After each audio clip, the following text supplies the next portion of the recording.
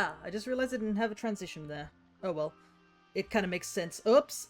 Now it changes that. Cool! Okay, let me see if I can fix this. Yeah, it's because I'm using different hotkeys. Let's see. Hello there, Cryo. Good to see ya. It's been a while.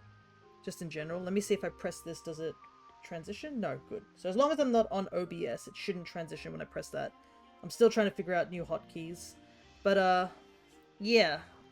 If you've probably noticed the slight difference in things, that's because, my computer had a, massive, what's the best way to describe it? It died, essentially. The hard drive inside my computer, yeah, the fuse blew out, and basically I lost, almost lost everything. Thankfully I was able to take it to a computer repair guy, and he was able to take out most of my stuff from the hard drive, and put it into a new hard drive. But yeah, I essentially lost all the stream layouts and stuff. So that's why this stream layout is a bit different. Ah, it looks like that Pokemon community thing I tried testing out seems to be working. Cool. So I did put, I think, Pokemon community in just to see if it would work or anything like that. Basically, if you just do the command there, it will basically see if you catch anything. I haven't set it up onto the Twitch yet, so I was just doing it as a test.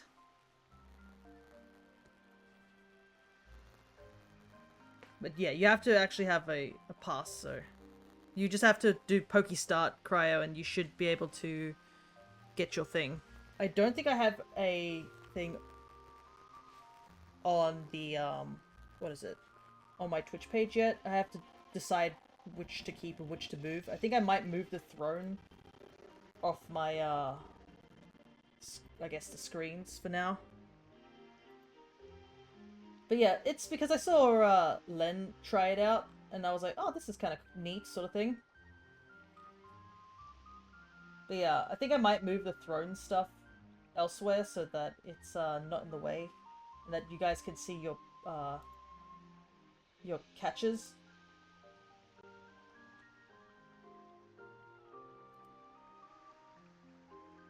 But yeah, today is going to be a bit more of a laid-back sort of stream due to the fact that, yeah, I have to get everything back to normal, so if I sound weird, the volume's sort of not the right level, just let me know, and I will, I guess I'll do my best to try and fix it. But yeah, today we're just going to be doing the Dondozo event quest, because I've been away for a while. So we'll do that. And we'll catch a bunch of Tatsugiri, just because we can. Alright, let me just switch the panels.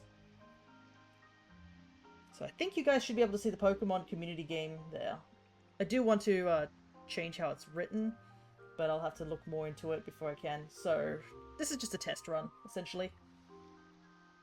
Also, just, I guess, losing everything in the stream and having to, like, redo it from scratch has made me realize that maybe it's time to do a different layout. You probably noticed now that the layout here is even a little bit different, just a tiny smidge.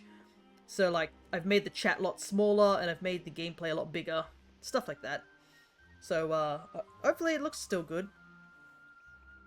But yeah, as you can see, all around the region, there are these little Tatsugiri locations.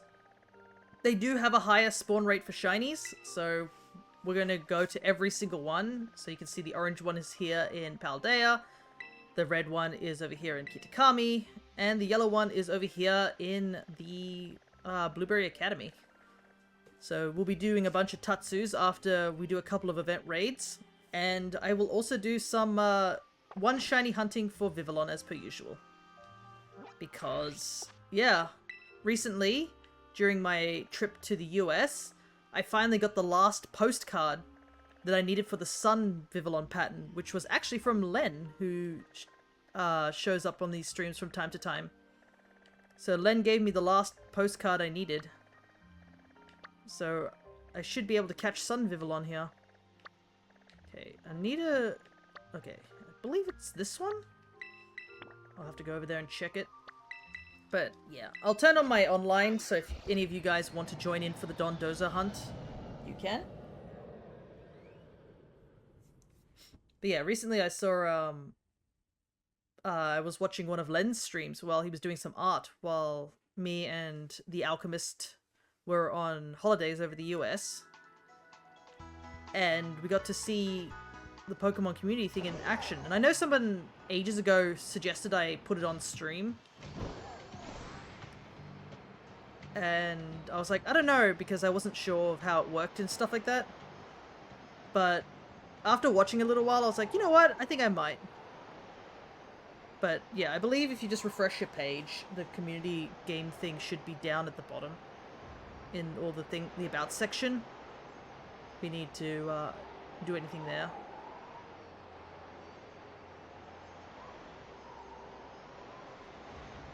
Also, there was the Pikachu event, which we did already beat the Pikachu. So thankfully it wasn't... I'm really grateful that it was an event that I could afford to miss. Because I was so worried that I was going to miss like one of these event raids due to like just being away and not being able to stream. But yeah, turns out it was an event raid that we already done. So there was no loss whatsoever. So we do have to get slightly set up for the this raid. There are two options we can actually use for it. The first option is to just use Miraidon and go for the solo kill. It's a little... I believe you just have to do something along the lines of just Metal Sound a couple of times and then pretty much go for it. I believe I have the moveset for the Miraidon. Let me take a look. Yeah, it's like charge, Metal Sound, and then just go for Electro Drift, pretty much. There is a Belly Bolt version as well. But regardless of which one we try, I do need to adjust it. And yeah, Miraidon is pretty good regardless. I just need to adjust a couple of stat-related stuff. It does kind of suck that I think I ran out of berries. Let me see if I'll need to get rid of health.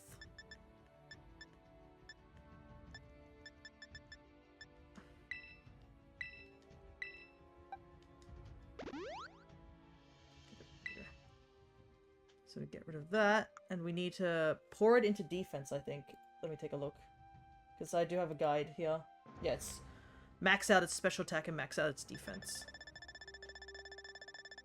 But yeah, Belly Bolt is a more reliable but slower method, and Miraidon is the more hard-hitting and can mess up, because obviously you have to deal with the fact that you have to deal with Metal Sound missing. We all know about that. I do not have any iron, so I need to go get it. I do have the money, so I'm going to quickly rush over and do that right now. Because, yeah, hunting the Tatsugiri is going to take up most of the stream. Just a chill sort of little stream. But, yeah, there's going to be a bit of change with just the stream layouts and stuff like that, and stream timing, like the timetable.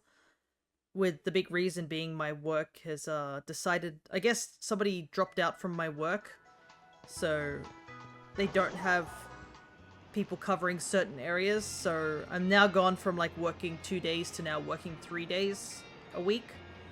So yeah, Wednesday streams cannot happen anymore. So there's a good chance that I will be doing Monday, Tuesday, and then occasionally Saturday, and then Sunday is over on the Alchemist's channel for their D&D session, which I believe it's this week. I know I haven't changed it. It's because we were supposed to do it, I think, last week, but one of our members had to go do something else instead. So we decided to push it back a bit so that he can join us. So we're going to do back-to-back D&D, which a lot of the D&D people are excited for because, you know, we haven't done D&D in quite a while. Okay,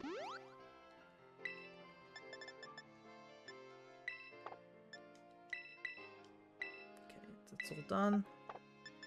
We'll put the last few bumps into teeth, into HP. This Miraidon should be ready to go.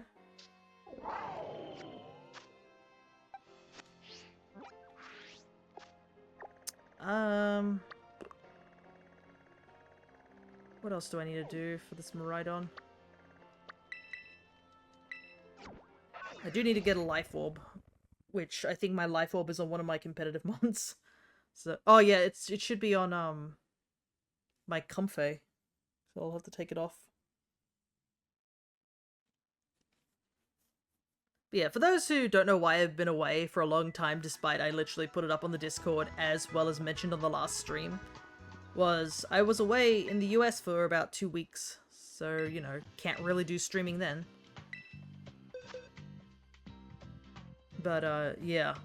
It's been a stressful week. I was planning to stream yesterday, but yeah, I was still setting up the stream after the catastrophic loss of my hard drive, which, to be honest, was partly my fault as well, but also just partly, like, a really bad accident, because my computer was, like, filling up with dust, and it turns out, the people who built my computer back in the day, they built the fans in the wrong way. I am not joking. So, the fans that were supposed to, I guess, blow all the air, I guess, out of the computer and keep it cool, yeah, it was going the opposite direction. And I hadn't done really much cleaning because I didn't really know how to. And so that's partly my fault, and I guess the fuse eventually just busted. But the guy fixed it and stuff like that, and I'm really grateful that he was able to get most of the stuff off. Unfortunately, OBS didn't save any of my stream layouts, so I had to spend like 3 days rebuilding that in particular, which kind of sucked because I was just so stressed. It was unbelievable how stressed I was. I was just being like, oh my god, I can't believe this is happening, sort of thing. And I honestly didn't know if I was going to have all my stuff recovered. It was terrifying. And in the end, I guess most of my stuff's there. I did lose all my mods for Steam. I had to reinstall all my Steam things. Thankfully, the biggest thing I was worried about was that I honestly thought I could have lost Stardew Valley. That was a really big scare for me because we're so far into Stardew Valley. We're so close to finishing it that the idea of losing, like, everything and not being able to continue that series was a very devastating thought, to say the least. And I honestly legit thought that, like, a part of me thought it would be slightly funny in a dark sort of way, is that we would have lost our Stardew Valley save, and we would have been stuck on the funny number for the rest of, like, eternity, because I probably wouldn't have gone back and tried to complete it had I lost everything. So we would have had a completion rating of, like, 69. Which, yes, is slightly funny, but at the same time, I do want to get to that 100%.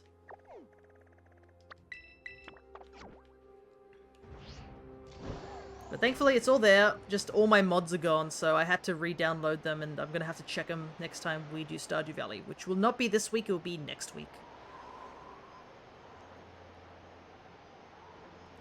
But yeah, a lot has happened, I guess, since I went on holidays as well. Like, for example, what was it? Pokemon Mystery Dungeon? The Red Rescue Team got announced on the GBA. And I was like, oh yeah, that's right, I can download that and play that. Because I did download the N64 version, so we could play Paper Mario, which also we are going to play Thousand Year Door soon. Hopefully next week, if everything goes to plan.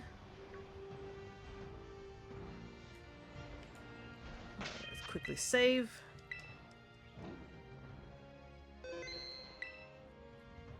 But, yeah, so I think the schedule most likely will be just doing Paper Mario and as well as Stardew Valley. We are getting very close to the end of Stardew Valley, so I'm going to keep pushing until we get it finished. Because I do love the game, but we are getting to a point where it's going to be a bit of grinding. Because right now we're kind of in that sort of state where we only have like a couple of things left, but they're like really big tasks. Such as like getting the last museum item, cleaning out the monster eradication stuff. The golden clock is the scariest thing. Because we might just have to push for, like, kegs and just make a bunch of kegs, even if it means making the house look really ugly. Didn't Stardew get an upgrade? It did get an upgrade in the 1.6, but, like, that still doesn't change the fact the golden clock is by far the most expensive thing in the game. And getting it is going to be rough. I believe 1.6 did add a couple of items, but we got that all done in terms of full shipment. So they did add like a couple of festivals, a couple of updates and stuff like that, yeah. But I don't think it has had an update recently. I haven't looked in 2 weeks, so I might have to double check, but I'm pretty sure mine's is up to date because I had to re-download it after I lost the hard drive.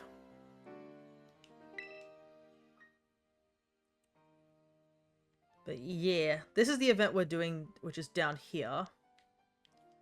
So as you can see, we can go get some shinies. And because they're all separated individually, it's going to be so much easier to find the shinies because you don't have to worry about the orange being mixed up with the orange. But there is also another thing popping up soon, which is this one, which I believe is coming up this week. Let's see.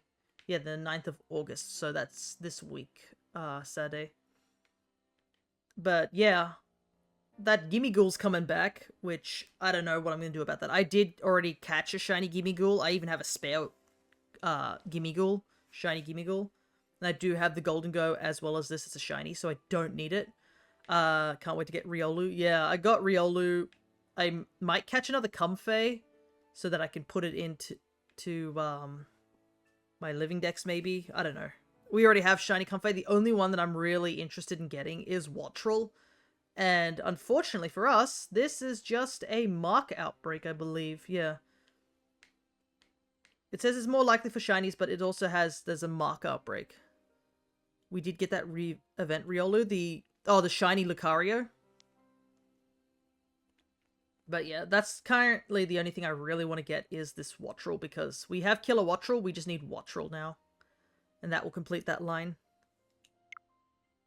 But yeah, that's probably this weekend. I would probably like to get this done this weekend. I might make this part of a shiny month thing. This is not part of the shiny month because I won't add this to the counter because it's just us catching Tatsugiri.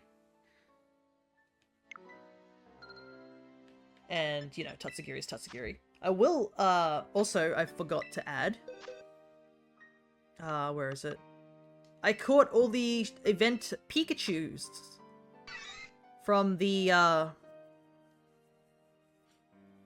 recent event of the Pikachu outbreak. So I have the shiny Pichu, the shiny Pikachu, shiny Raichu, shiny Alolan Raichu, and shiny Mimikyu. All caught in this game. I don't believe any of them had a mark. Oh no, two of them did. Oh, interesting. This Pichu has the charismatic mark. I don't think I've gotten this one before. So I have Pichu the Radiant. And then we have Raichu the Peckish. So I probably will keep a couple of these and stick them into my living decks. But I think if people would want them, I'll probably keep the Pichu and the Raichu. Because they do have marks. Finally got an Alolan Raichu that's mine and it's shiny. Yeah, congrats, dude. Because Alolan Raichu, shiny Raichu is a little difficult to get. You either have to A, catch it in an older game, like what I did with the Cute Charm glitch, and then transfer it to Alola and evolve it, or catch one in Alola. Oh, and when I was also setting up my stream, I ended up accidentally running into this shiny. So we have one shiny so far. So if we don't catch any shiny Tatsugiri this stream, we at least have this guy. But yeah, I was literally setting up this stream, making sure that it was like working properly, that the actual screen could be seen properly on the stream layout. And yeah, shiny Tatsugiri.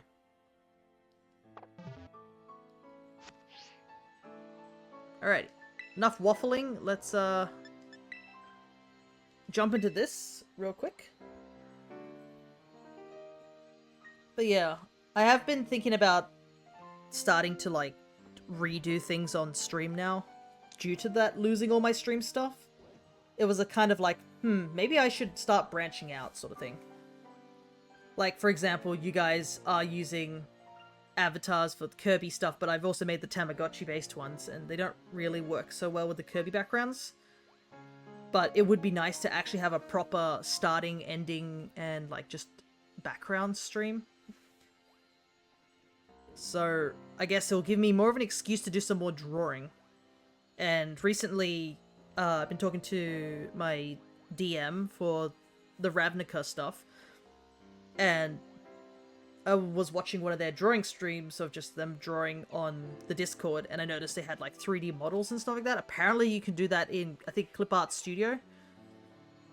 So if I can make 3D environments via that way, I think it would definitely help in terms of just getting an idea of how I want to draw certain backgrounds, because as much as I can draw, backgrounds are the bane of my existence. I cannot draw backgrounds to save my life. Finished my whole Gen 9 decks. Hello there, Shrek. Good to see ya. It's been a while. I can say that because I haven't been here for 2 weeks. But it's good to see that you finished the whole decks. I assume that means you now have the shiny charm.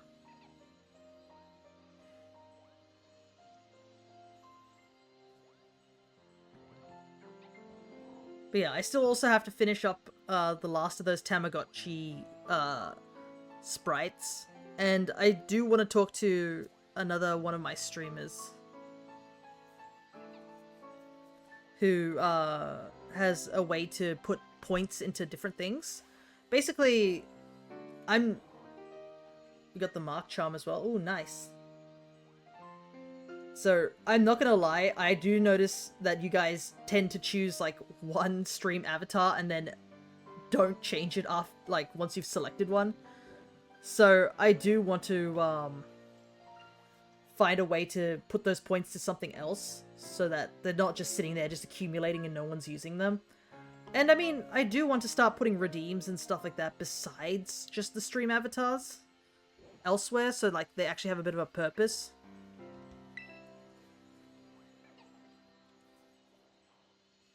Kirby's an adorable lad. It is true, and I will, like, agree with you there, but I did, like, the part of me is, like, a little sad that I put a little bit of effort into the Tamagotchi sprites, and, like, people will choose one, and then that's it, and I'm like, oh, never mind.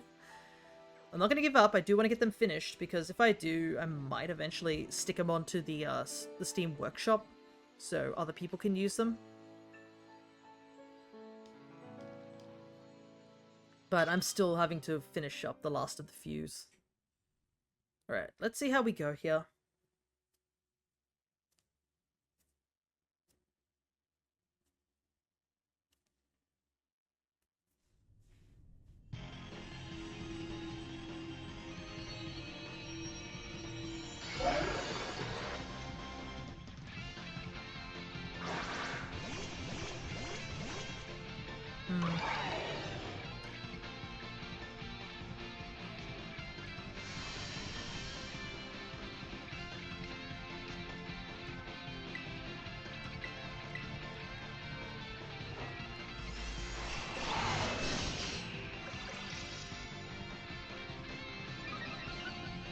So we're gonna go for charge. It's gonna hurt.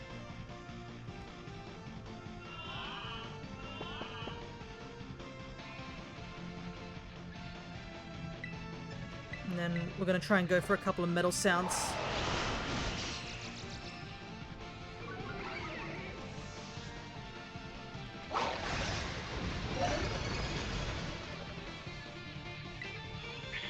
Might need healing.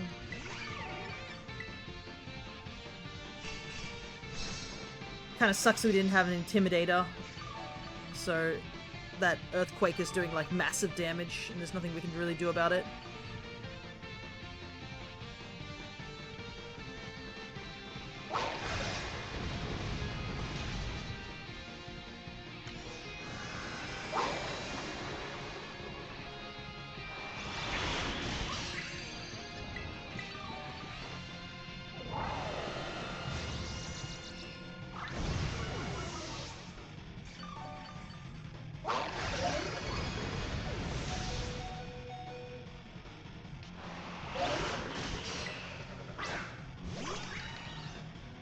just need to hit it before it goes into shield form, and I have a feeling that Ogerpon is doing enough damage that it's gonna go into shield form before I get a big hit off. I just need to hit it once. No! Don't use shield, don't use shield. Don't use shield. No! Ah, that completely ruins the strategy. Ah, I just needed to hit it once, but I was healing. Oh well. Yep.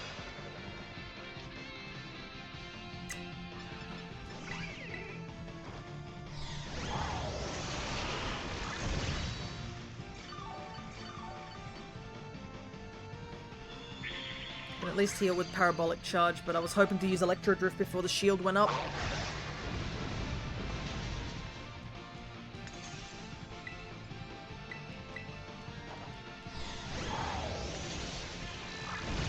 Just gotta try and get the,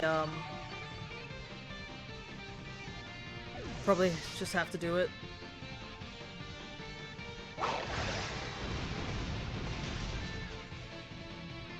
So I can terrestrialize, I guess.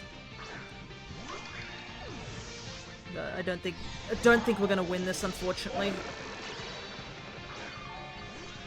Time has already been chunked down too much.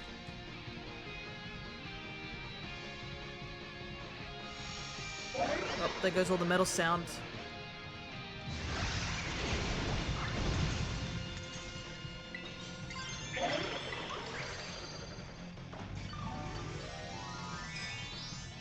Ugh. This is so messy.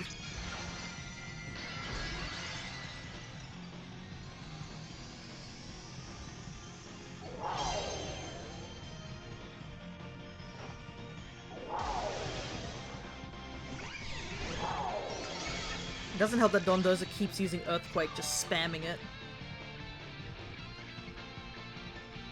It's like use no other attack besides Earthquake. Finally, something other than Earthquake. Let's try Electro Drift.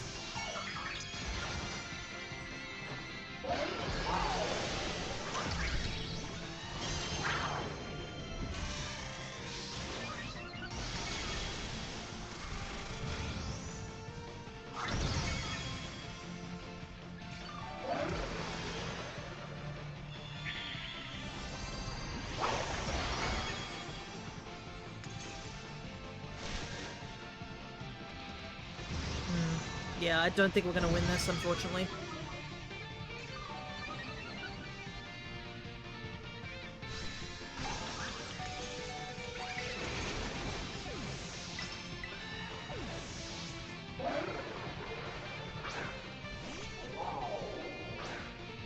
I'm gonna try this solo real quick, just to see if the strategy that I'm even using is even viable.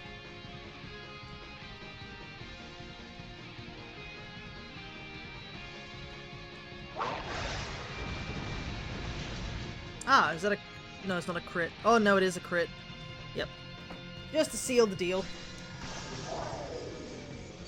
Oh well.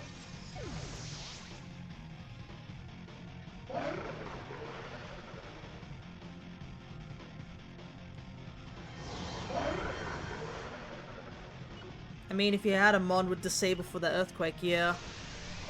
But we had too many feints, unfortunately, from Ogerpons. Because if... That's the issue with multiplayer, is that the more times you get KO'd, you're being more detrimental due to the fact that it just chunks through that timer. Like, it's an absurd amount it chunks out of that timer. But, I mean, these also are supposed to be stupidly hard. They are level 100, like, buffed mons. Alright, let me try this alone and see how we go. Because my plan was to try and use Electro Drift before it got the, I forgot about Avalanche, yeah. I was trying to get the Electro Drift off before the shield went up, but by the time I had to keep healing, it just couldn't, I just couldn't get it off before it got the shield up.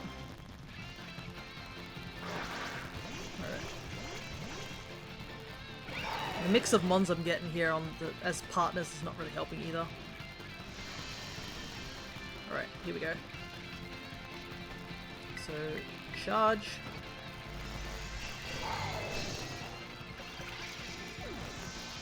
Weaval's dead already. Like, what did Weaval even do? Just leer and die.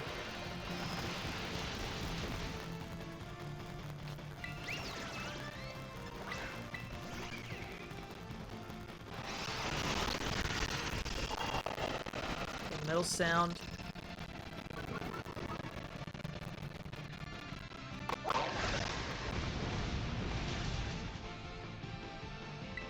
Metal sound again.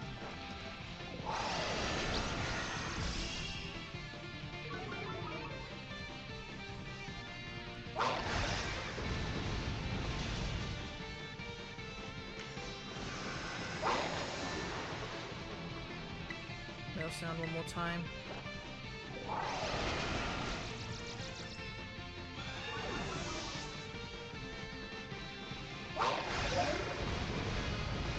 Okay. Then Electro Drift. Let's see how much damage this does. Okay, so that's what I was trying to do. There we go.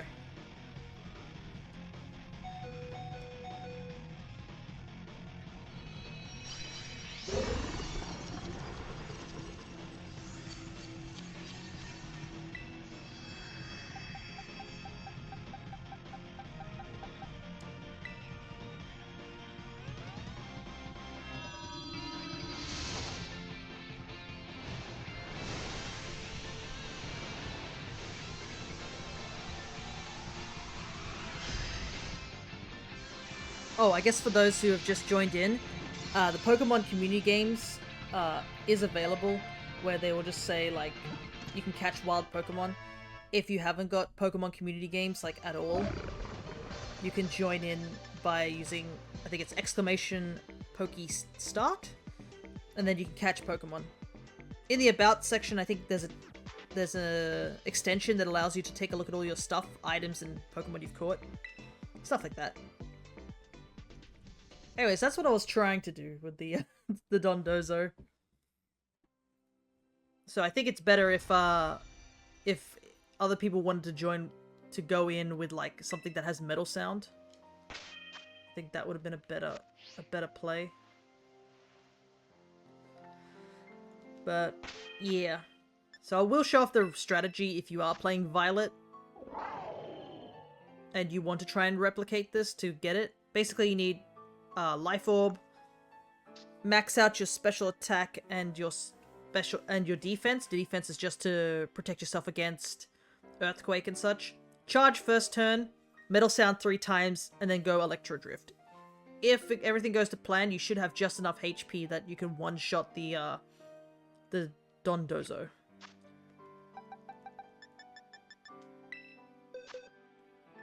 But enough of that. It's time to catch some sushi. That's the true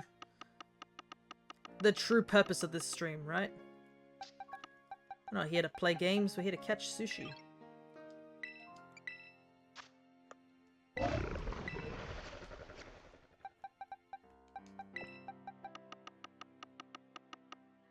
can put you here.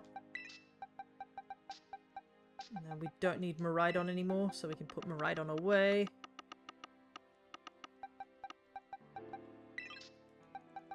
Alright, I think it's time to get... I need to double check something. Can Golden Go learn Hypnosis? I know Hypnosis kind of sucks, but like we're dealing with Tatsugiris, and Tatsugiri tends to have what's the word? Yeah, it doesn't look like it learns.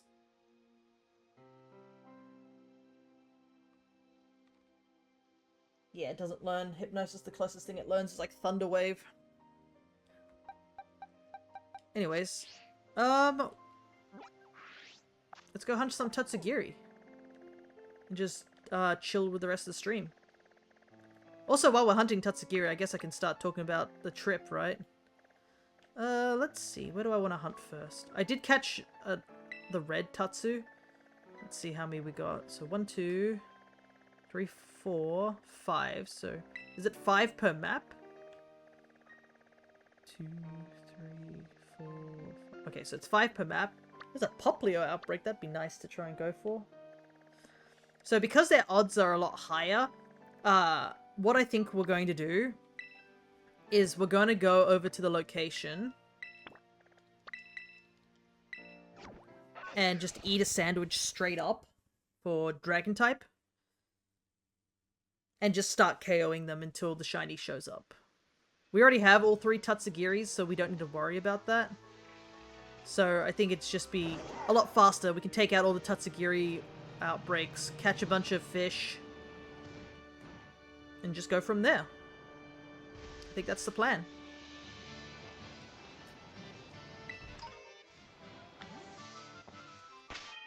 So we'll do a quick save. Turn the online off.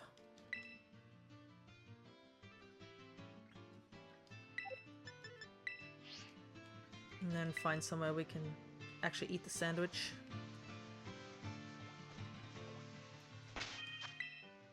Right. So I do have to use a different sandwich because I am kind of running out of salty herba. So we actually might have to actually construct a proper sandwich. So we need 3 of those. For dragon, we need 2 avocado and prosciutto. And then we can use 1 spicy and 1 bitter instead.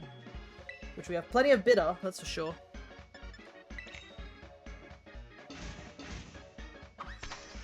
This will actually also look like an actual proper sandwich. Like something that you would actually eat.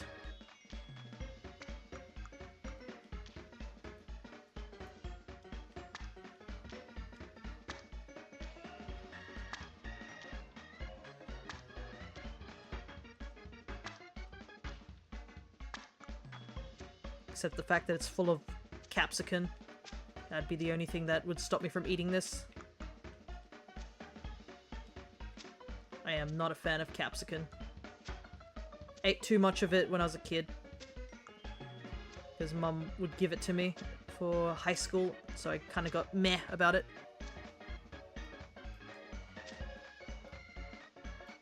Can I close the sandwich? There. Love ambiguous red, yellow, and white dust. It's spices, as they say, you know? Though, I still can't believe they haven't, like, made these, the Herba Mystica in real life, because it'd be so easy and so marketable. Alright, so this should give us what we need.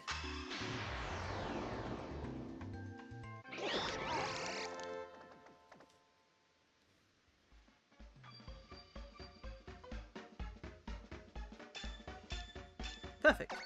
Alright, let's go hunt some Tatsugiris.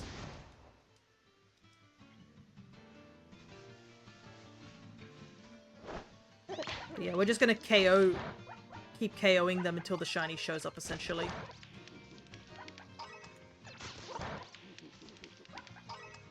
I did say I was gonna make my doubles team at some point, but yeah, I guess after the computer issue happened, that gave me no time to do it. I was planning to do it when I got back from my trip. But yeah, that got changed very quickly after that incident.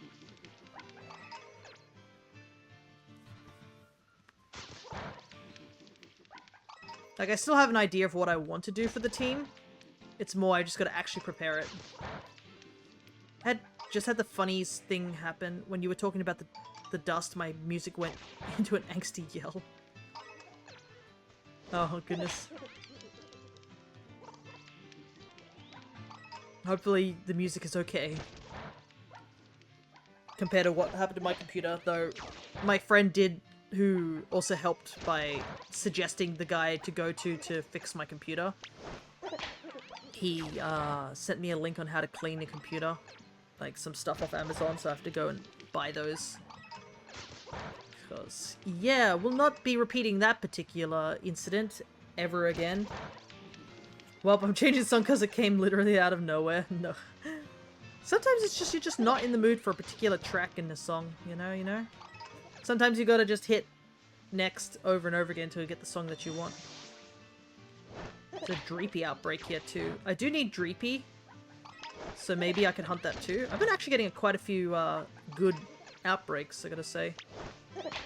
Like the Poplio one and the Dreepy one, they're both really good ones to get.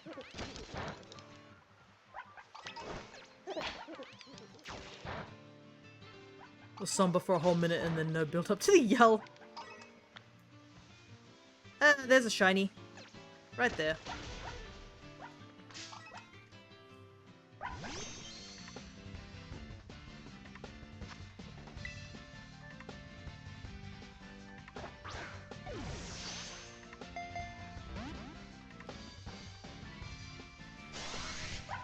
Why is the Tatsugiri no harden? What? Okay, I'm not gonna question why the Tatsugiri note's harden.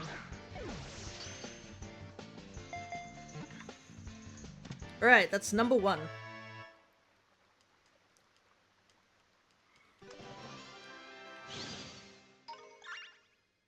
And also, it'd be nice to get, like, one with a mark. But we'll see, we'll see. Wait, you can see how high the odds are for these, outbreaks. It's like the Milkery outbreak we had some time ago. Same level of, like, shiny outbreak, odds.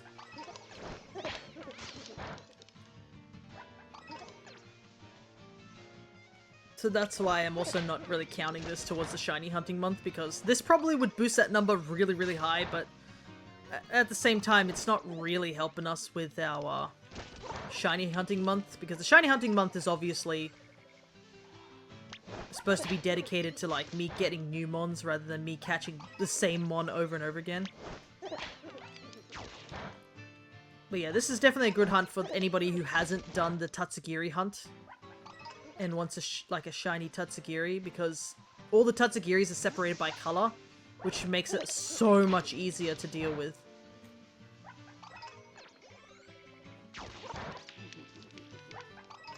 But yeah, I should probably start talking about something other than me just KOing a bunch of, like, sushi fish. Because, yeah, a lot happened while we were over in America, that's for certain. It wasn't just, like, obviously political stuff, which I'm not going to talk about, because I'm pretty sure that's been done to death by the media. But there was also, like, a couple of things that happened whilst we were just there in America. For example, there were 2 wildfires sort of near where we were staying that came out of nowhere. We're not really sure what started them or anything like that. And one of them was literally on the other side of the lake area that we were staying at.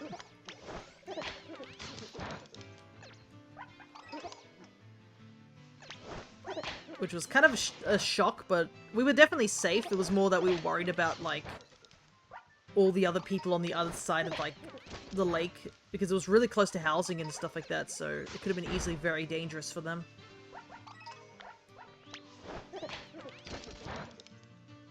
But I believe they have evacuation calls over there, so at least people were prepared for all that sort of stuff. But yeah, I mean, where you guys were, I'm not surprised you had so many wildfires. Yeah, it's pretty much all grass over there. It's and it was stupidly hot, so it kind of made sense that we could get some wildfires. It just kind of sucked that it was quite close to where we were at, so it was a little bit of a worry.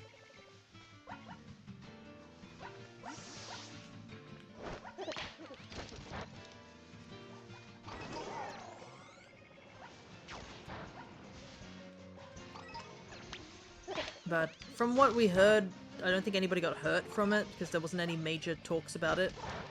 It was just a, oh, yep, there's a wildfire.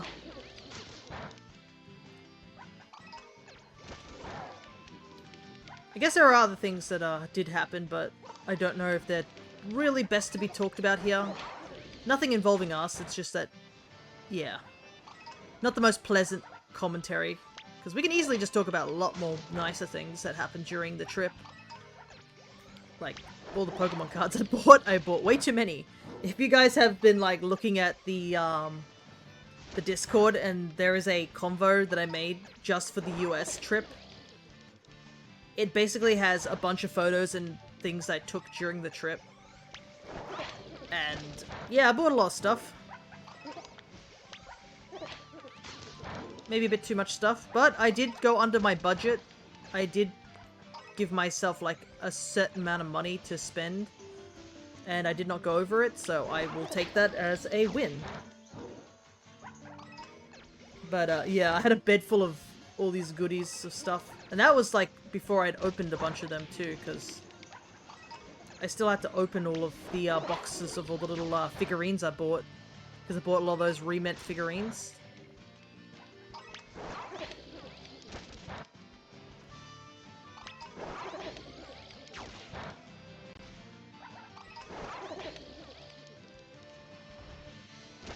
And I think putting them away was the hardest part because I was like running out of space very quickly. Alright. What I might do is we caught one here, so I think we'll go to the next locale. And just keep going. I mean, we could KO all of them, but meh.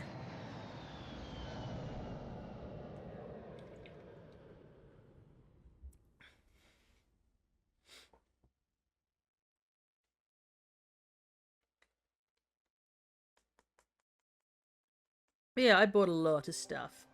From, like, Pokemon cards to just Pokemon figurines. I bought some Kirby stuff. We won some stuff in an arcade. That was the funniest thing, was we literally went to Vegas and we didn't even spend any money on actual gambling over there. We just spent, I think one of our friends, Perry, spent like $7. That was it, and didn't win anything. And then we proceeded to spend like hundreds of dollars, like $100 or so at this one arcade, trying to win a plush for our friend Connor. Pokemon TGC sounds fun, but I don't the people for it? So I'm not sure exactly what that means.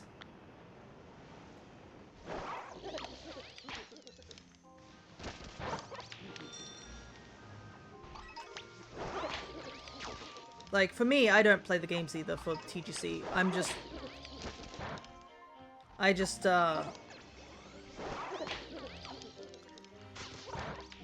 Okay, so I assume the sentence is, I don't know the people for it? I don't know. That still doesn't make sense.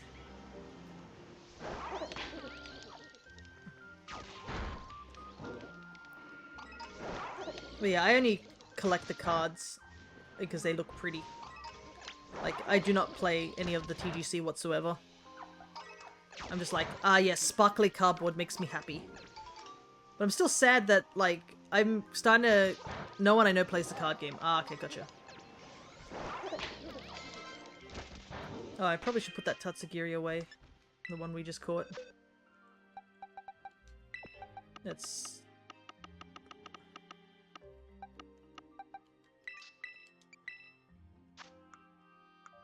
Oh, it does have a mark. It's Tatsugiri the Sleepy. But I think what we'll do is just, we'll go to each horde and just keep KOing Tatsugiri until we find the shiny, and then move on to the next horde, and see how many shinies we can get in a couple of sandwiches.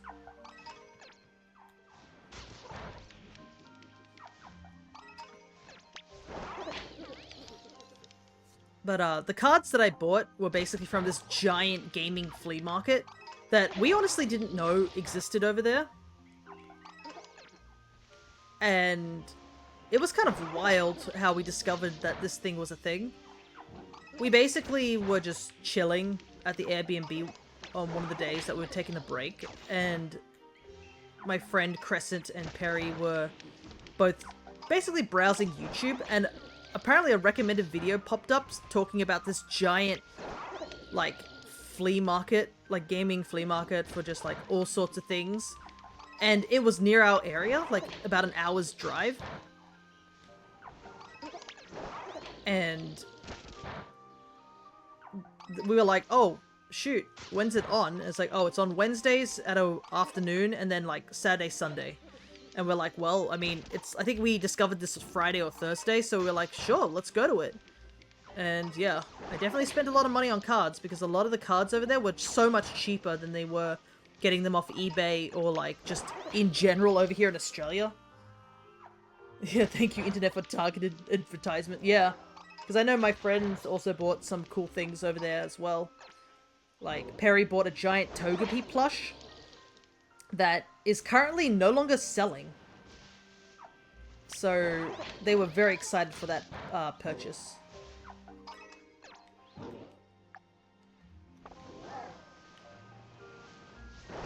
And I bought a couple of little goodies and stuff as well. Yeah, wait, you can change the PC background in the Pokeboxes, Cryo? Is that what you're talking about?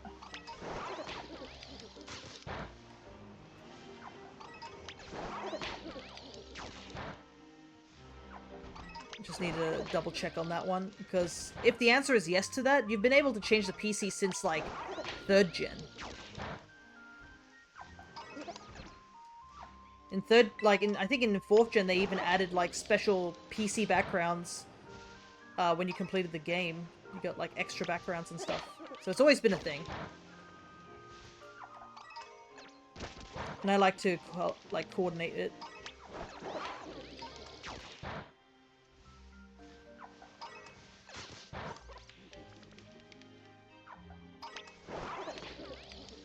So I've made it that all the, like, the regular Pokedex is, like, 2 different types, the Blueberry Academy is 2 different types, and the Kitakami one's 1 different type, I think.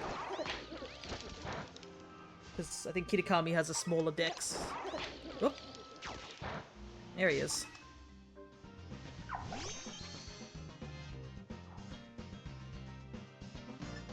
Let's see if I can catch another Premier Ball like I did the other one. I have so many Premier Balls,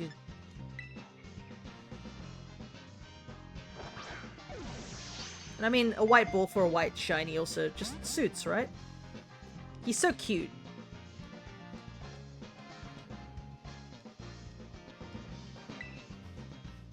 Out of curiosity, for those who are watching, what's your favorite shiny Tatsugiri form?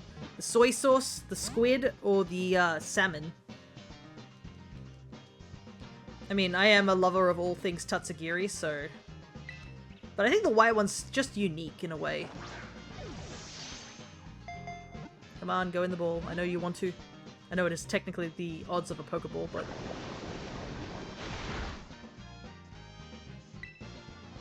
So the white one is the pink one we've been hunting just now. So simple, but fun. Yeah, I'm so glad that they didn't go the route of just making all the Tatsugiris the same color for each form, and that they gave each form a different shiny. And they all still work with the sushi theme. They're very cute.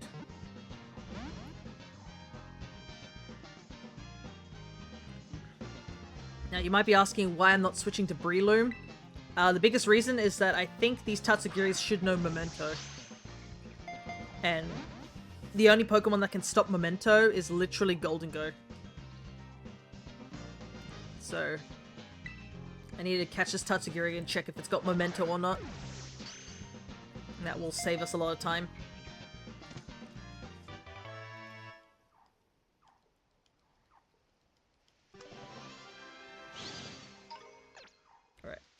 Let's head over to the yellow Tatsugiri now.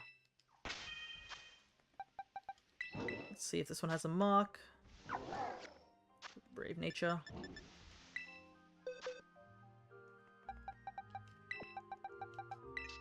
Okay. What about Metagross? Metagross, in terms of a shiny, is a pretty good shiny too. Like, there's...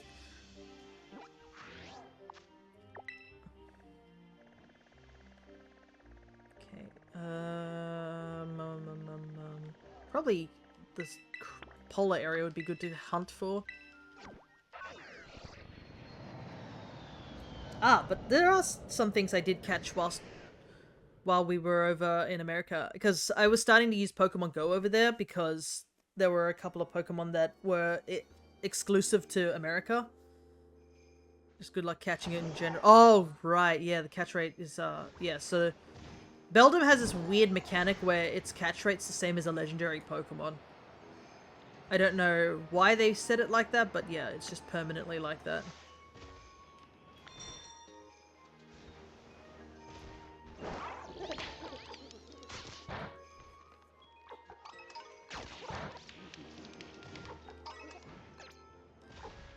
At least with Metagross, I think it doesn't have takedown. I'm not entirely sure. But yeah, it's still rough. Anything with like recoil is always scary. And a bunch of the starters all have recoil moves. Your best option is to just keep lobbing balls without like doing any damage to them, really. Though I believe you can use like a ghost type to mitigate some recoil moves, and for fire types at least you can use Chandelure, which absorbs the Flare Blitz. Because I think every fire type starter has Flare Blitz, which is, you know, fun. And I have to go and catch all these starters. I still am missing a couple.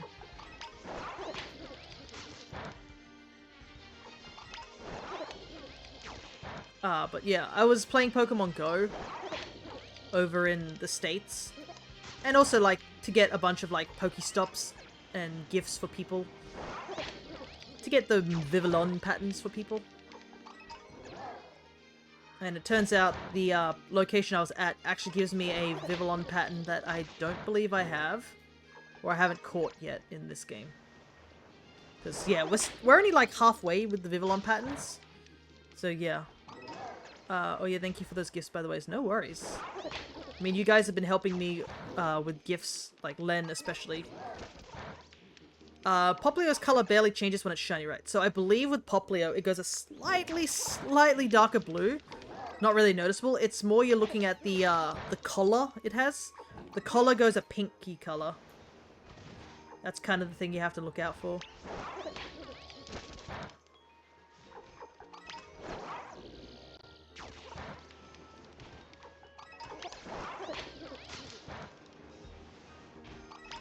But yeah, other than that, it's very hard to tell.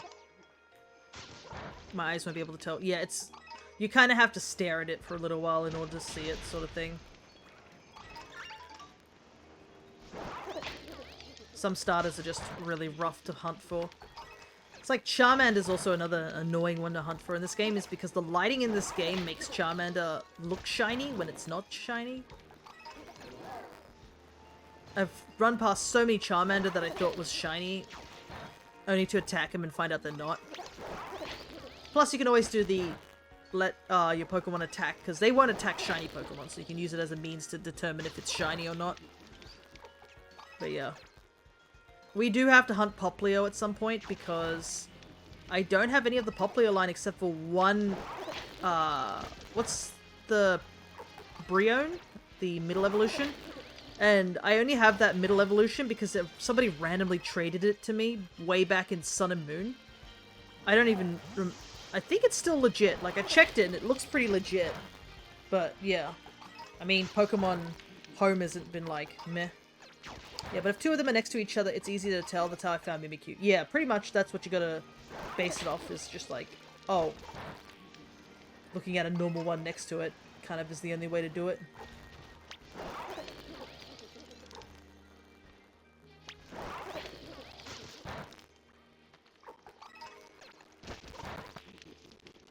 And Mimikyu's another one of those ones where at first I wasn't sure what I was looking for, but then eventually it showed up pretty well.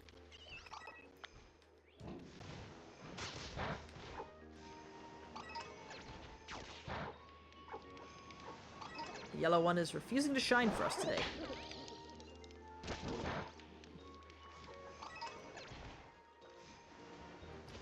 Kind of doesn't help that we've got to sort of jump our way to each of the platforms. But that's okay. We have still plenty of time.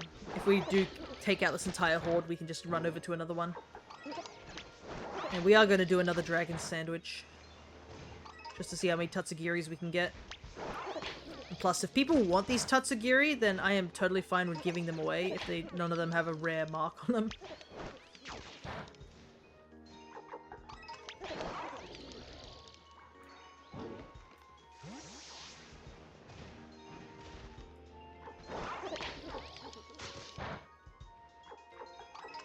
And it also will, like, give me an excuse to, like, use the giveaway bot that we have on our Discord. I do want to give it a try. I know there's not many people on the Discord, but if it encourages, then that's always a good enough reason.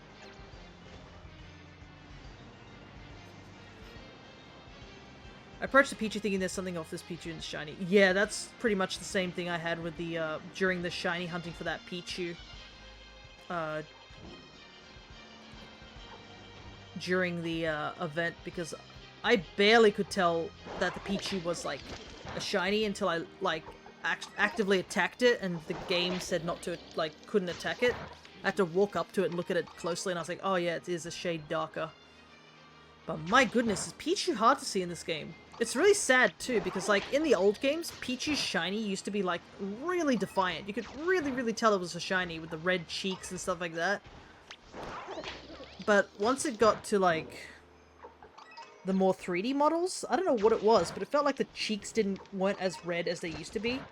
Which is such a shame, because, I mean, we have an event that was literally called the Pikachu, colored Pichu. That was an Eevee. Let me see if I can catch it.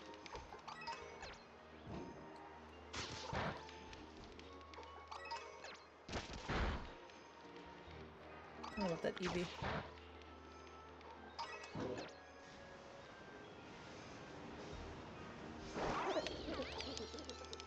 Look, I may be the streamer, but that doesn't mean I don't want the Pokemon.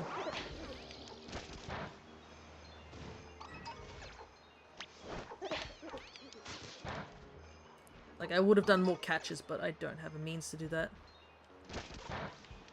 Maybe I should make a hotkey so when I click it. Oh, right. Where would the best spot to find shiny Eevee? I believe some people say outside Medali, but Medali also has like a bunch of other normal types, so I'm not actually sure. I didn't catch shiny Eevee in this game, so I never went for the hunt. So I'm not entirely sure.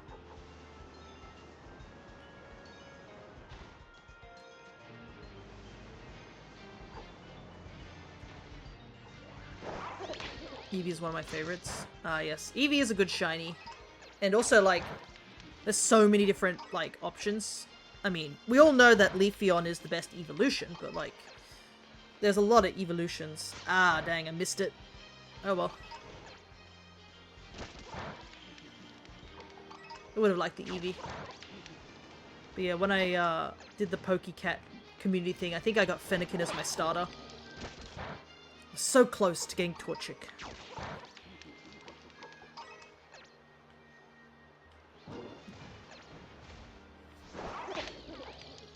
What else happened during our trip? Oh, we did go to mini golf. During our trip. And I was able to win, which was very exciting. But, Crescent wasn't so happy about that. And I may have posted, like, in the Discord the, results, and I got banned. Or got timed out for it. Crest was a little bit salty. Maybe I should have, like, posted that a little bit later, but... Minigolf was fun overall, but I think, yeah, I don't think it's a game that Crest enjoys. And... it just made so much funnier knowing that Crest considered us all, like, giving, what's that game? Golfing with Friends? You know, that game a go at some point on stream, which... it's gonna cause some rifts in friendship. I have seen far too many people get, like, wrecked by that. Because unlike in regular mini-golf where you could just take turns, golfing with friends, you can really screw over your friends by actually whacking their ball out of the way and stuff. It is fun, but my goodness, I'm pretty sure it bring out the gremlin energy out of certain individuals which will sow the seeds of chaos. Though... that's the reason I'm kind of looking forward to that new Mario Party that's coming out, the Jamboree one, where you can have up to 20 people. I think that would be a really fun idea to do on stream. Get everyone together to do it. Because it's up to 20 people, and I think it's online, so you can just get a bunch of people to play. I think the only issue would be that everybody needs to confirm to have a router. If you are trying to join online games without a router, like, connected with a cable, you are doing something wrong. I will say that. Because you really need to be connected to your router via a cable. There's no way you can play online games on a stable system without it. Especially with Nintendo's Dirt effect of a of an internet connection. It's a bit cringe no matter the console. Yeah. You think in this day and age we would have been able to find a way to have flawless internet connection via online, but apparently not. It's apparently not a priority. Like, even in Australia, our cable, like, our internet connection's hot garbage compared to other places in the world. And nobody's fixing that. Okay, so that's all the Tatsugiri in this, outbreak. Move over to the next outbreak location.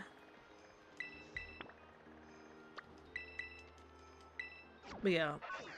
I mean, Japan found a way to make internet like 1,000 times faster using empty room in fiber optics. Yeah, no. And then we're just sitting over here with our basic ass internet that doesn't do anything.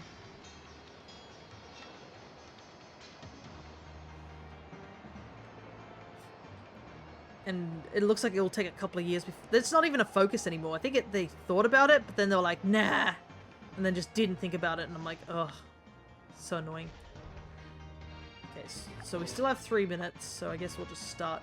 Oh, never mind. It's right there, the shiny. It literally spawned in as soon as we came to this area. Nice.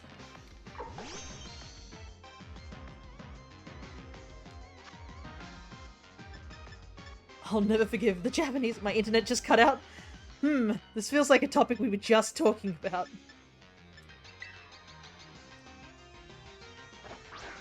Is that another shiny in the background? Let me swivel the camera around. Yeah, there is! Right there! There's another shiny! You can see just above my head. I kind of hope that it doesn't wander away because it is quite far away.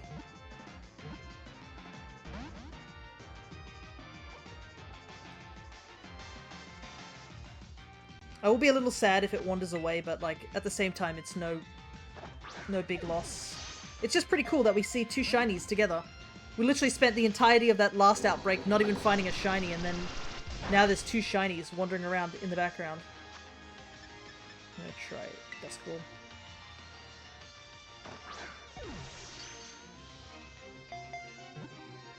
Alright. No times for celebrations. We gotta turn around and run.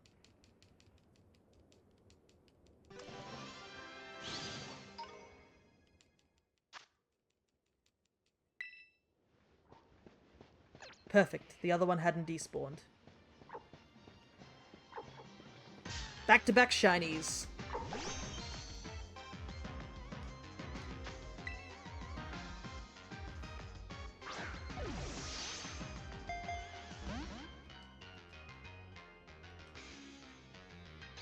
Alright, I lost a shiny Venomoth off of a train I decided to battle. Yeah. I got attacked by a bunch of Tauros and watched a shiny Girafarig walk off into the background. So I know that feeling. Alright. On the last sandwich, you managed to get 2 shinies back to back. Nice.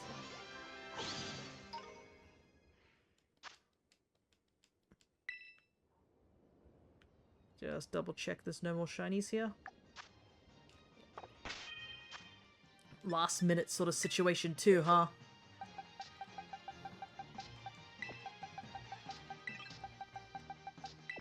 Alright, let's check now that we have some breathing room that we can check the marks. Alright, the first one has another sleepy time mark. Alright, nice. I'm gonna save the game. It's been a while since we've saved. Look how suspicious the guy in the background is. Nice. Alright. We'll head back to Paldea, I guess, and we'll do one more sandwich. What time is it? It's been an hour. We'll do one more sandwich and run around the entire area. And then we'll do some other outbreaks. Oh, I see one of the orange Tatsugiris are in the water area. That's gonna suck. Because unfortunately that's like naturally where Tatsugiri spawn. So there's a good chance that regular Tatsugiri will spawn in.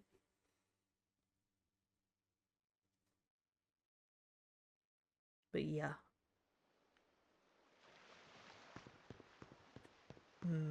What should I... I feel like I was supposed to be talking about something.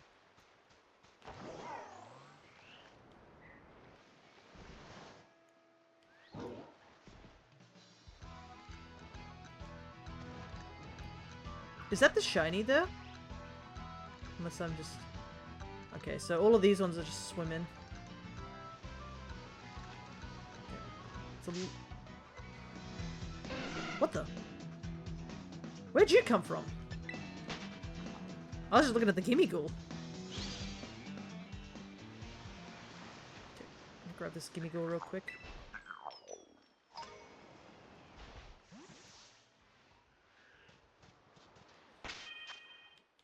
Alright, let's get this going.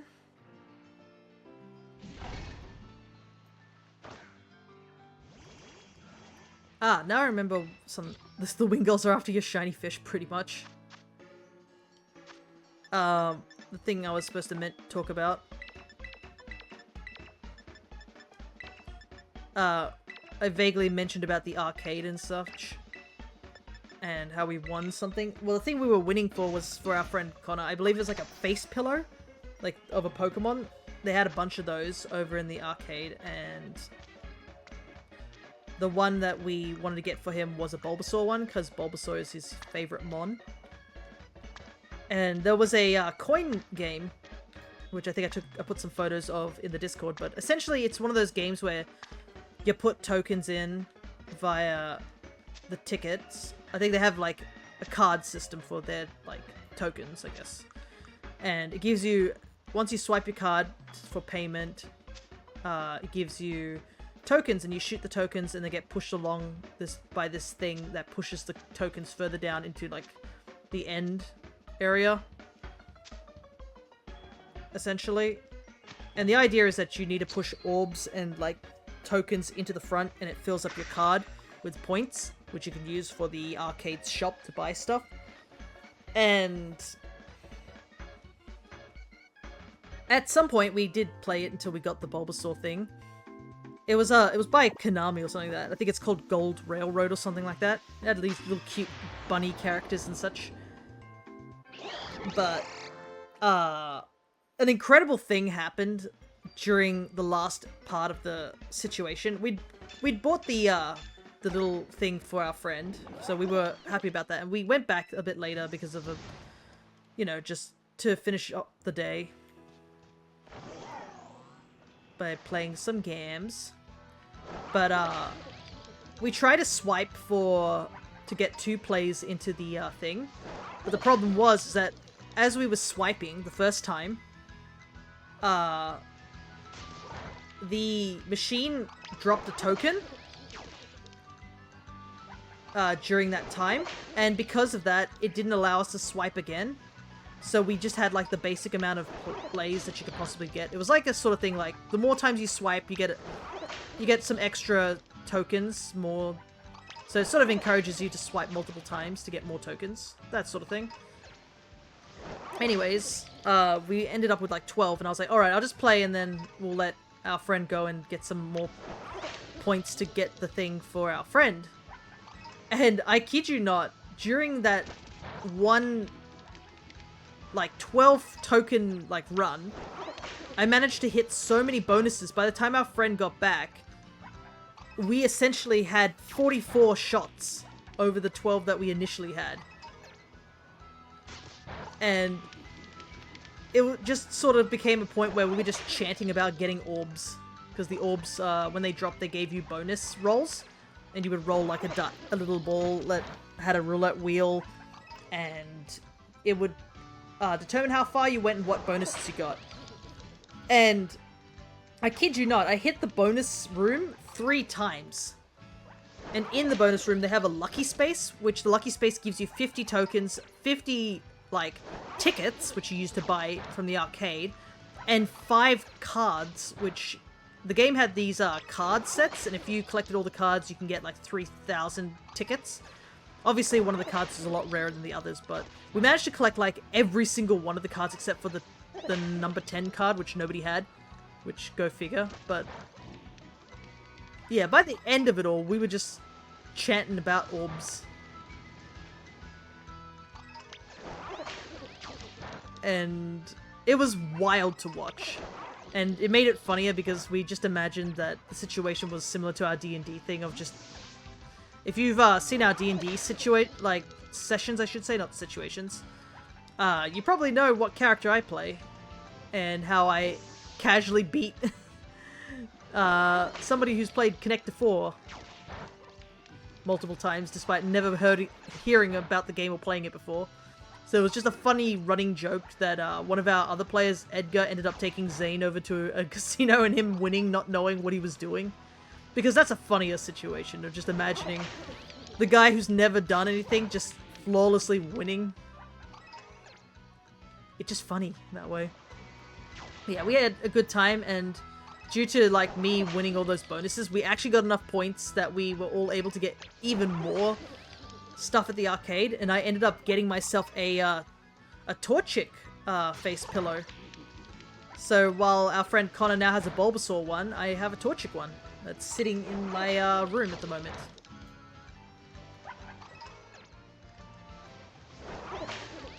Yes. Prior, you need to make sure you double check you have enough Pokeballs, because you do use up a Pokeball whenever you throw. So, like I said earlier, you can check the extension. That should be in the About section, I believe. Or just check the Pokemon Community tab. I think it's... If you're watching it on mobile, I think it's below. I'm not entirely sure exactly where it is, but it's there. It says I have a great... Yeah, you can go to the shop and buy some more Pokeballs. As you catch Pokemon, you do get money, so you can slowly chip away and get money back. So you just need to double check if you have enough Pokeballs. Because I'm pretty sure that I can check too.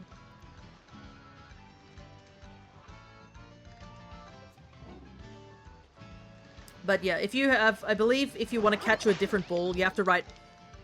exclamation mark Pokecatch, and then space, and then write Great Ball without, like, a space between them. I believe that's how it works.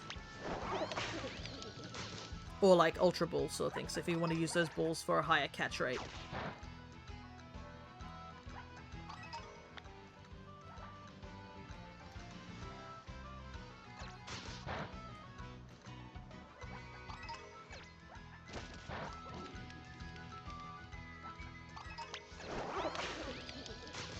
Apparently you can catch them all and get a shiny charm, which is the wildest thing to imagine, because I believe it puts out a Pokemon, I don't know, roughly every, what, 10 minutes or something? So, for those people who've caught, like, a ton of Pokemon, that would probably mean they've been doing it for a very long time. But yeah. If you guys are enjoying the little feature for the Pokemon community thing, I am totally fine with keeping it. And I might edit what it says as well, so that it's a little bit more personable. I do want to see if you can make emotes work with it, because I think it'd be a really cool thing if that, when a Pokemon escapes, you get, it'll activate an animation for the stream avatars, or when you catch it, because we do have like a dance function when people follow. It'd be nice to use that for other things too.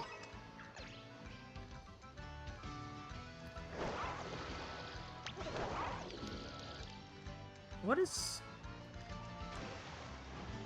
Oh, it must be targeting something up there. I was wondering why it was, like, not attacking properly.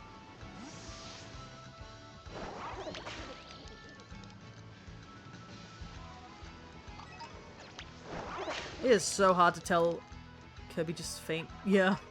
Because I think there is a hurt animation, so I think it'd be pretty cool.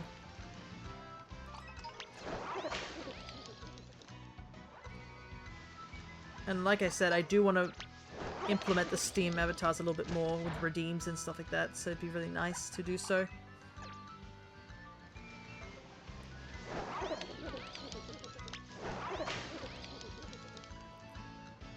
But yeah, I did take some of the cards that we had as souvenirs, because we literally got duplicates. By the time we finished our play of that game, we had 15 cards, and they all got stuck near the end, and we decided to call a guy over and just explain the situation of how we'd like the cards weren't going anywhere and they're sort of stuck horizontally. He was a really nice guy too, because he could have easily just said like you're lost and walked away, but he was like, all right, I'll just poke my finger like at the tip of the to tip the cards over, and whatever falls in, and you get to keep. So yeah, we got to everyone got to keep a couple of cards as souvenirs, and then I think we gave the stack to one of our friends back in who's obviously lives in America, because he had a round 1 near where he lives. So we gave him the stack of like every single card minus obviously the card number 10, because we didn't have that one, just in case that he ever did like get number 10, that we'd be able to like he'd be able to cash out the 3,000 tickets. But yeah, the extras we took back. Kanami doesn't need all of these cards, I'm sure. I'm sure they don't mind us taking a couple home. We don't have round 1 over here in Australia, I don't believe. Maybe, I don't know, because I don't really go outside to arcades, so I think it's more of an American thing though. But yeah, it was a all-around good time.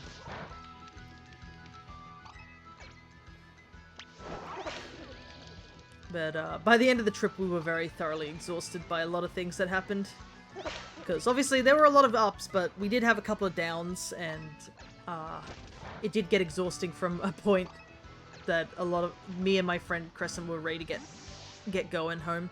It's not everywhere, I tell you that. Yeah, so that's why we gave most of the cards over to him, and then the extra cards that we had, we just cashed out. Because I believe you can just cash out the cards by themselves to get points if you don't have the full set, like any duplicates to get extra tickets. But yeah. I believe one of our friends got a coloring book or something like that. And another got something else, but don't remember exactly. Alright. Unfortunately, no shiny Tatsugiri from this outbreak. I guess we'll go back to the one in the desert here. Which is such a funny location for Tatsugiri to be. Like, can you imagine Tatsugiri's just in the desert? They're like, why did we end up here?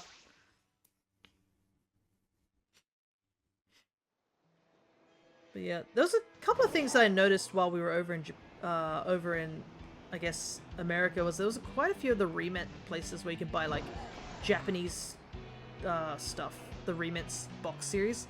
I did get a couple, which I really liked, so... But I was just like, oh, they're here too. Like, they do have their fair share of anime-based stuff. Which was pretty neato. Alright, this should be a lot easier to deal with. Us being on the ground again, instead of being in the water.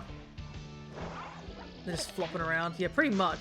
They are dragon types, but, like, I can't imagine a desert being a terribly great place for a bunch of them.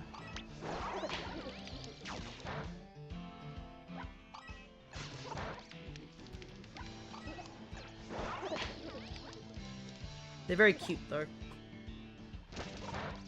Tatsugiri is still my favorite mon. And I did pick up, like, a figurine for... Or, like, I saw a plush and I was really tempted to get it, but in the end I sort of went against it because I have no room for plushes. And it also didn't help that, during our arcade, the first time we went, because we went 2 separate times, the first time we went, I ended up winning a bit of a big plush. It's like a... Looks like a seafood dango. Like the 3 rice balls on a stick. And it's very cute, but I have literally nowhere to put it. So it's sort of just sitting in my room just casually.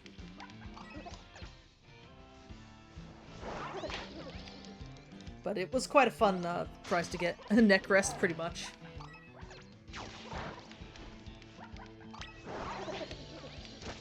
But, we found a place, I think, called Anime Station, where I bought a couple of things over there, too.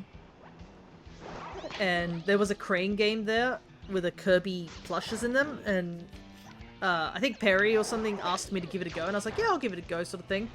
And I ended up winning the plush on the first try, and I was like, neat! And then I realized, oh, there's another plush I don't have room to put. Thankfully, I managed to put all those plushes away safely. It's just the 2 really big ones, which is, like, the Torchic pillow, and the Dango, which don't really have anywhere to put. All the other ones got put away quite neatly. I say that as I shove them into a drawer, trying to get them to fit with all the other ones. 10 pounds of plush, yes. Yeah, I'm pretty sure that that's definitely what... My suitcase was the lightest one going there, and then it was the heaviest one coming back. Though, there were a couple things besides that weighing it down. Well, obviously all my Pokemon cards did put a bunch of things there. But I also bought a D&D book from the Target over there. So, that does not surprise me. Thanks, I'm glad that you think that way of me. But I bought a D&D book for random encounters, so I want to read through it and use it to practice.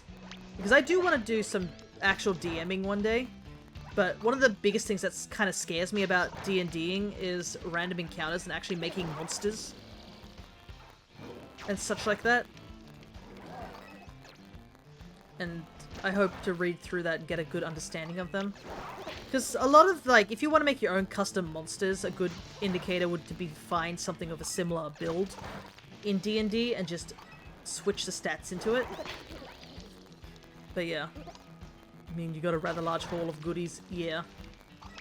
That's kind of why I was totally fine with my bag being so empty on the way there, because I was like, I know I'm gonna buy stuff. And I wasn't sure how much stuff I was gonna buy. I definitely bought quite a lot.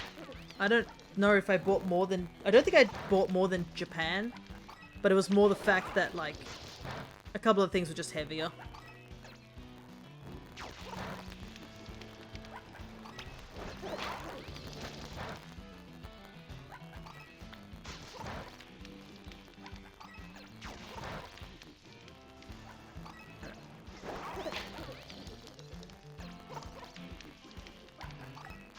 But I think, yeah, the book and the cards definitely were a heavier thing. Though I am really happy about the card situation, because I ended up getting a couple of cards that I really needed to finish off my trainer gallery set. And for a much cheaper price. Like the Cynthia card, I got it for like 25 bucks or something, or 30 bucks, when over here in Australia it goes for 70 AUD. So getting it over there for a much cheaper price was such a godsend.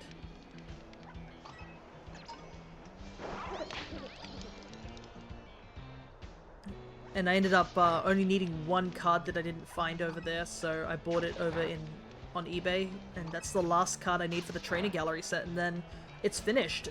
That set that I've been working on for almost a year or so will finally be fully finished, which is really exciting. And then I can pretty much say goodbye to Sword and Shield's collecting, because I don't need any more cards. Those were the only ones that were holding me back. Hearing cheaper here in the US is shocking. Yeah. The conversion from AUD to USD was kind of rough, to say the least. Like, you put $200 AUD and it got converted to like 130 in USD, and I was like, ooh, sheesh.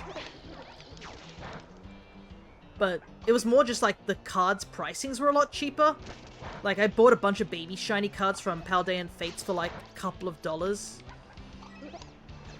Compared to like over in here where it would have cost me a bit more. Though Charmander was still too expensive and I didn't touch it.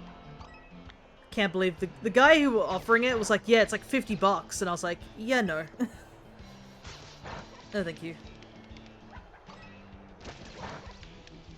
I'd rather buy like a ton of baby shinies for the same price than one Charmander baby shiny. I mean, eventually I might have to grab it, but at the moment it's not on high on my to-do list.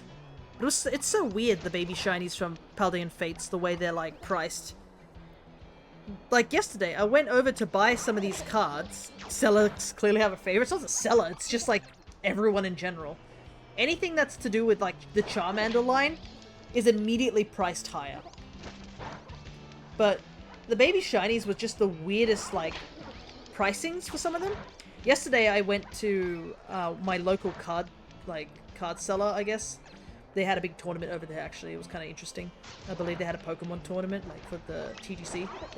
They have Magic, I think, as well as that One Piece version game. But yeah, they were just having the tournament, and as I was there to buy Pokemon cards, I found a Wiglet, shiny Wiglet, and shiny Houndstone for about, both of them were like $4 to $3 each. And then there was like Natu. You know, Natu. A Pokemon that people barely use. And that was priced $11. And that was the biggest I don't understand the pricing moment I had for a while. Because I was like, why Natu? Like, I understood the Charmander being expensive. It was like $40. But I couldn't understand why Natu of all Pokemon was just casually $11. It seems to be like a thing about the normal type shinies. Like Pidgey was also $11 last time I checked, and I didn't understand that either. So I'm not sure where the pricing's coming from, if they're just rarer. I honestly don't know. Hey, finally the shiny showed up last second.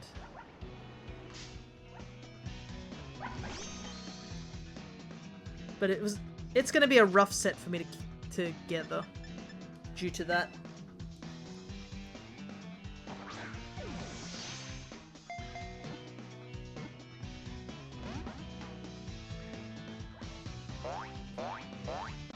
Oh no! Splash! Whatever am I gonna do?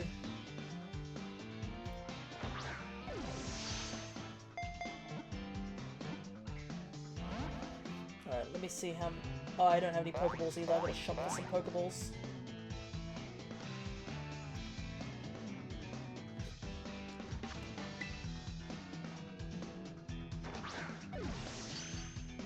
I'll buy 5 Pokeballs.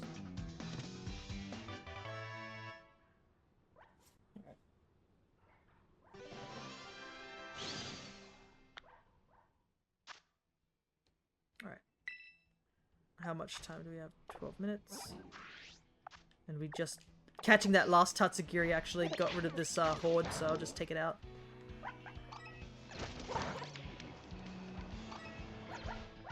Alright. I guess we'll head back to Kitakami.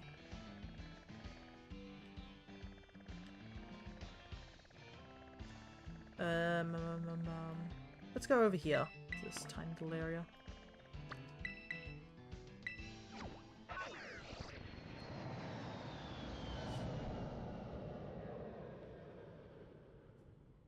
No one caught it. Oh no. Well, it's because I didn't have any Pokeballs to catch it.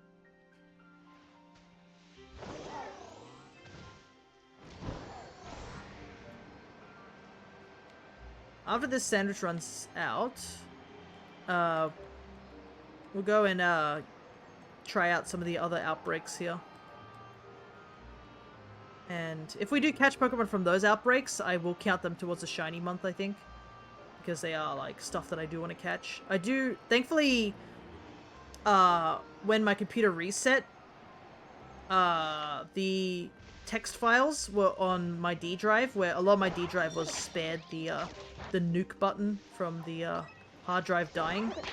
So I didn't lose count for a lot of those things. Though, if I did, I would have just looked at my old videos and just checked them there.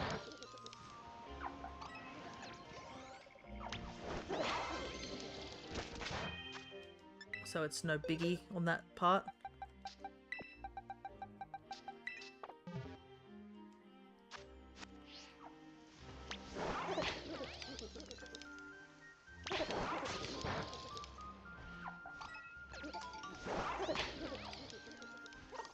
This is a very awkward location to hunt the Tatsus. I honestly thought that was a Tatsu, but apparently it's a Spinarak.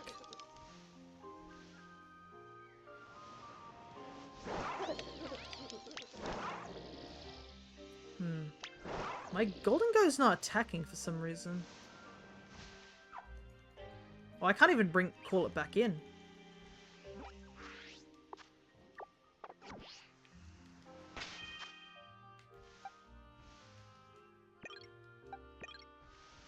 It's weird.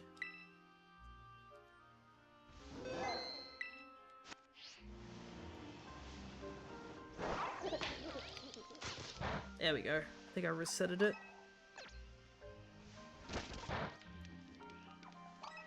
That's been happening to me all day. Yeah.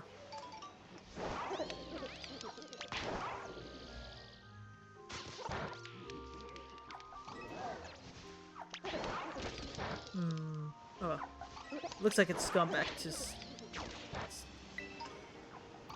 But I will say also, when I did the Pikachu hunt, like the Pikachu event, it took me, I think, 3 days, because I spent like 1 day doing the Pikachu, 1 day doing the Raichus, and 1 day doing Pichu and Mimikyu, because I wasn't in any rush to catch them all, because I already have all of those mons as shinies. But I was able to catch 2 Alolan Raichus, because I gave one to my friend who hadn't finished the main story, so they could keep it as a gift, essentially.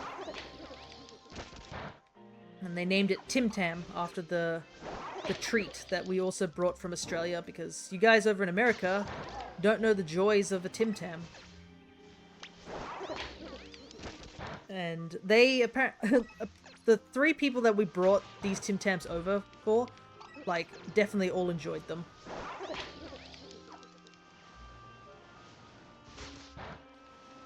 And we have slowly been getting them. Yeah. The funny thing is that our friend also found out that well, Perry found out you can get Tim Tams on the throne. So they set, because you can get them from Amazon. So they just set them on the throne, put on their throne. And I mean, no judgment there. My local grocery store has them. Ah, nice. But yeah, they're still a bit of a rarity. Because obviously they're a Australian thing. Oh right, Raichu, I made a physical Raichu. Interesting. I remember back in the day I wanted to make a physical Raichu, but it didn't really work out. I'm thinking of like, maybe adding Raichu. Because when I make teams, I try not to add legendary Pokemon because, you know, it feels a little bit overkill to use legendaries. I do understand that in this format, like, you kind of have to use legendaries. But when I'm just fighting against viewers, I don't want to really use legendaries. And I do need to slightly rehash my Dondozo and Tatsugiri on my doubles team, as well as rehash a couple of mons that are just on that team. But yeah, unfortunately, because of the computer thing, didn't get to do it, but I guess I have more reason to do it.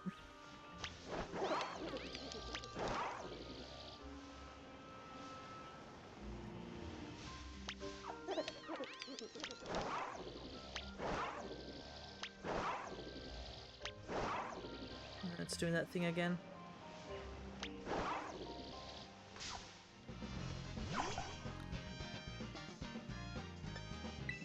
See if this resets it. I'll use a legendary if my opponent uses one. I see. Which makes sense, I know a lot of them are using it in the format now.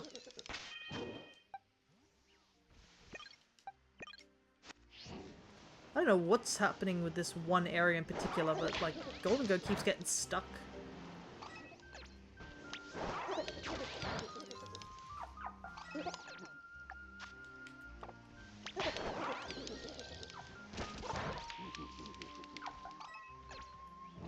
Sandwiches are almost over, so I think this will be our last little area for Tatsugiris. Which isn't too bad. We caught quite a few just today in the 1 hour. Plus, you know, we gotta catch some more other shinies besides these guys. Because I do like Tatsugiri, but I definitely have Tatsugiri already. Let me just open up my...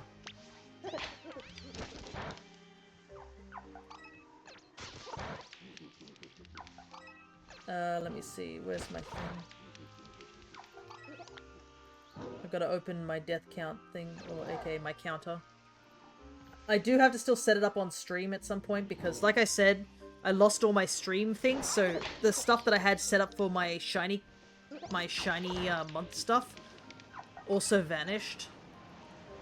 So the thing that I would have had the counter for and stuff, that's just all gone. What you see is like literally all I have so far. So I'll probably just use a copy-paste version of this one to try and recreate it.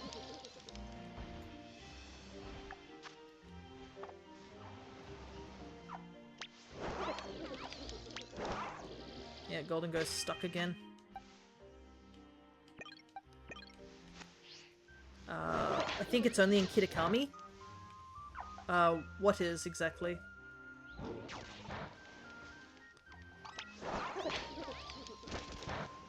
Because I'm not sure if I caught that part of the sentence.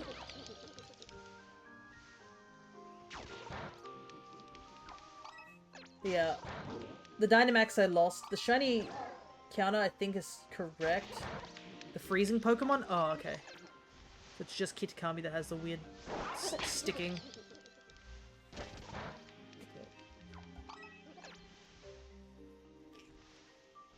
It says my shiny count is 159, but that doesn't sound right. Thankfully I can use my thumbnails. Yeah, that definitely is wrong. Just gonna... I was like, I don't think I have 159 shinies. Not at all. My last count says 104. So I'm gonna quickly fix that. I would like to have 159 shinies, but that's definitely not what I have. Especially since I'm not counting these guys into the counter.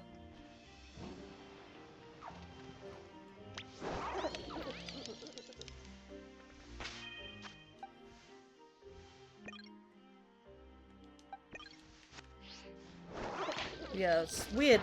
It's also just in this area that the freezing seems to be happening.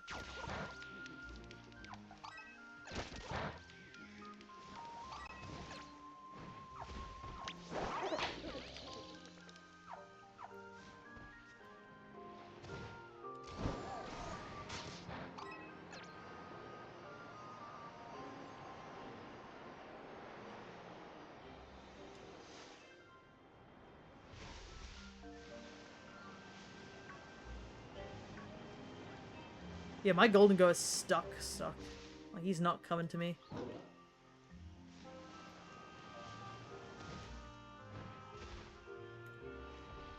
Man, you good?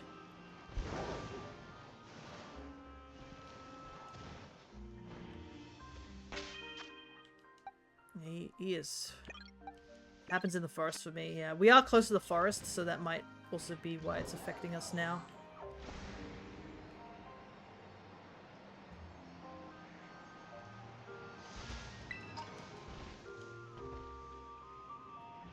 We're almost done, so I guess it's no biggie, so we can just do the go near and go far method until the Tatsus are done.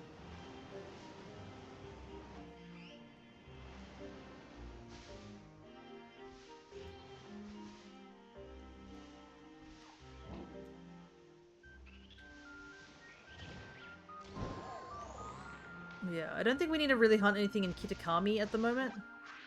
I don't think anything was there of interest.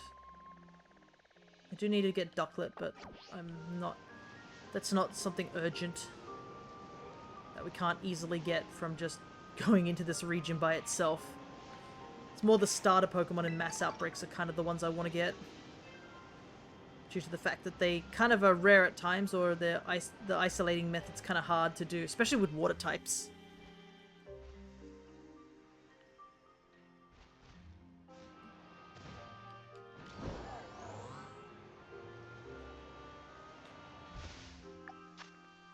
Okay, one last check.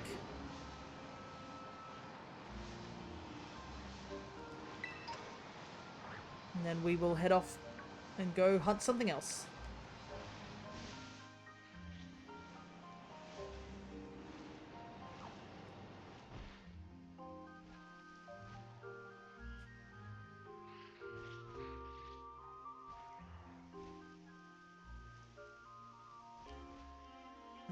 The Hatteran is deceptively close to looking like a shiny Tatsu. Alright. Okay, so there is a Rowlet outbreak. Yeah, there's a Rowlet outbreak, which I do need Rowlet, and there's a Poplio outbreak, which I do need Poplio. Like, actually, these are both Alolan Mons, too. I turned into a star. Nice.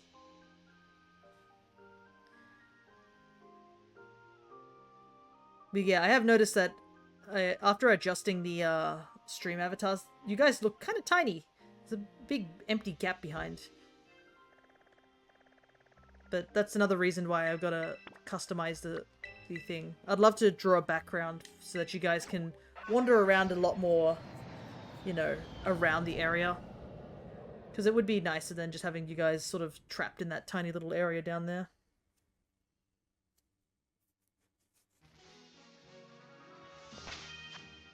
Alrighty, so how many Tatsus did we get? We got 6 Tatsus. Actually, we got 2 of each color, I think. So that's kind of neat.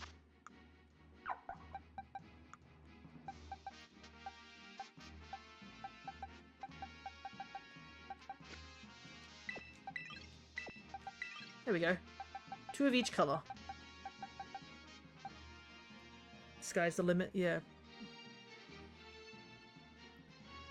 Also got to give the Pokemon community game also his own little sprite.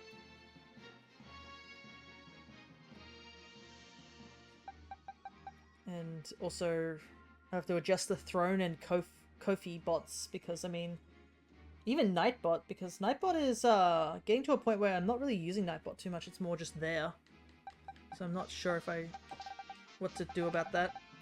Alright.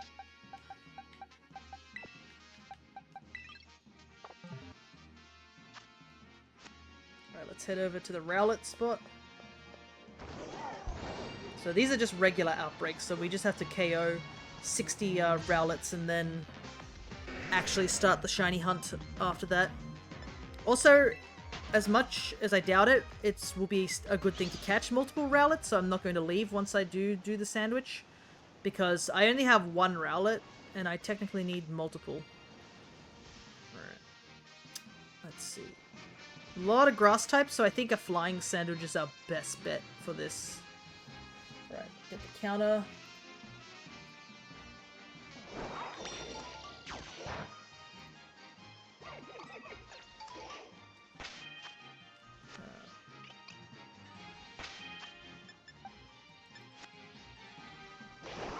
Why can't I recall?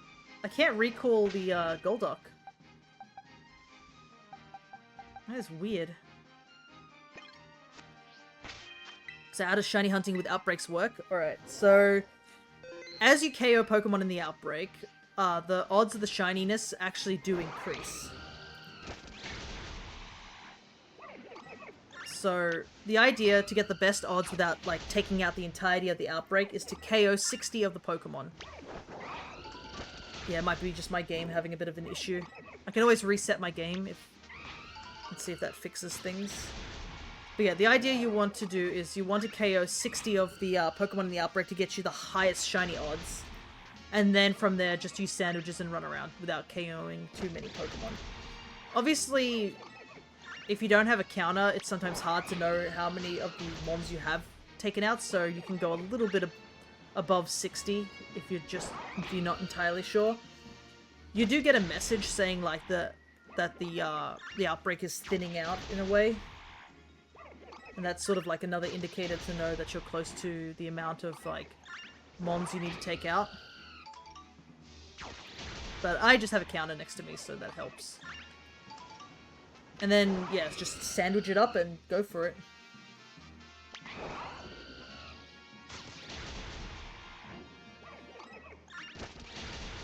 No, it does not reset or anything like that.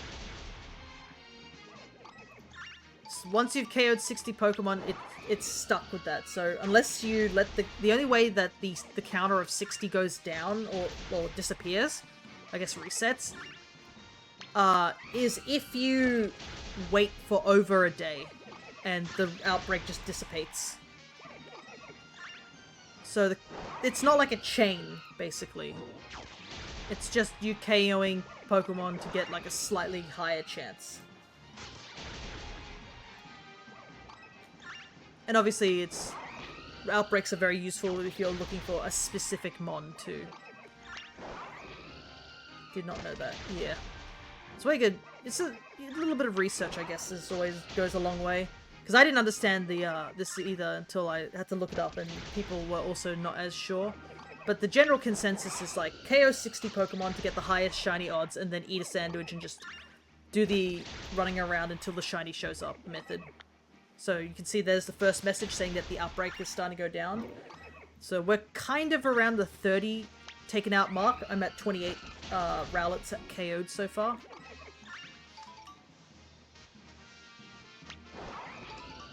So you need to wait for the second message to pop to give you an idea.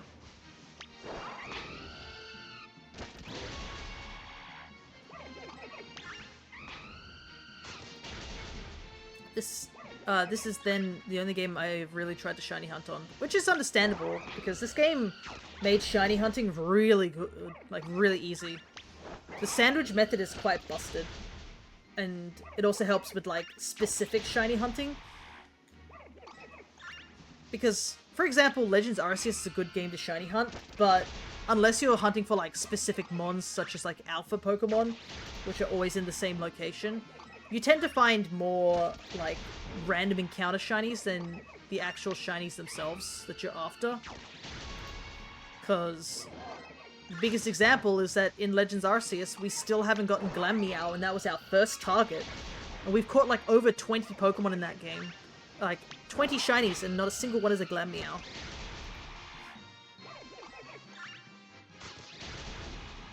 Like, it's gotten to a point where I'm just like considering just doing RNG manipulation for Glameow in the other games. Because that game really doesn't want me to get Glameow. Though I have been trying to do RNG manip in Emerald at the moment. But the hardest part is getting your secret ID because unlike in other games, you can't really check, well, you can't really check your secret ID normally, but like your secret ID stuff is like all just like sort of figured out once you start the game. It's a bit of a method. I've been going through it. I've got my ID and I'm currently trying to figure out which one is my secret ID. But the problem is that unless you know that you hit specifically on a frame, it's kind of hard to tell like which secret ID you hit. So I'm still doing it. Found a random Burmy in X and Y like 2 years back. Random shiny Burmy, dang it. Was it male or female? Because obviously female Burmies are pretty up there. There's a second message saying that it's getting lower, about 50. We're at 54, so we just need to take out a couple more and then we can actually start the hunt. And then I can actually stop using this counter and just focus. Male, yes. That's kind of why my Cute Charm file was so useful for Burmy hunting, because I had Platinum. And I just used it to get a bunch of female Burmies, and I used them to trade for much rarer Pokemon. Because obviously you have Burmy, and then you have Burmy's other two colors, like cloaks. Alright, that should be 60. Okay.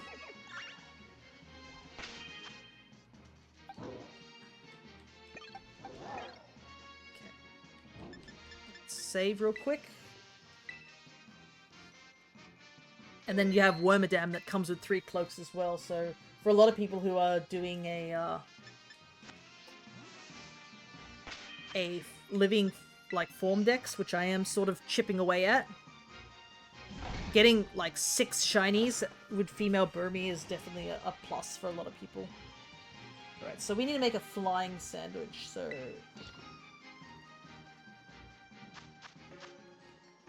it's a little different. We need 1 onion,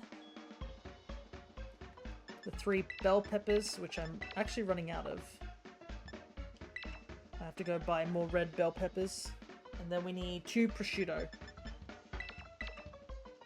And just spicy, bitter. And that's it. His name is Tim. Nice. Sometimes that's is a much funnier thing to just have people call their mons after like the most generic names. There's just something absurdly funny about it. I think it's like the similar notion of like people who call their dogs very human sounding names.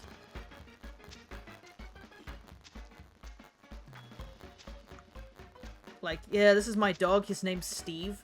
And you're like, why did you name your dog Steve?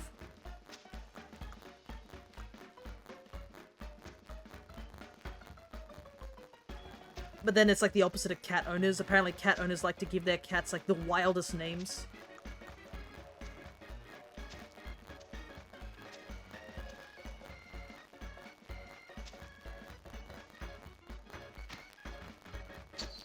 Alright, there we go. Got a shiny female Beautifly in Legends, and she is Kim. I plan to have them in the same game sometime. Nice. Because I mean, you can get them both in the same game because they both go to Legends Arceus. And I guess technically, Brilliant Diamond, Shining Pearl.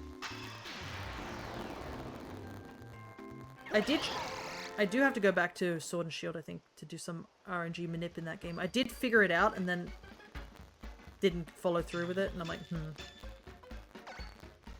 Alright, so that should be flying.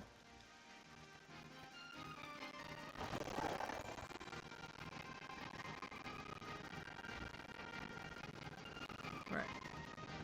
Time to hunt for Rowlet. Cats' names really do go from Butternut Squash to Paul. Yeah, I always remember that one post of the person saying, "This is my cat Flip Flop," and you're just like, why did you name your cat after a shoe?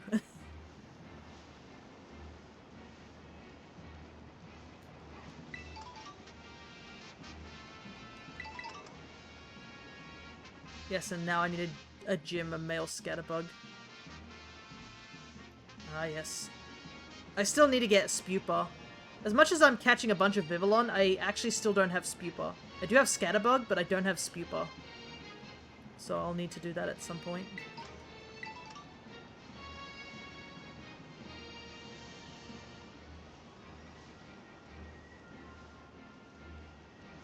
Looks like, obviously, Rowlets can spawn outside the outbreak around here because this is a natural area for them. But at least, we're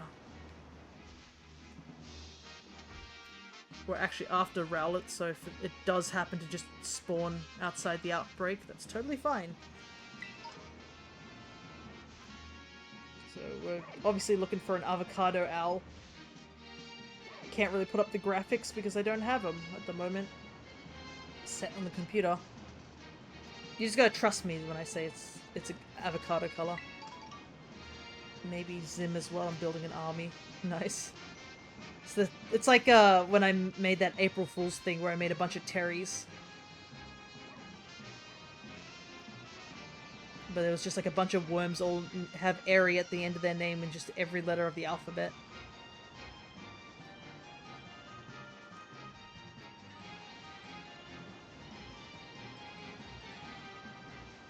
I do want to flesh that out at some point.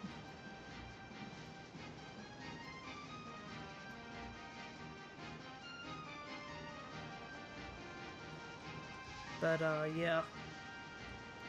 I still have to get... Oh, there we go.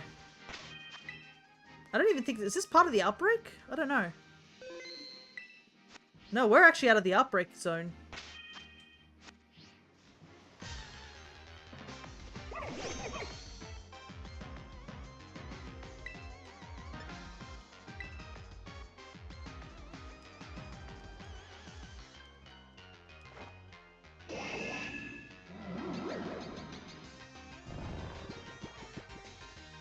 A lot faster than that one time I Masuda methoded him.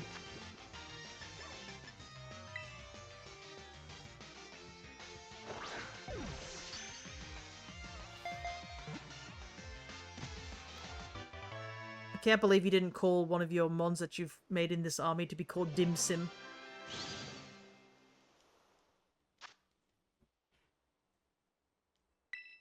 Alright, that's one Rowlet. Only 2 more to go.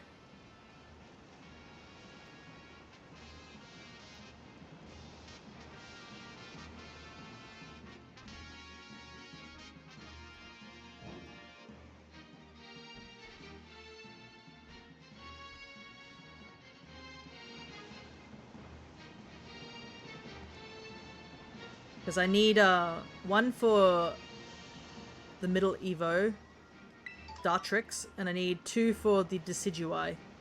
Because I need to take one over to Hisui and evolve it into the Hisuian form one to finish this line.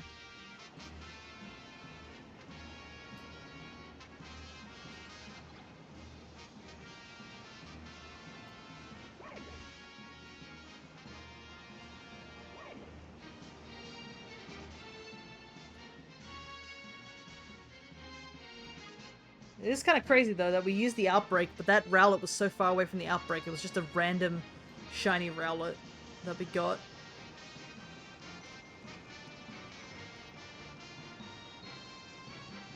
But we're in no rush. I wish one of the Alolan starters was quick. Yeah. It's just, Alola runs at its own time, pretty much. I think every Alolan mon is just slow. Everybody just taking their time over in Alola.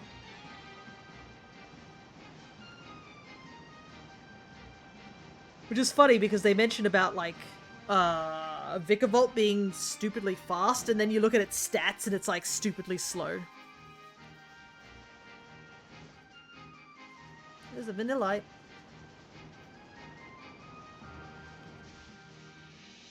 No, there was something else that we recently did.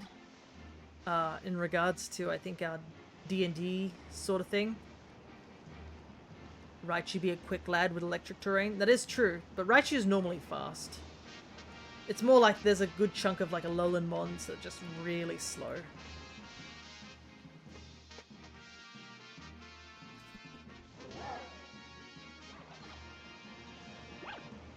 Gotta keep an eye out on your Pokeballs. Could always buy some more, you know. That's what the extension's for.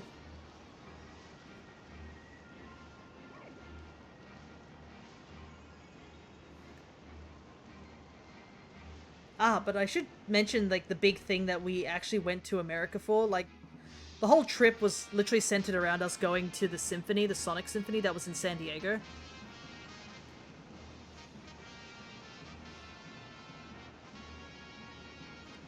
Which was, like, super fun.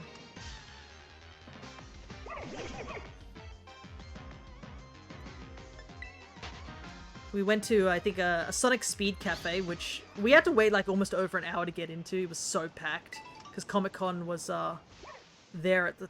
was on the same day that we went to the Symphony.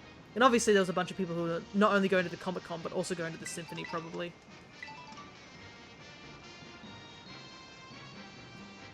But we went to a Speed Cafe and bought some food. I got myself a chicken sandwich.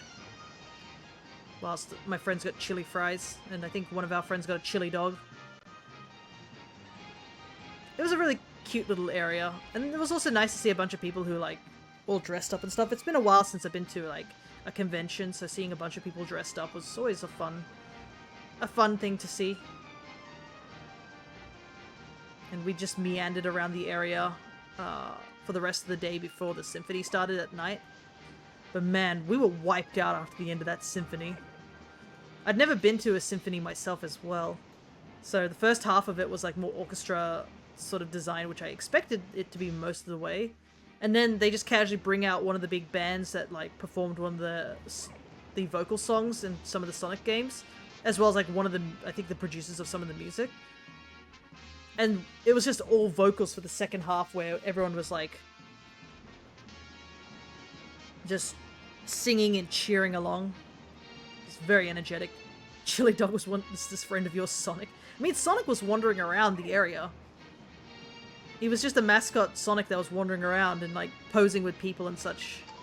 Unfortunately, wasn't able to get a good picture, but I think the Alchemist did. Unfortunately, when I took the picture, he was waving, so he covered his face. But yeah, they were selling chili dogs there, and like a knuckle sandwich as it was called, but it was like a chicken sandwich. They had drinks, a dessert, biscuits, and stuff like that.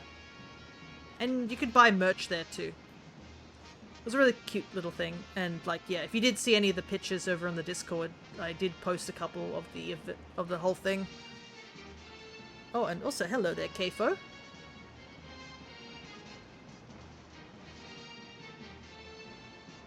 But the orchestra also had its own set of like merch. I bought a one of those glow sticks that you see at a lot of those concerts, and it's a really cute little glow stick too. So definitely a fun experience overall. And like even during the more classical sort of section where they had like more orchestra playing music, like a lot of it was done in a lot of fun. Like a lot of the visuals were you know, just having fun and stuff like that. Didn't take itself too seriously. Like, there's a whole section where it was showing off somebody game overing in, like, the first, I think, Labyrinth zone of, like, the first game. Hey, it's been a while. I changed my username, so you probably don't remember me, though. It seems that the Pokemon community does. Yeah, I just noticed that it has a different name. But yeah, it's been a little while, too, because I was in the US for about 2 weeks. And I've only just got back. Though a couple of things have changed here as well, but that's because my computer actually, the hard drive fuse blew out. And thankfully, we managed to get all my data. I did lose a couple of things, mostly like Steam mods and such, but I'm so glad that a lot of my pictures and a lot of my stuff did easily come over from here. But yeah, I lost all my stream setup, so I had to redo it from scratch. Which is why I guess the mic might sound a little bit different, because it's only like very basic levels of audio. One of the worst bit is, I don't know why, but when I tried to like record like audio, like just using a recording, when I play it back on the media, my voice doesn't come out, and I can see myself talking, but it doesn't play the music from that. It plays the gameplay footage, but because it's on a separate track, but it doesn't play the audio. And then when I put it in a different thing like Premiere or something like that, my voice comes out, and I'm just like, I don't understand why this is happening like that. I did also want to try and get separate audio tracks so that I can edit this, but it looks like Twitch doesn't do that. I have to do that manually myself. Twitch also just puts the VOD in one whole audio track. But that's kind of why I need you guys to help me. If like I'm too loud or the gameplay's too soft, just let me know. So I can do a little bit of adjusting.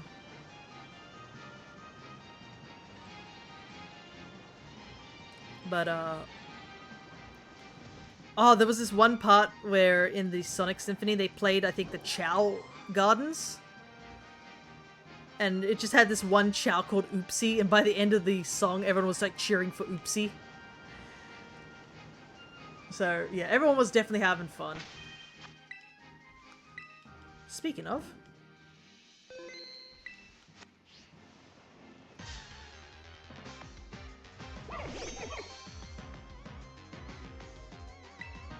here's our second owl. So I can mark this down as 2 shinies that I'll add to my shiny counter. I'll probably keep them in the game so that when we go over to shiny hunting month this weekend, I can easily just adjust the number. So I gotta really set up my setup again because of it.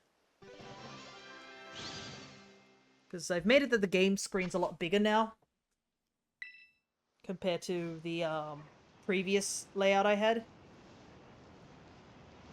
Because I think after a while I felt like the chat was taking up too much room, especially if there was no one talking in the chat. So I think it looks a lot nicer having a slightly smaller chat. I mean, I assume you guys can still read it, right? That's kind of another thing I need you guys to let me know of what you think about this new layout. Oh, this Rowlet's a female. Neat.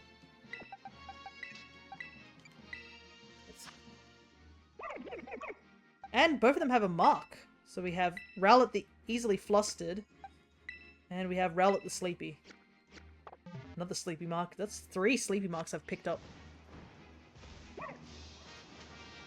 But yeah, I try to change the text slightly so it's bolded so you guys can read it a little bit more easily. And I mean, you guys technically have the Twitch chat as well, so it's not like you're not going to be able to see it there either. How much time do we have left on this sandwich? 16 minutes. We could probably find one more Rowlet. I'm really feeling for another Rowlet. Like, a part of me would have wanted to, like, go and jump over to Vivillon, but I don't have the pattern set up yet.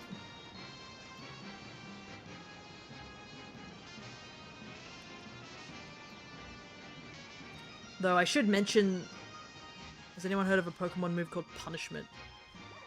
Yep, that is a move. I believe it's, from what I remember, I believe it's that the more stats the opponent has, the more damage it does. I think that that's what it does. Unless this is supposed to be a joke and I'm taking it too seriously, but I'm pretty sure that's what it does.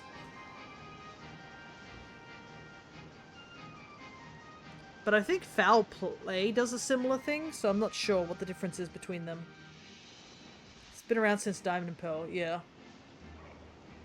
It's just I feel like there's, like foul play does the job better and has more power points. But yeah. There are some obscure moves out there that people don't tend to use that you're like, whoa, what's that?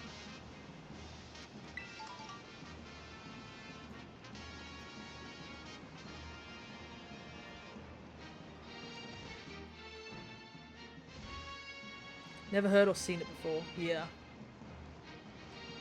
It's not a common move because I think it only has 5 power points, I think, or it just has a very low amount of power points if I vaguely remember.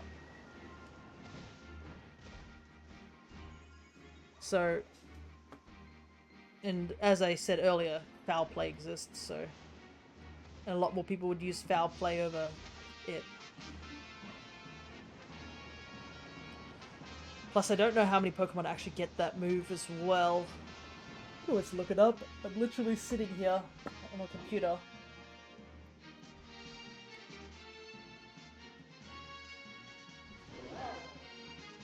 Yeah, that's 5. It's a dark type move. It's normally base 60 power but gains 20 power per each increased stat stage the target has, with a maximum of 200 power. Stat decrease below normal does not affect his power move. So yeah. Only a handful of mons can use it. But yeah, you'd be better off using, like, using foul play, which I think does a similar thing.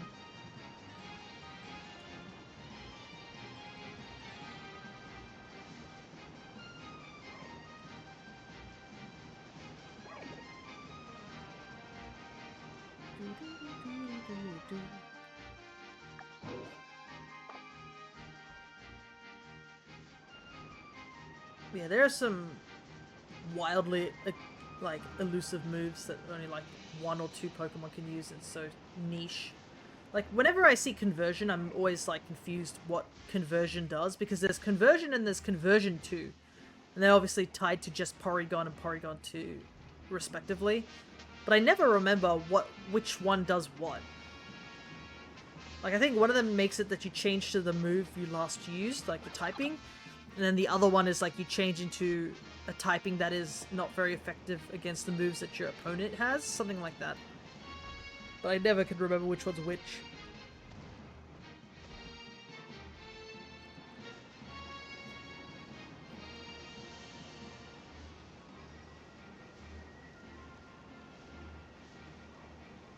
But I should mention something that I think might be happening in the near future.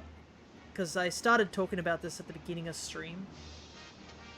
The Alchemist over on their Discord channel has been thinking of doing a little sort of fun, what's the word? I guess group event would be the best way to describe it. Where they want a bunch of streamers that are in the Discord to, or just like anybody in the Discord to play through Pokemon Red Rescue Team that just came out, that's about to come out, I think. I think it comes out on the 8th or something. But to have us all play at a similar time. And sort of like we're in our own big giant rescue team. So all of us are going to have the same name for our team and work together. Like, so if anybody gets stuck, to use Wonder Mail to rescue people, stuff like that.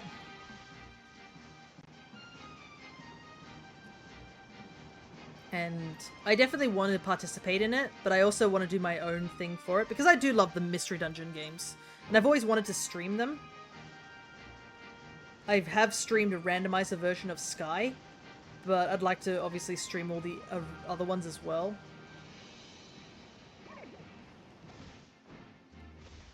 So I've been thinking of like just, oh, this would be a good opportunity to do it. But also there is a little challenge I want to do, because, you know, I've already done living dexes in other games. I would love to try and do a living dex of the original Mystery Dungeon.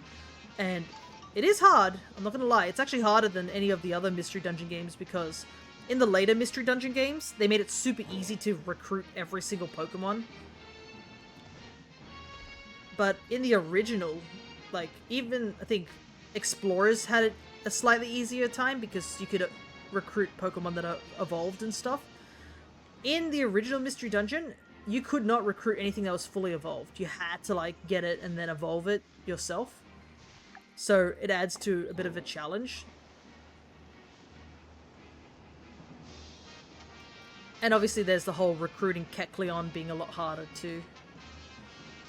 Like, recruiting Kecleon is, like, by far one of the, like, peak achievements of, like, getting recruitment, because you need to have everything possible. You need to be, like, at max level and have the friend bow, and it's still a 1% chance of getting it. Planning on getting a computer since my sister goes back to college, so this sounds fun. Yeah. And if you are part of the Alchemist channel, you can also check out the, in the streamer den, I think they made a little, convo which is dedicated to the rescue team thing. So if you are interested in that, that's definitely something to give a look-see at. And it isn't official just yet. I think we're still in the planning phase, but it seems like a good chunk of people are interested. And it's not like we all have to stream at exactly the same time. It's more just streaming in a similar time frame, so that everybody can, like, progress. But yeah, I think it'd be a really cool achievement to get all the Pokemon, because that is something I've always wanted to do in the old games, but I, you know, soon didn't understand the mechanics of it all, as well as I didn't, like, know what the best methods were. But there apparently is a guide now on the internet that can help you, like, with all that sort of stuff. So the biggest hurdle will be we just got to get through the main game. And then obviously post-game has a couple of things. Some of the mons are going to be a lot harder to get. Like, Purity Forest is going to be rough. I've never done Purity Forest in the original game. I've only done Purity Forest, like, in the remake. And even that was, like, cutting it close. And I have to at least run through Purity Forest once in order to get Celebi. Once I've done it, I don't ever have to go back, but, like, yeah, I've got to run through that at least once.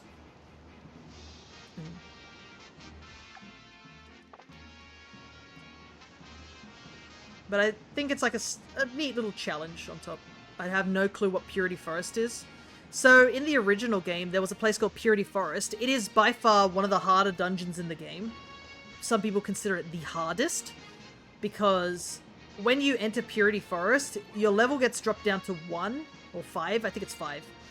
It gets dropped down to 5. You cannot bring in any items, and you can only enter in with one Pokemon at a time.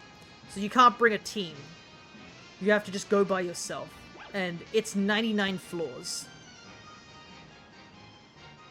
So it basically resets you to, like, the base levels. And, like, some Pokemon don't have, like, you may be, like, fully evolved, but you have worse level up skills. So you gotta decide whether it'd be better to bring in a Pokemon that's, like, fully evolved and just has better stuff.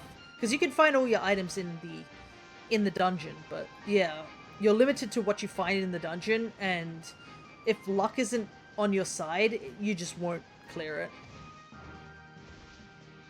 If you want to know how hard it is, there's a guy that I've seen on the internet. He's doing a challenge where he's attempting to beat Purity Forest with every single Pokemon that is possible in the game, and he's still not done yet. I think he actually streams himself doing it as well, which is crazy. I think he's up to 30-ish or so Pokemon that he's managed to complete Purity Forest with. But yeah, obviously certain Pokemon are a lot harder than others. And just, like, due to the limited resources, you gotta worry about, like, if your belly runs out, you gotta worry about, like, just getting KO'd by stronger Pokemon. Like, there's a point where I think you just grind levels for a little while on certain floors, and that, because he does a speedrun version of it, because obviously he's trying to get through all the Purity Forest with all these Pokemon as fast as possible. But I think once you get to, like, the last few levels, it is much safer just to gun it and avoid all battles, because you have a higher chance of getting KO'd, and obviously you don't have much resources, especially in the original game. In the original game, you only had a bag space of 2 slots, like 2 individual pages, and that's it. In the newer games, they made your bag a lot bigger. But in the old game, like the original, you were so limited with what you could carry. So it is actually a much tougher challenge, but you need to reach floor 99 in order for you to encounter Celebi. Thankfully, Celebi doesn't fight you. It just literally is like, I would like to be your friend, and you can immediately have it join your team. That's not to be said about Jirachi, though. Jirachi you do have to fight at the end of Wish Cave, but the difference between, I think, that and Wish Cave is that, like, I believe you can take all your stuff in Wish Cave. Like, you can take a set of items. I think you still get reduced in your levels, like Joyous Tower as well, but, like, you can actually bring stuff with you. If I remember rightly. It's been a while. But yeah, Wish Cave you have to go through 990 floors and to fight Jirachi. And you have actually 2 options with the Jirachi thing. You can actually choose to recruit Jirachi then and there, or just say no, and Jirachi will grant you a wish if you have a wish stone, which you only get 1 of in the game, mind you. You have to get it from a mission, but you get 1 wish stone, and you can get it to grant you a wish. And one of the wishes you can get is a something good wish, which if you have max ranking, it chooses a Pokemon that you don't have in your party, like as an actual recruit, and lets you recruit them, automatically recruit them. And this also counts for Kecleon, technically. So if you're dedicated enough, you could catch every single Pokemon, have recruited every single Pokemon you possibly can, and I believe this counts for every unknown letter as well. It's just the first 3 gens. If you've got them all, and you use Jirachi's wish, you technically can get Kecleon to join your squad via that, instead of having to do the method of actually fighting Kecleon, which is very dangerous if you're not ready for it. And then you'd obviously have to go back down again the 99 floors in order to get Jirachi once you've used up the wish stone. So it is a method. If you don't get Kecleon earlier, you can technically use Jirachi to get Kecleon. So I could get a Jolteon and Flareon is what I'm hearing. Yeah, it's basically whatever Pokemon you haven't recruited. So another thing you could do is like get a Chansey. Chansey's another rare one because unlike in Explorers, Happiny doesn't exist. And Chansey is in like 1 area of the game, and that's Joyous Tower. And it is very rare to get, and you need to get technically 2 of them, because you need to evolve 1 into Blissey, because you can't recruit Blissey. So yeah, it will definitely be a tough challenge for me to try and 100% the Pokedex, but I do want to do it because I do like the game.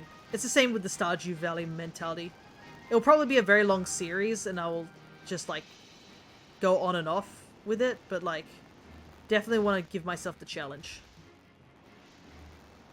And before you ask, no, I will not be doing it for the other games if I do go and play the other games in the series. This is just for specifically the original Mystery Dungeon, because the original Mystery Dungeon, the Blue Rescue Team, holds a very, very special place in my heart. And as much as I obviously love Explorers of, like, Time, Darkness, and Sky, there is something just very special about the original game. Especially since it was, like, one of the first spin-off games I played as a kid and completed. I had ranges, but I was really bad at it. So yeah, that's literally the only reason. Normally it would be the DS game I would do, but like, yeah, it's because there's a GBA. So it's Mystery Dungeon Red or Blue. So Red was for the GBA, whilst Blue was for the DS. I do have both physical versions of them. But yeah.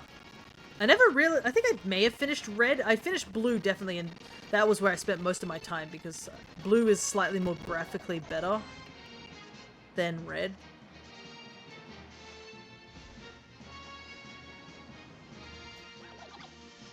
But yeah, besides that, there's not too many differences, except a couple of Pokemon you can only catch in Red and you can only catch in Blue, unless you get Wonder Mail that has those particular Pokemon on them.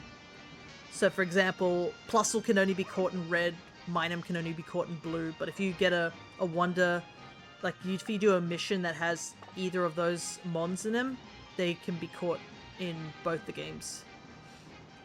So it is still theoretically possible to get catch every single Pokemon. And the friend areas also only have enough room that you can get one of each Pokemon. And your starter Pokemon's like you and your partner count as mons in those areas. So technically I could go the route where I take Skitty, with Skitty being the easier, like it's one of the better mons you can use for speedrunning. But I do want to get Torchic because Torchic's my favorite. And also we wanted to make it that whoever it is like you're guaranteed, like for the group event I guess we're doing over in the Discord, we want to make it that whoever we are is someone that we like. I think that's what we decided. Oh goodness, I just ran into another one. Because I know some people really want to get Pokemon that they like, and some people just want to go for like just do the quiz and see who they end up with. Like they don't have really any attachment to certain Pokemon. But yeah, I do like Torchic, and I technically was Torchic in the Alchemist's playthrough of Mystery Dungeon DX.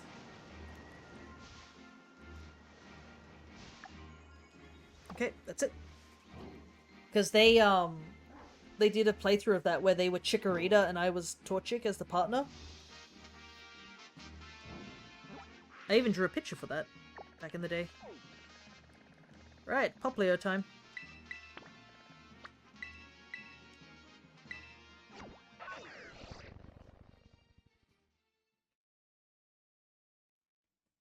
But I think we were Team Hands, because we didn't have hands.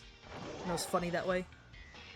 And my alerts were actually that too, but I might have to actually make a new custom alert. Because obviously, with everything resetted on my stream, I lost the alerts and stuff like that. So it will just say people are following, but no thing plays on the screen, unfortunately. I think it'll be just the generic text. I'll pick up some of these.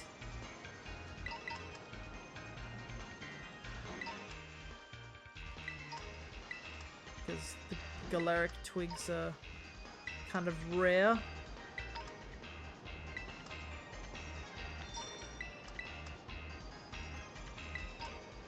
Okay. Unfortunately, all the Popplio are in the water. But I'm gonna reset my encounter thing. And then we're going to go for Popplio. But for the Mystery Dungeon Blue or Red, I think it's just Red, because that's getting released on Nintendo. The Nintendo Switch Online thing for the Game Boy. Because they don't have the DS on there.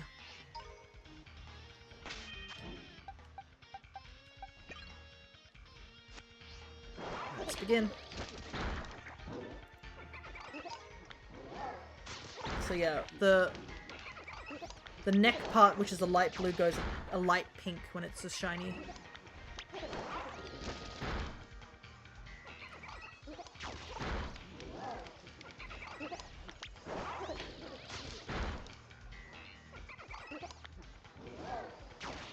My goodness, there's so many Slowpoke here. Are they normally this many Slowpoke?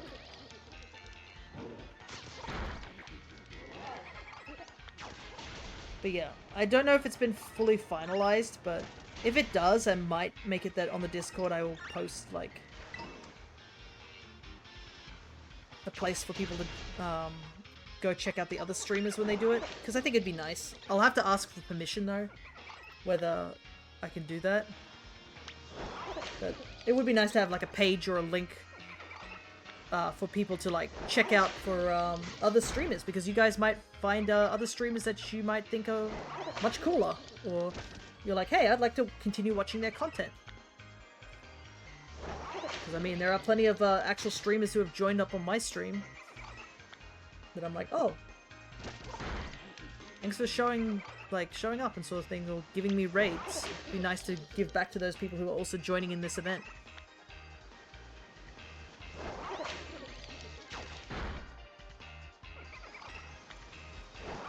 So they're showing up, like, basically on the land and as well in the water. So I need 2 Poplio from this. Kind of sucks there's a lot of Slowpoke, because I'm pretty sure these Slowpoke are water type.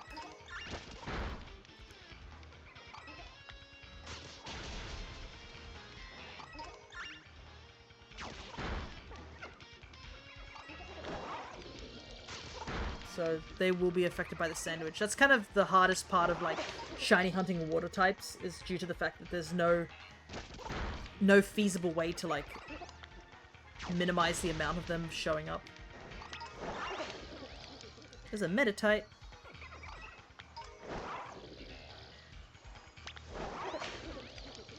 I do wonder if Pokemon can show up shiny on the Pokemon community games. I think you can catch shinies, but yeah.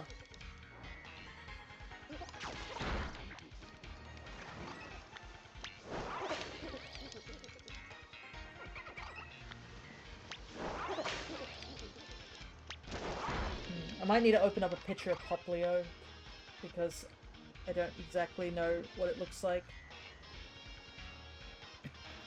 Unfortunately, I don't have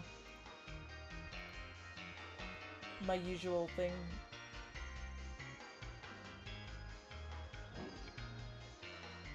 Okay, Poplio.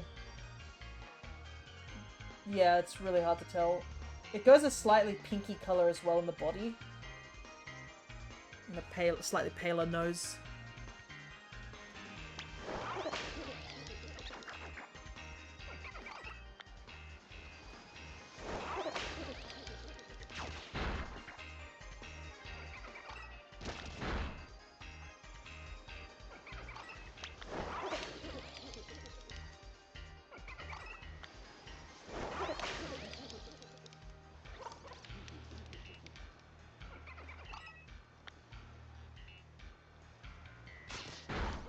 At least a bunch of them showed up while we were sorting out, looking for the shiny.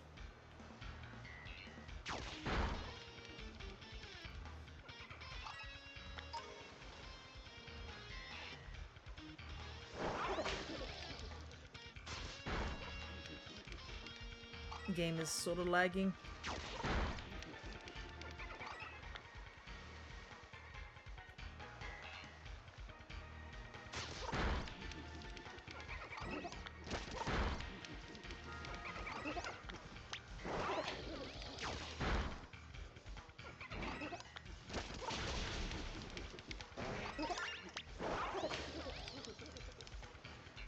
Yeah, it's gonna be rough to find them in the water because it's a little hard to see them when they have the water reflecting.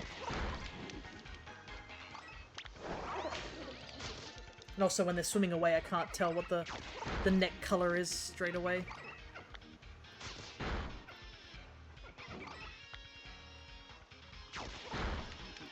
Almost done.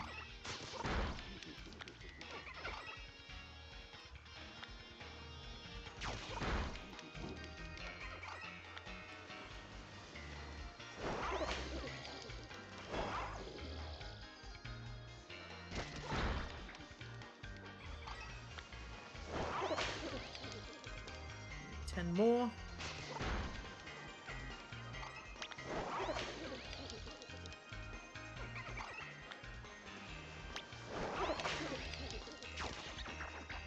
Plus, I don't think I've seen shiny Poplio in this game, so I honestly don't know how it looks in the lighting, which is always a big thing.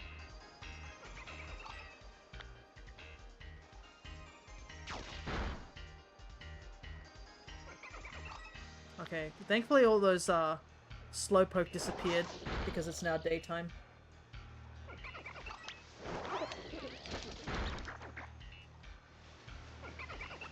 So that should help not deal with them on the beach too much. Okay, 3 more and I should be done.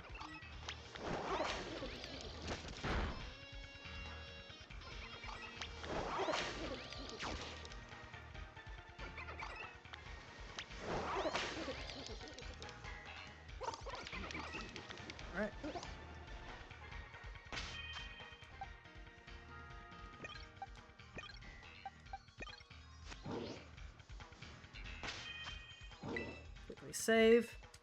And then I need to grab the shiny sandwich. So we have to use water, unfortunately.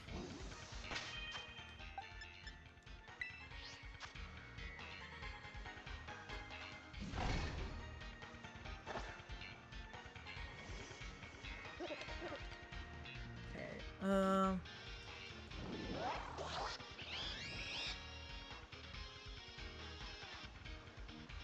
did not like how the game froze like that, I will admit.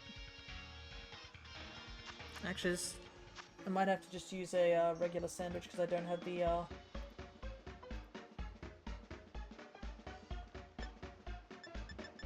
the the capsicum.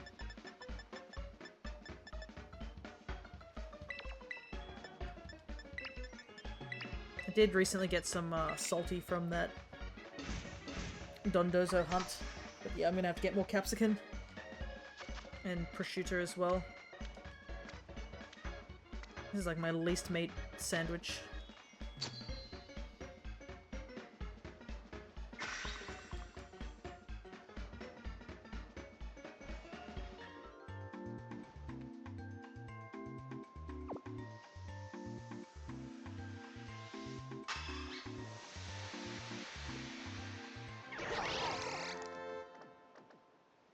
Alright.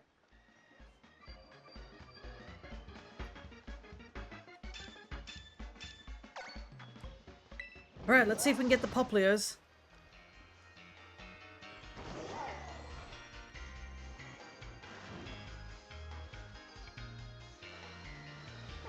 Problem is I'm probably gonna have to KO a couple whenever I see them in order to like determine if it's the shiny or not, if I can't really tell.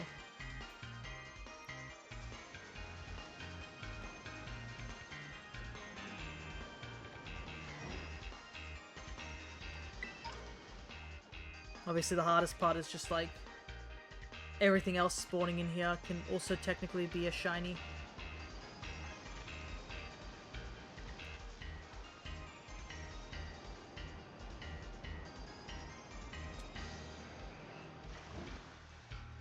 Because I can see Tentacool spawning in, as well as Finneon.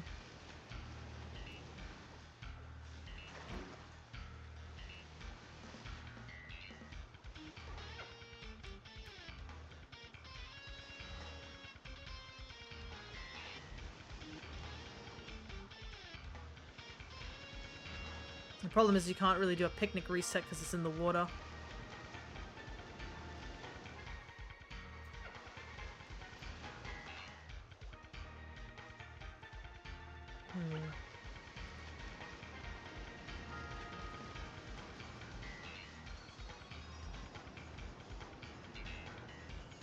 I will admit I am already getting tired, but that's probably because I haven't played in quite a while, or done streaming in quite a while, so... Probably not used to suddenly going back into streaming, talking for less, like 5 hours or something.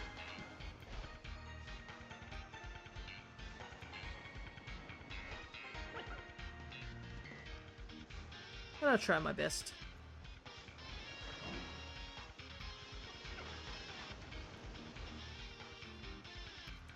And I technically was like, oh yeah, I have plenty of things to say about America, but like, at the same time, I'm just like, I don't want to use up all of it. Because there were plenty of stories of stuff that happened in America. I think we can save it for another time. Because there were some rather interesting things that happened.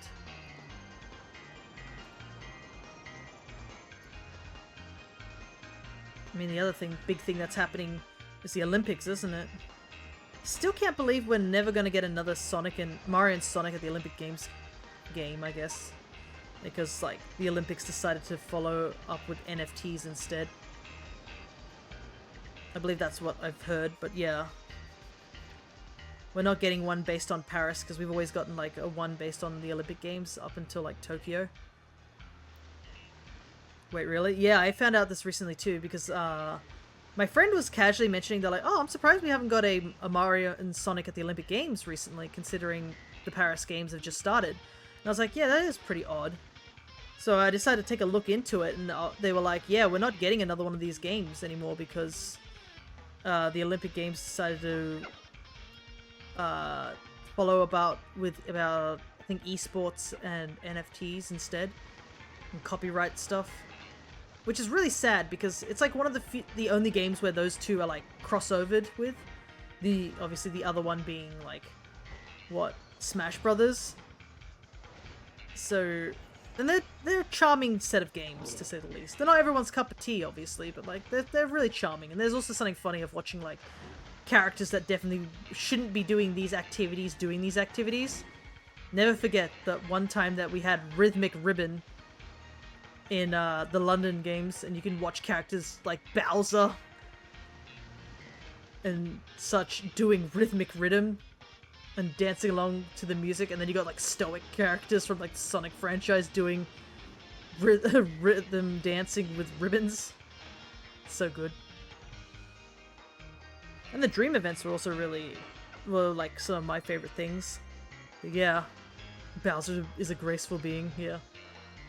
There's also something funny about watching like characters like Shadow, who's known to being like very stoic and the ultimate life form nonsense, doing things like rhythmic ribbon and gymnastics, and you could even do like what was it?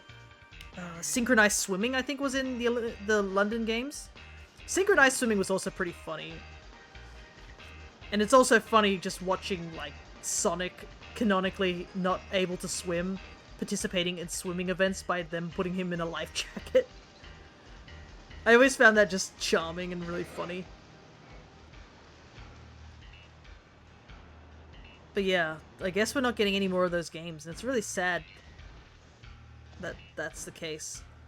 Because I don't know if Sega and Nintendo have any plans of doing any other crossover sort of material. That's literally the only games they've ever done crossovers in, was the Sonic at the Olympic Games ones. So I'm not sure what their plans are at this point, essentially.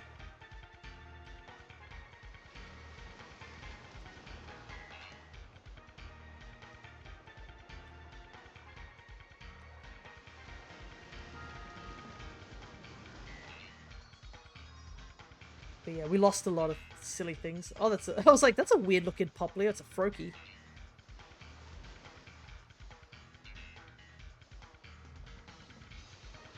My game is lagging, but I want to take a look at these Poplio from the front. Thankfully, Poplio will swim up to you, so that definitely does help with them looking at those collars.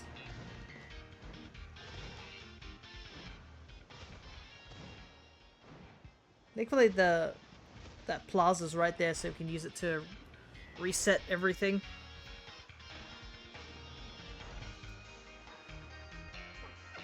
I keep thinking like, oh, is this the shiny? From a distance, but yeah.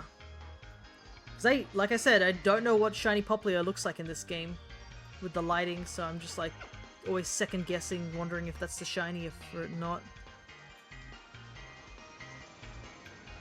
But I do need 2 of them. So it would be nice. I mean, we found 2 Rowlets, so I'm not going to be complaining too hard, but it would be nice to get at least 1 Poplio. It's just like, this is really, really awkward location to be hunting for it. And then again, any water type is a pain to hunt for. Thankfully, we've got most of the water types, I think. I say that, but I'm pretty sure, like, I need to still do the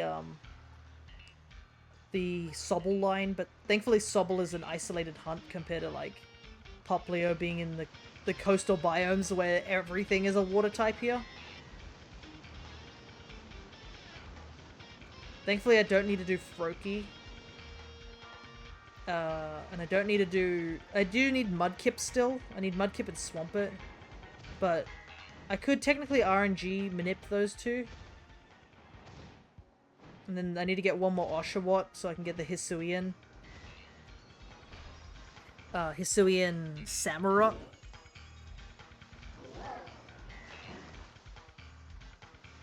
Mudkip is easier to see. Oh yeah. But the problem is Mudkip doesn't spawn very easily. It's like Torchic, where it's in a very isolated location that you kind of have to squeeze your way to get to. So that's like the one downside. You definitely can isolate it. I don't think there's any other water types in the cave, but yeah, it's sort of like an isolated cave area.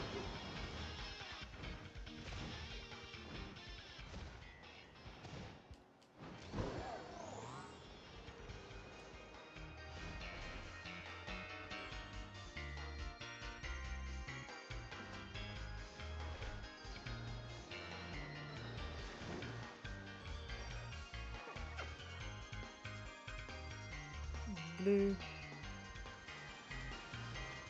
Mokro.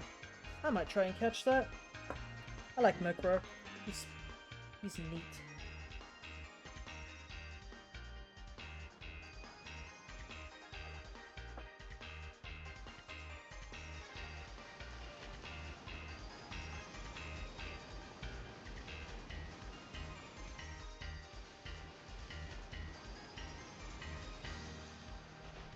Besides, there's also goals, I think, in terms of the like there's a checklist of missions, like catching certain Pokemon with things like battling, wonder trading, stuff like that. So there's quite a few things you can do in that. Once you get a bigger community of those type of things, you can do some trading. The thing is, I'm not interested in trading any mons or wonder trading until I get like actual mons I don't have or I have duplicates of. Because right now, I only just started the game when I played on Len's stream. So I only have like a handful of mons.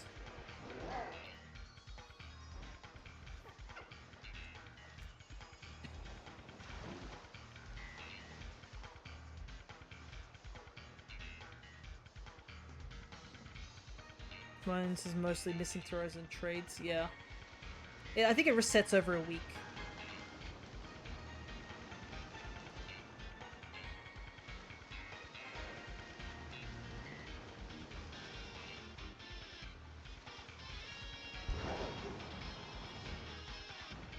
Though I do wonder if there's like channels on Twitch which are dedicated to just catching Pokemon from the community thing, because yeah.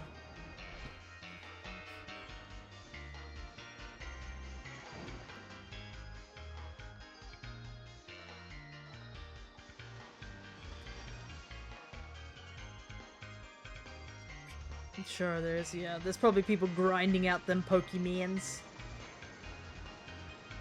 Because I think you can battle with them as well. Not sure how, because when you catch Pokemon in this game, I don't think anything levels up from you catching Pokemon, I'm not sure. But I've noticed, like... Because, yeah... It doesn't look like my Mon has gained any levels. So I think there's, like... I think battling is the only way you can really get levels, I assume.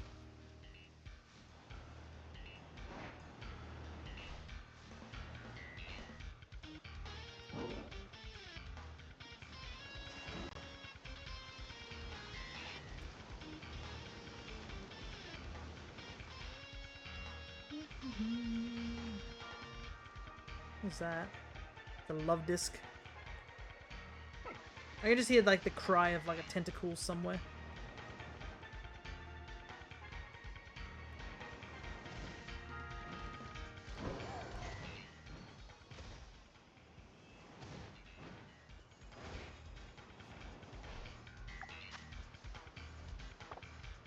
Nothing yet. After this, I'll probably do a Vivillon hunt. Because I do have a postcard lined up of a pattern I don't have.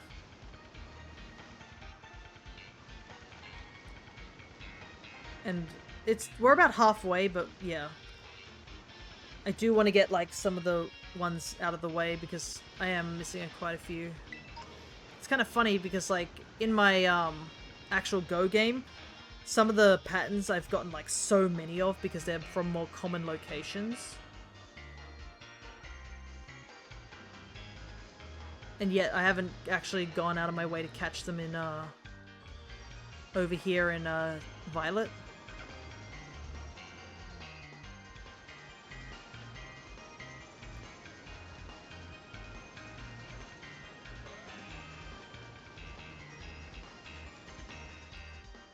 poking my head in while on my lunch break. How's everything after the OBS reset? Hello there, Crescent. I think it's okay so far. I still have a couple of things that I'm missing. I just did the basic layout. I did change it slightly so the chat's a bit smaller, so the gameplay's a bit bigger. Audio sucks doing that. I just hate doing audio. Thankfully, it seems to work here. It's more that for some odd reason, it doesn't come through on my media player when I'm checking. For some reason, my voice doesn't record, but if I open it up on a different, like, program, I think it's like Windows Clipper or something like that, my voice is there. I don't know what's up with that, because I was trying to get it to do in multiple tracks, like separating the tracks and stuff like that. Yeah, I think it is an audio track issue, but like it's just weird that in Premiere it works, but on just to check quickly just before the start of like stream, when I try to put in window media, it's just like not there. Like the gameplay audio's there, but yeah. Yeah, your voice does sound a bit different through the mic feed. Yeah. Like, I've only done, like, the really basic minimum for the mic. I think it was just a noise filter. That's all I've done so far. I haven't really touched any other stuff because I was trying to get it ready as soon as I could.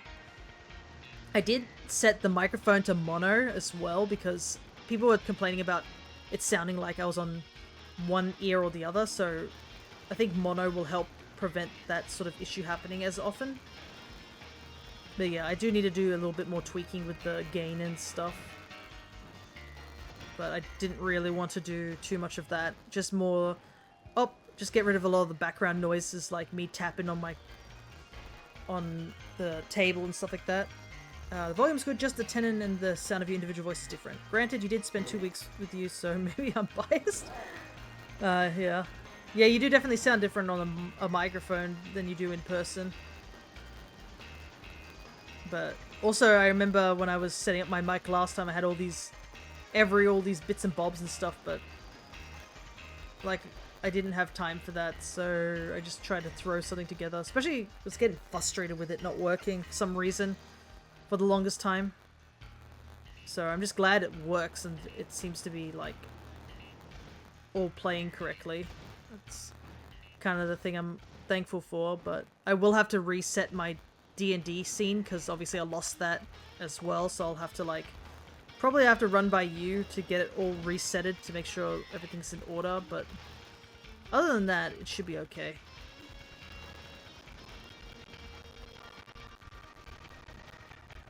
Don't worry, I have this file saved so it makes it easier. Yeah, it's just I've got to re-import it back in and such.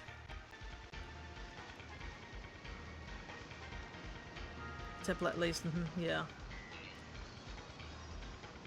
But yeah, I do want to eventually, I guess, do something slightly different, like fix up my stream a little bit more. I do like how the smaller text feels and I've put more emphasis on the gameplay, but I definitely want to fix the background, get something different. I think that will be my next sort of goal. Because right now it's just generic background. And I've always wanted to actually do something for the starting and ending screen a bit more.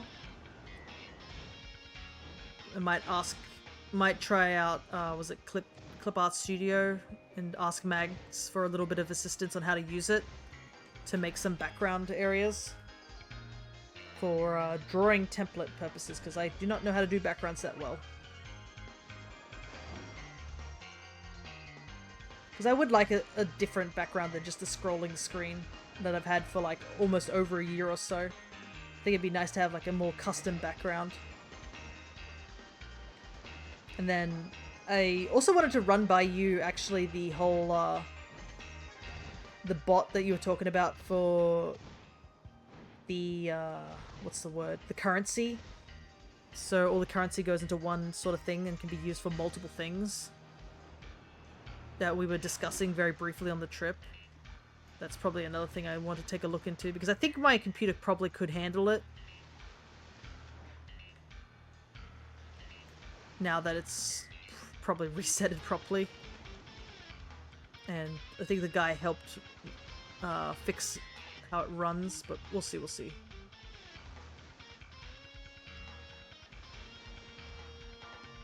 Nope.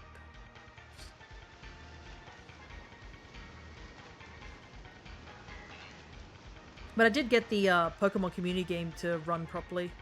I did have to get rid of the throne on my extensions, which kind of sucks a little bit. I might just have to make a separate text tab for that. Because I feel like I could probably do a bit more for the about section. And then obviously I want to work on, continue working on the stream avatars that I was working on. It does kind of suck that it got all resetted, but I still technically have all the files. I didn't lose any of the files, it's just I gotta start again from scratch with a couple of things. I gotta re-download some of the sprite work. And I have been thinking about putting the Pokemon sprites on as well, but I want to do that after I finish the Tama ones, because I'd have to rearrange everything if I was to import all those Pokemon sprites. So they are... I think I do want to bring them over. I just want to do it after I finish what I'm doing. Because obviously I've been doing like a lot of having to sort out things on stream avatars. But yeah.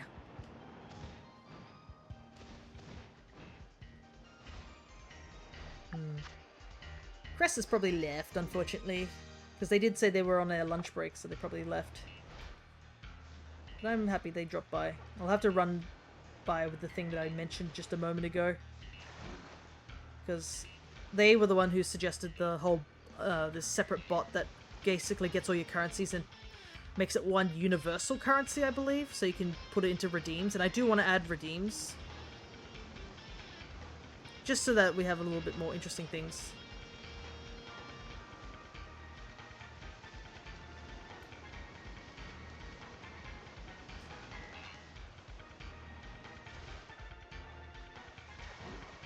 I think this Poplio is not going to shine.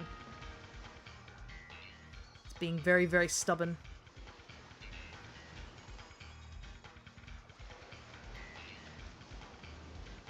And that's okay. Caught a good handful of shinies today.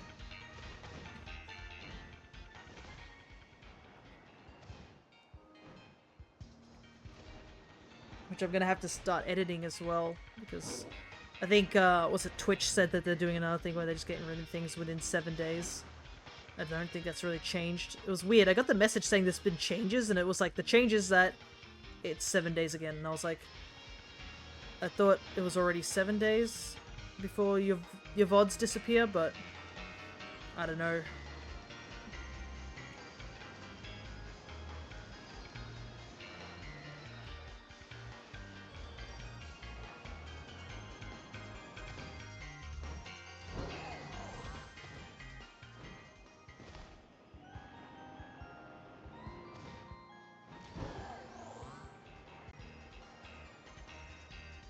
How many more minutes have I got? Alright, we're in the last section. And after this I can stop staring at the water. And start staring at butterflies instead.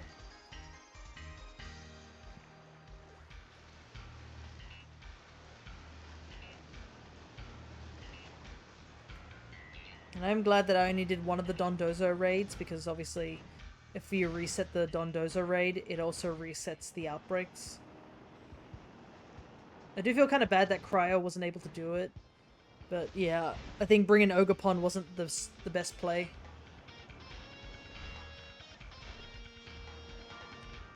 That's kind of the downside when you are doing those things with randoms, because like, you can run into like other people with randos and they're just like got teams that make no sense, or like they're clearly people who don't know what they're doing. And I've seen so many like going on randos, just like the team crumbling. You do get some good ones though. You get some randos who are like absolutely know what they're doing, sort of thing. But yeah, the build I had was more for a solo run. So when Ogerpon just kept attacking and I was like, oh, whoops. Forgot that Miraidon has the Wellspring mask on them. Wait, why does your Miraidon have the Wellspring mask? It does nothing. That's an odd thing to do.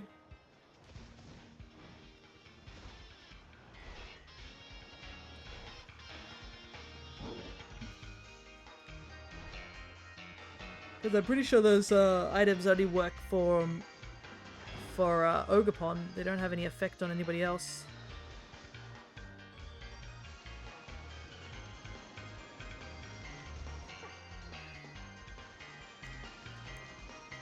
I have the barrel. Do I have the barrel? No, I have Bidoof. If I catch it, I get a whole line. And it's a good change of pace because...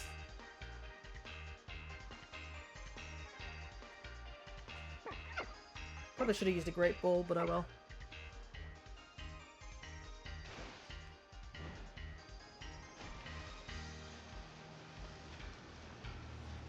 But yeah, another good reason to get the Pokemon stream avatars would be to make the Poke Community Catch guy also that. But yeah, I want to see... I'm probably going to their Discord and try and see if you can edit the bot and what it says, because I would love to have it have custom text.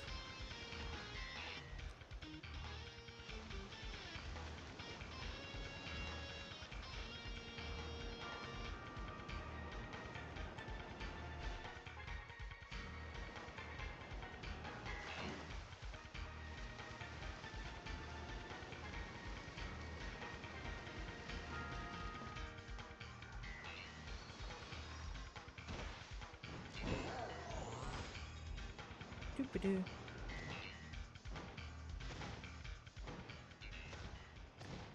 They had Shellbell on them at first, but I needed to switch quickly, so I swapped with Ogerpon, so I swapped between the two. Ah, okay.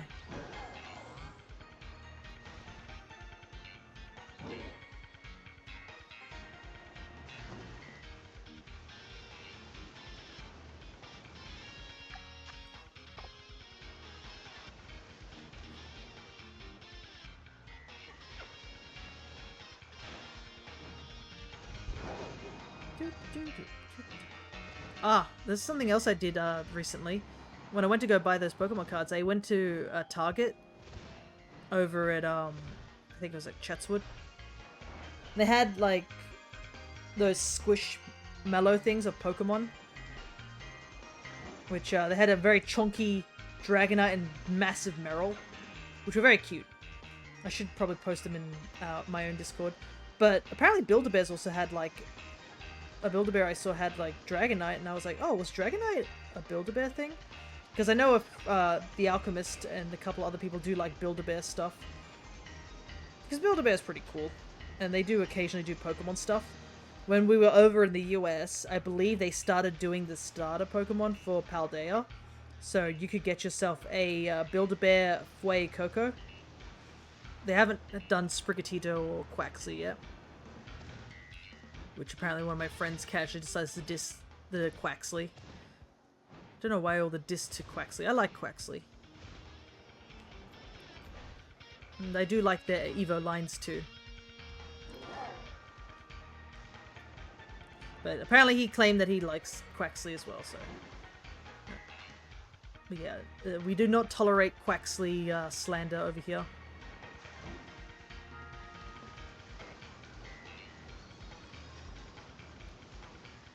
And actually, now that I think about it, because I think someone followed me recently despite I hadn't streamed for a while, I was like, oh, that's surprising. I assume it's because they might have, like, seen some of my VODs or YouTube stuff that they decided to follow me. I was like, oh, okay. Which I hope you guys were okay with me being gone for, like, 2 weeks. I mean, there was plenty of stuff to catch up on if you hadn't catched up on it.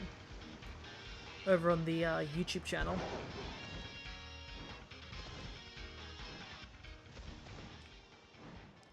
But I know we're getting closer to a follower goal, and one of the follower goals was that I would Masuda method the starters. Because I still need to do that. Because I need... one more Quaxly, and 3 Sprigatito, and 3 Fue Coco. But I can't really Masuda method in this game because...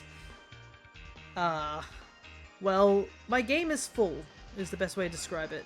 Like, I have literally no room for eggs. So I'll probably be doing it on a secondary file. Don't worry, the secondary file, I believe... one of the secondary files, I think it's my second one, has finished the entirety of the DLC, as well as the Pecharunt stuff, so I can get the Mark Charm in that game as well. I'll have to double check that I've gotten the Mark's Charm. And I also caught the, I do have the exclusive Pokemon being, the Paradox Mons. So those should be registered as well. So I should have the Shiny Dex and the Mark's Charm as well. But, I mean, the Mark's Charm's not going to really matter too much with Masuda. It's more the Shiny Charm. Which I do know that I have in that game. I haven't even decided which one I would go for first. Because a part of me is like, maybe I should just continue with Quaxley and hope to get the last Quaxley. So it's like... completed in a, oh, that's nice sort of way.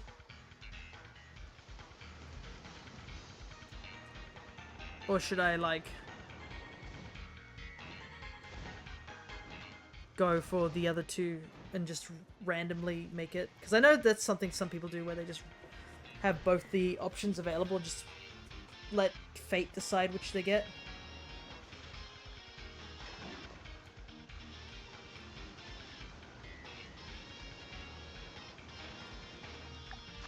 Thing is, I don't really see much reason to Wonder Trade those Mons, unfortunately. I used to just Wonder Trade them away, but with the bot situation being so bad, there's not really much incentive to do that. I mean, I have gotten some legitimate shinies via Wonder Trade, but yeah, you're more likely to get bots. Can I join you in a union? Well, I'm currently not doing a union room at the moment. And I'm gonna be hunting, like, if you want a shiny sandwich, if that's what you mean.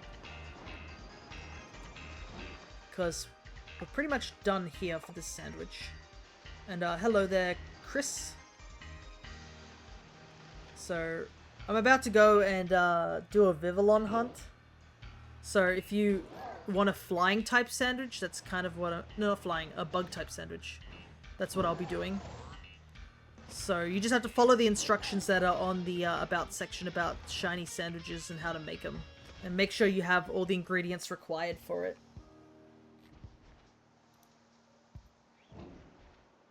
Because in the shiny Pokemon Month info, there should be a link that says an info chart. And it shows you to like this thing which has what ingredients you need to bring. I do need to buy new ingredients, so I'm going to quickly do that while I'm here.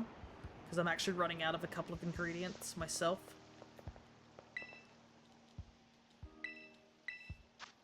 But I can quickly do that. Did I not buy this? No, I did. I can do Herba. That's fine, I can do Herba.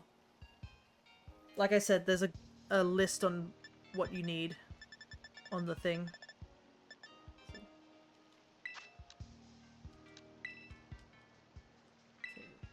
Do they not sell green bell peppers here? Tablecloth in the vending machine. Yeah. I like that's the bit that you're confused about, not the fact that the vending machine also just casually has a bunch of ingredients in it. I was running low on a Pokeball. What was it?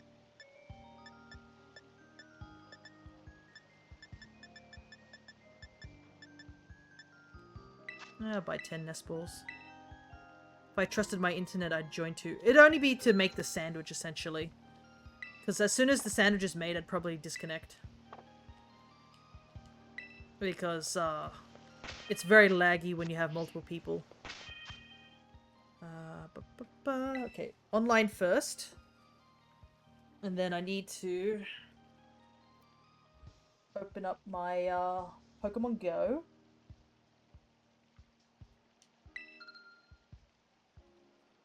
So give me a moment, Chris, while I do that. Hello there, Awkward. Long time no see. Good to see ya.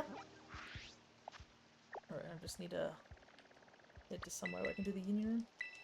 From NA. Well, I was in the Ute. US, but I guess NA counts as well. I was over in Los Angeles. I need to go over to the postcards.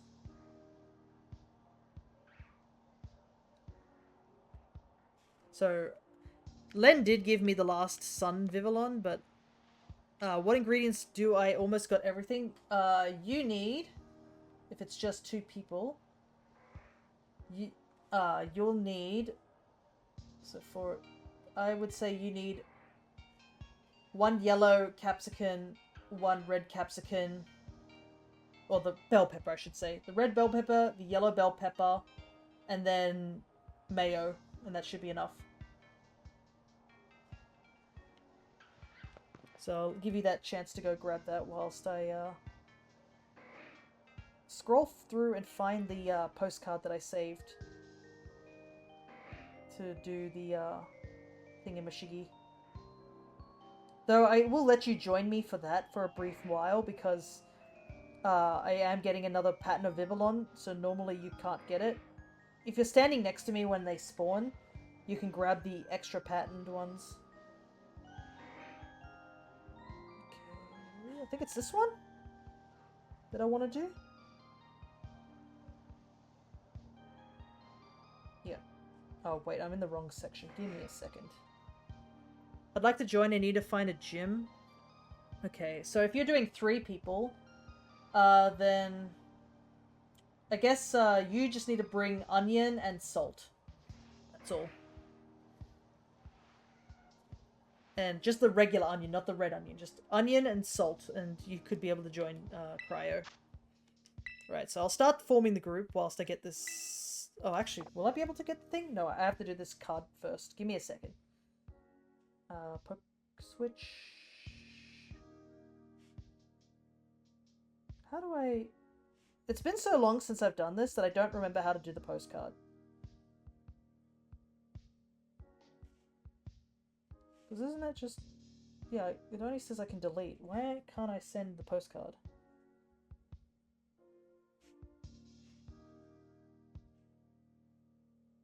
Oh, it's because I haven't linked it. Gotcha. Got salt and onion? Good. Alright. Once I get this postcard thing done...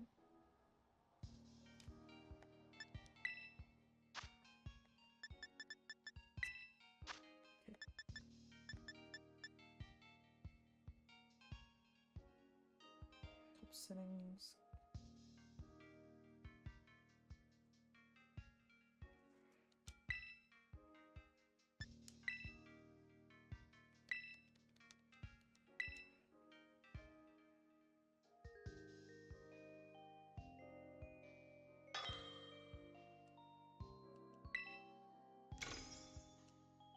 Okay.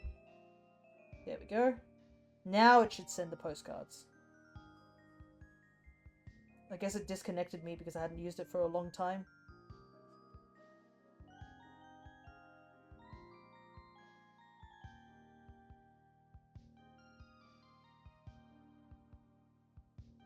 Now I just gotta find the postcard. Because I have way too many postcards. That's a big reason why I want to get this done, because I have too many postcards and I don't like some of them.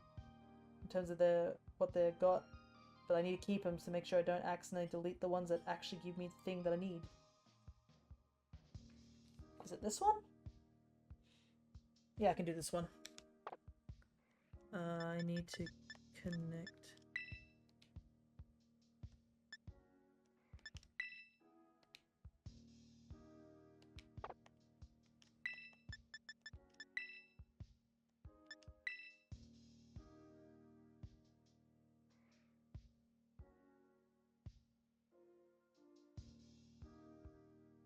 Okay. Give me a second.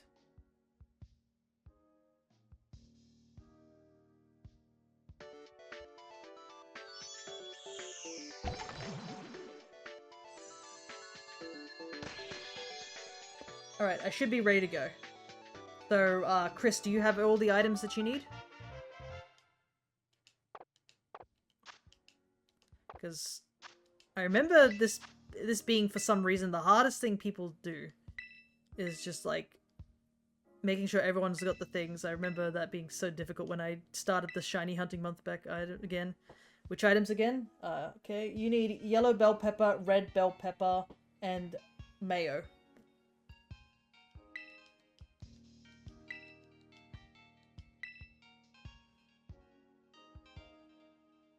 And Cryo needs just salt and onion.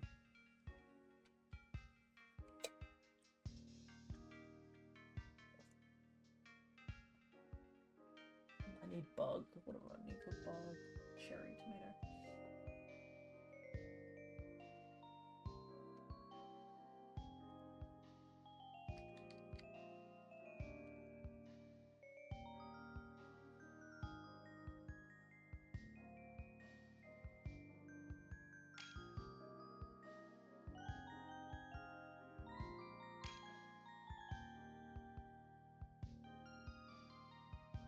Okay, that should be everyone.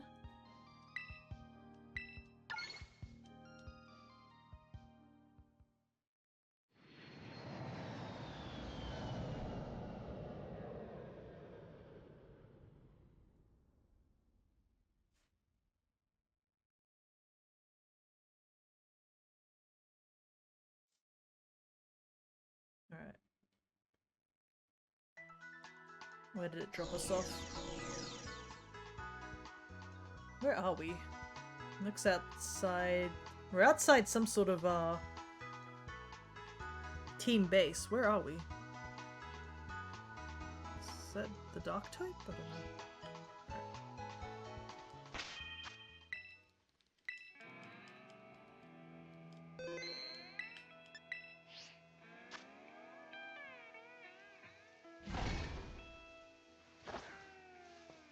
Hello there, Sun Crush. Good I guess it's the first time. Welcome. Alright.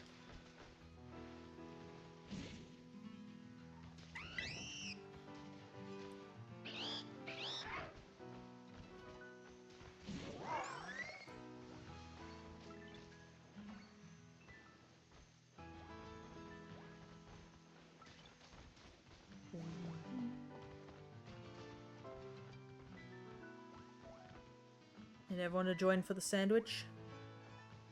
Okay, that's every... Nope.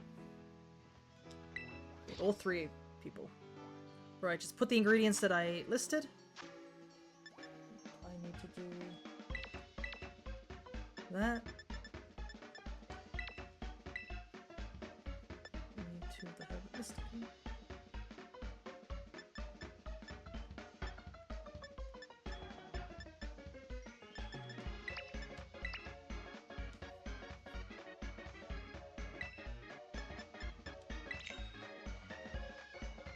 Alright. Cryo, 1 or 2. You just need to do 1 onion and 1 salt, I believe is what I said. And then the other person, which was Chris, needed to do 1 yellow, 1 red bell pepper, and then mayo. Don't drop any of the ingredients, because if you drop any of the ingredients, it just doesn't... it won't count. So we have to be extra careful. There's so much salt. Alright, what do we get? Probably put the tomatoes on one end because cherry tomatoes are kind of rough because they're circular, so thankfully we have a really big sandwich, so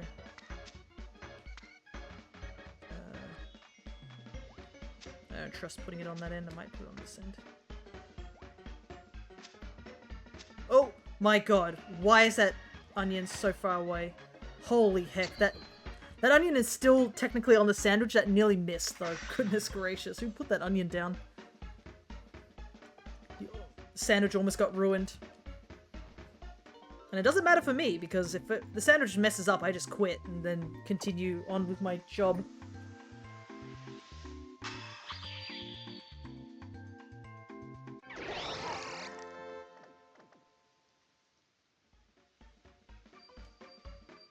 Alright, let's see if it worked. Alright. Looks like it is completed, and if we go over here, all the way over here.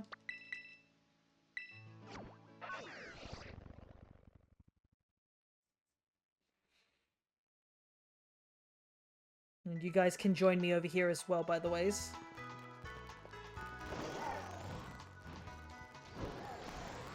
Very briefly.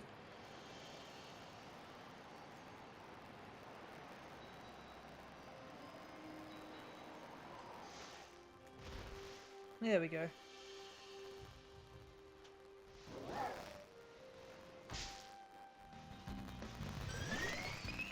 We have a new Vivillon pattern. I believe I don't have this one. But basically, you just need to stand near me and it will get you the pattern. If you wander off far away from me, I believe the Vivillon just will be of the fancy pattern.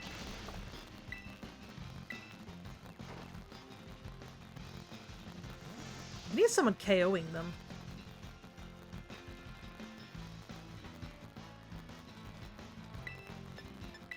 Got safeguard up.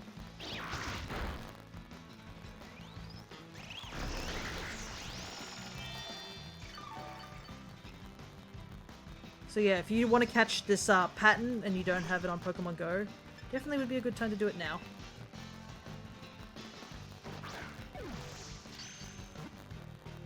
Because I need to catch one for myself and then a shiny one.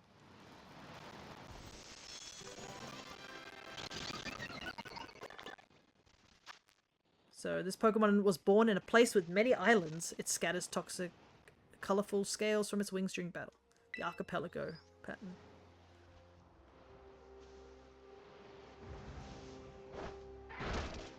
What?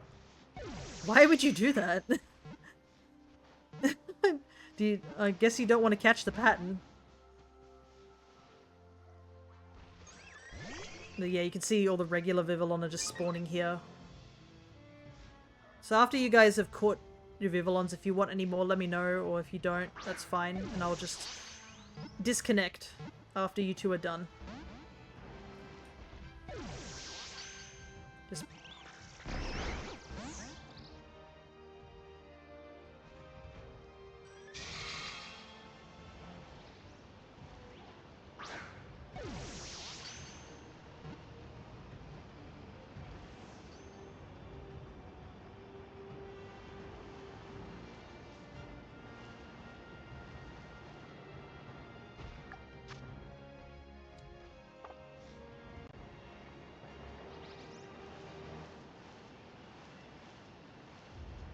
Alright, so CJ's caught one. Can I try to get the shiny too? I do not know about that because, as you can see, the game lags really crazy. And it's also because it's related to the host, not you guys. So I think if you are trying to catch a shiny Vivillon, your better bet would be to just pray that I find multiple of the shiny. Because, yeah, as you can see, they only spawn around me. I don't think they spawn around you guys. So, if you are trying to shiny hunt this Pokemon, the best way is to connect via Pokemon Go. Yeah. See a bunch of the fancy patterns, which I don't need.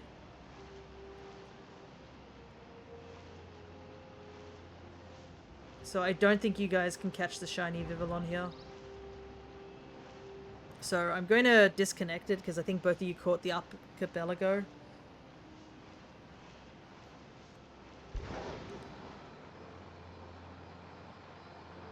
Yeah, they're not spawning as much when you're in multiplayer. So I'm going to disconnect real quick.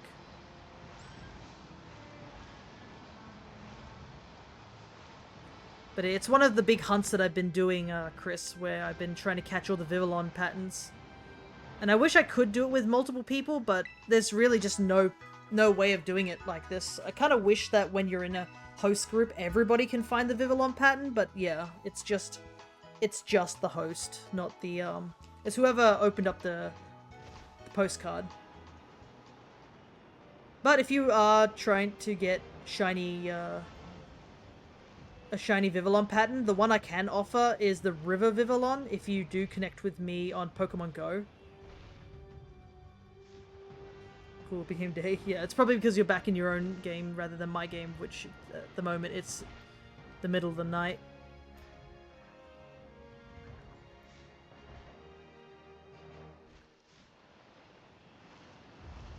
But yeah, you can see.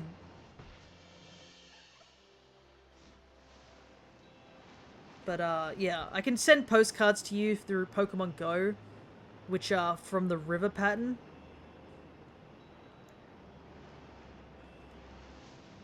It was night for me as well. Yeah, it's probably because it was night because it was you guys were in my world. But yeah, you two should have the bug sandwich, so I would go hunt for something, regardless of what it is. You can, if you don't have the fancy pattern of the Vivillon, you could stay here. But there are other bugs you can catch, and I'd probably look them up if you can.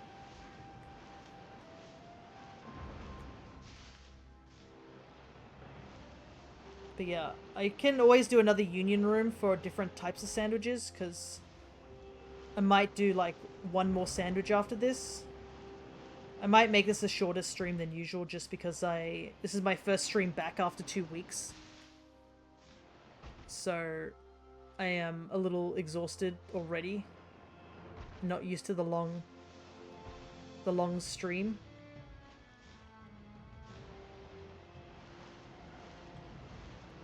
But yeah. Pinecone is one you can search. I think Fortress is another one you can search. If you haven't got Spidops or Tarantula, those are ones you can look for. If you haven't got Scatterbug and Spupa, you can go back to the first area of the game just outside Mezagoza. I believe if you just type in Shiny Bug Sandwich on YouTube, there's a guy who's done like a compilation of bug types. But he only just done up to Kitakami. Unfortunately, he didn't do anything for the Blueberry Academy, which kind of sucks. Because there's a lot of good catches there.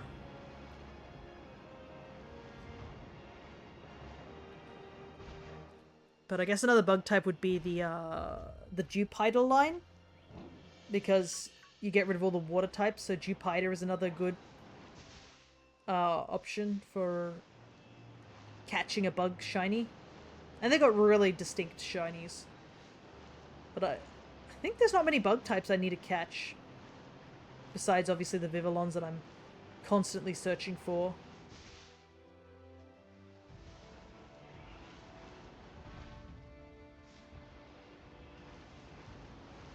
I think I still need Spupa, and I still need I need Spidops, but I can catch Tarantula for that as well, so it's not that big of a deal. But I can't really think off the top of my head other bug types I desperately need. A lot of stuff that I need is like over in Sword and Shield. Like the entire Blitbug line I don't have. Sort of thing. But right now I don't really want to focus on anything Sword and Shield exclusive at the moment. I want to focus on getting everything that I can in this game, because there's no real big way to do anything over in Sword and Shield, I think, except Masuda Method. And as much as I can do Masuda Method, I'm not sure if you guys want to watch me do Masuda Method. I mean, unless you guys want the follow account, but yeah.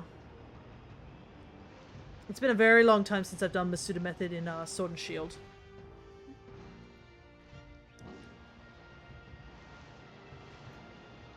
And I'm still trying to do the Dynamax adventure over in Sword and Shield at the moment, so I'm not as like inclined to do the any other method until I get the shiny Lunala. I'm still fighting for my life to get. Because man, I've been unlucky with that. I mean, we haven't hit full odds yet for the Lunala, but it is getting a little tiresome, and I really hope that we find it soon. Because I still have to hunt for, like, Necrozma as well as the Tapus and, like, and Solgaleo. So I don't want to be stuck on Lunala forever. Because I still have other mons to hunt for.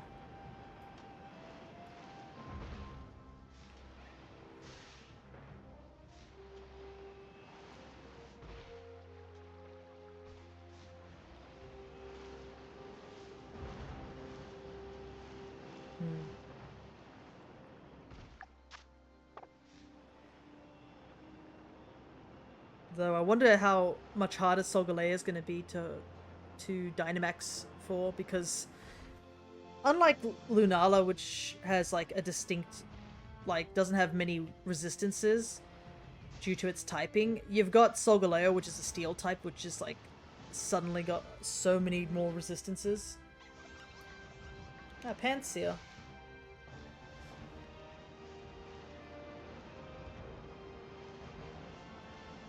Hopefully those monkeys will be so much easier to get. Because they're like one of the few mons that aren't in any of the more recent games. There's like a handful of like Gen 5 mons that haven't had a reappearance since like the 3DS.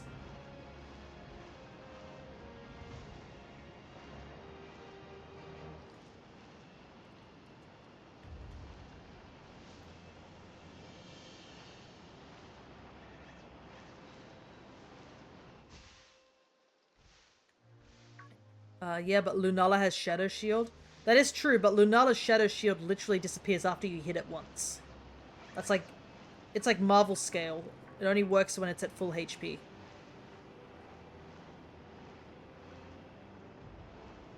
And I will take it taking half damage on the first hit over being resistant to a bunch of hits because it's a steel type. Which is what Solgaleo is. And I think Solgaleo has like full metal body or something like that. I can't remember what it is exactly, but I think full metal body means it can't get its stats dropped, making it even harder. So yes, I think Solgaleo is the harder of the two to deal with.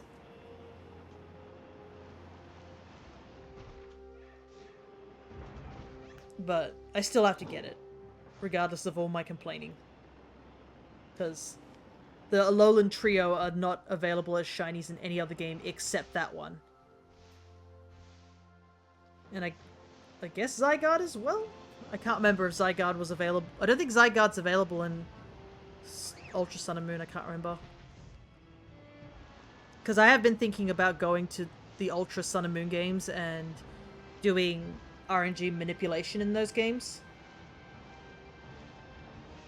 Because that would save me a lot of time on a lot of the legendaries and stuff. Because I will admit, I did do soft resetting over in Ultra Sun and Moon. That's how I got myself a Virizion. But my goodness, did that take forever. I'm pretty sure I did hit the like almost full odds with that, like 3,000 or so soft resets.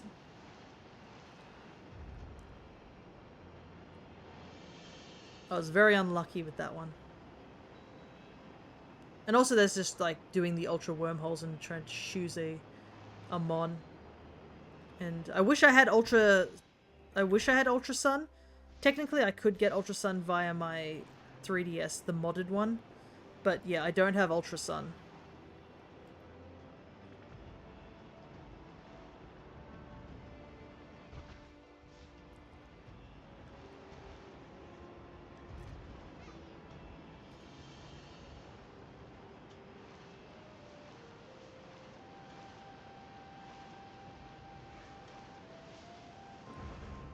Because I was a silly Billy and didn't buy it back when it was out. And now it's like going for a much more expensive price. Because it's still useful for shiny hunting. Which is funny. Because when you look at like Sun and Moon, the price is so much cheaper. I think it's like, you can get it for like $40, but then as soon as you put Ultra in front of it, suddenly the price just gets higher. That was something we did see when I was over in the US, when we went to the flea market. There were sections of people buying like very old games, and I almost was tempted to buy a copy of Fire Red and Leaf Green because I don't have those games.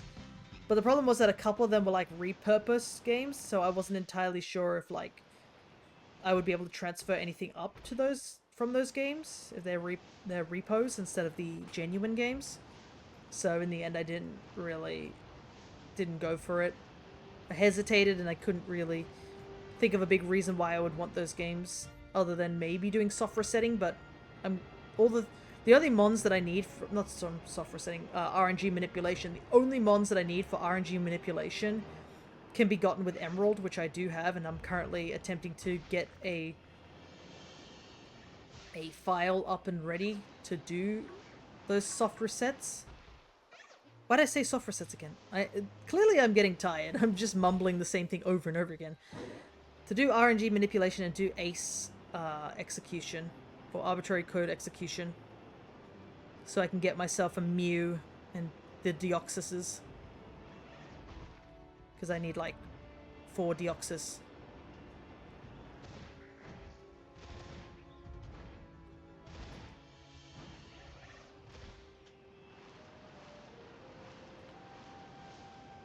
Because I want to get one of each form, because I'm a masochist in that department.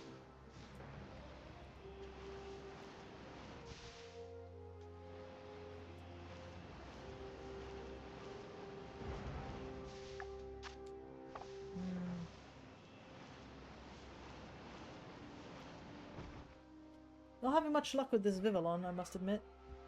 I might have to do another hunt for it off stream if I don't find it.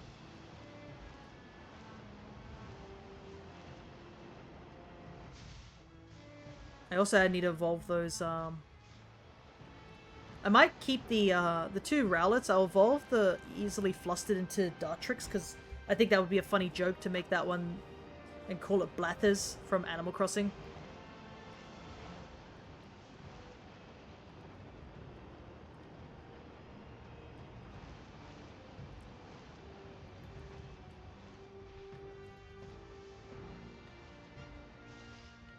The other one, I think I'll just evolve into regular Decidueye. And then if I find another Rowlet, then I'll evolve that one over into Hisuian Decidueye. I think that's the game plan. Yeah, we're gonna do more shiny hunting next stream. But it'll be more focusing on like actual targets that I need. Instead of me just doing Vivillon hunts and just doing a couple of outbreaks. Though I will be doing another Vivillon hunt next shiny month stuff. I'll also have the stream set up like actually with the shiny hunting stuff on screen so you guys can see what I'm hunting. It's just right now, because of losing everything, that I can't really do that. I'm gonna check.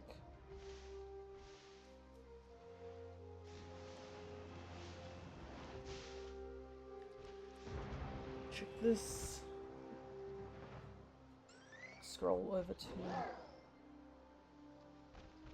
my Vivillon. Because I have now like what, 2, 4, 6, 8 Vivillon? 9 Vivillon patterns. I do have an Ocean Vivillon, but that was the one that somebody gave me. And I do want to eventually get one under my own OT. But right now I have not gotten a single postcard from the ocean. And as much as I'd like to, nobody is from that part of the world that can give it to me. It's gotten to a point where I'm just like, I almost want to use that thing that allows you to just go anywhere in the world. But the problem is that I'm pretty sure you can get into serious trouble for doing that. And I don't want my main account to be deleted because of that. But like, I am seriously at a point where I'm just like, why I need the Ocean Vivillon postcard. I just need one. So that I can actually, I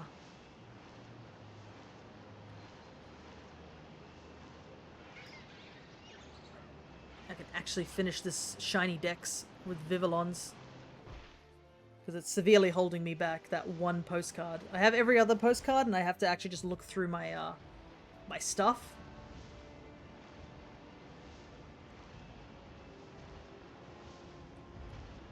To make sure that I have the postcards ready, because we had that situation, I think, one time where I accidentally used the wrong postcard and got a pattern that I already had, and you can't reset until, like, 24 hours have passed. So, don't want to do that again, to say the least. Rather not do that. It's a waste of time.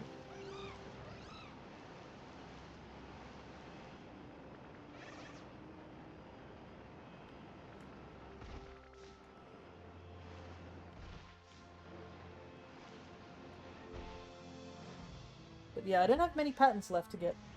For some reason, I thought I already had this pattern, but turns out I didn't. I just have a lot of people sending me this pattern through Pokemon Go.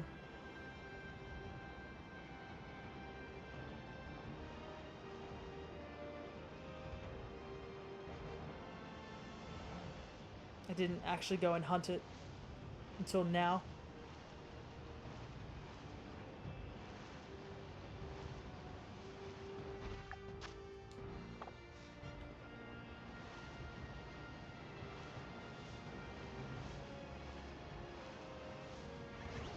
I wonder how the other two are going, because I assume that's why they haven't typed for quite a while, is because they're busy searching for mons, which I totally understand. I mean, it is a time limit. You technically can just go into the home menu and it pauses the sandwich timer. I've discovered that. I think somebody mentioned it being a thing, and I was like, oh, okay. So you don't have to worry about wasting your time if you, like, have to go away and do something urgent.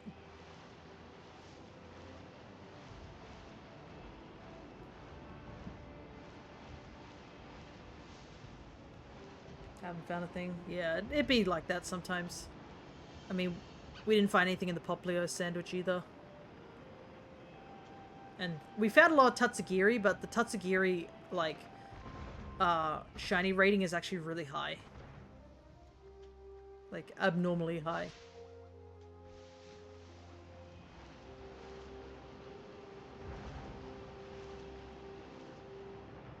And we were lucky with the 2 Rowlet, especially one of them being not part of the out thing.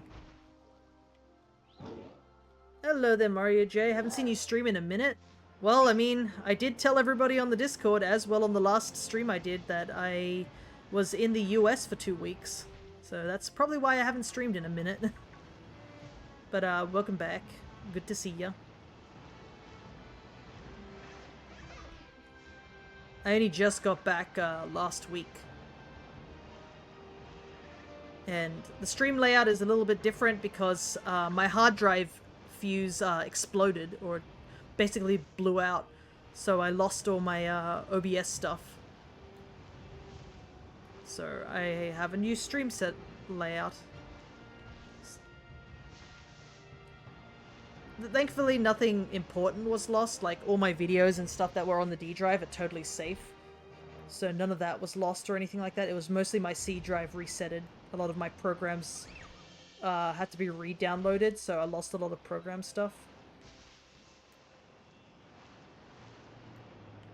And I think I lost the mods for Stardew Valley, but I could easily just re-download all of them. Or at least the ones I needed. Because, I mean, we've finished the community center as well as, like, the hidden bundle, so I have no need to look at it. Who's better? Iron Valiant or Quackquavel? Well, it just depends on if. What do you mean by better? Is the question, like, competitively or design-wise, or shiny-wise? That's another one too. Competitively,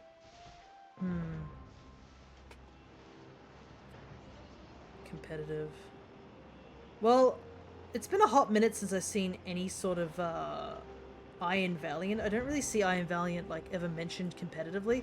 Quackquavel you can make work, and I've seen somebody's build for that. But I don't think I've really seen an Iron Valiant, so I can't say. Quackquavel is water fighting, and I guess the reason you don't see much of that is because, I mean, Urshifu Rapid Strike exists. Iron Valiant is fairy fighting, I believe, which isn't a bad typing, per se. But yeah. I'm not too sure about what it brings to the table compared to a lot of other mons. I guess it's fast. And I'm sure there's guides online that will tell you, like, how to use each of the Pokemon competitively, but yeah. I would not know, unfortunately. I think you can use Quackquavel in doubles as well. But I'm not really sure with Iron Valiant. You don't really see anything talked about Iron Valiant. The only future paradoxes that really get talked was like Iron Hands and eventually just Miraidon. But like I will mention that while I do try to do a little bit of competitive, I'm not super competitive. So you asking me just like a random Pokemon, just be like, tell me something about this Pokemon. If it's not something I've looked up myself, or if it's something that's not really used, I cannot tell you the answer for that, unfortunately. I wish I could, but I can't really. But then again, if you've seen my team, I've got, I had Comfey on my, singles team, and I have to do my doubles team soon. Okay, I got a new Trick Room setter, so I won't be using Mewtwo as one anymore. Which makes sense, because I don't think you should ever use Mewtwo as a Trick Room setter. Mewtwo wants to go fast. Trick Room makes very little sense to use for Mewtwo. But yeah, I just realized that, yeah. I have to still, work on my doubles team, unfortunately. I was testing. No worries. If you want to test out a singles team against my team, by all means, I'm totally down for that, because I have been doing a bit of shiny hunting. But I still don't have my doubles team. I was planning on getting my doubles team ready before this stream, but yeah, after the computer hard drive blew out, I spent all last week basically freaking out for a couple of days, because it took 2 days for it to get fixed. And then spending the next 3 days fixing my stream. Like, I was so panicked about losing my stuff. I was in that state where, you know, you start to feel physically ill. Because that's unfortunately where I went. Because I almost felt like I was going to throw up because I was so stressed. Thankfully, I didn't lose much.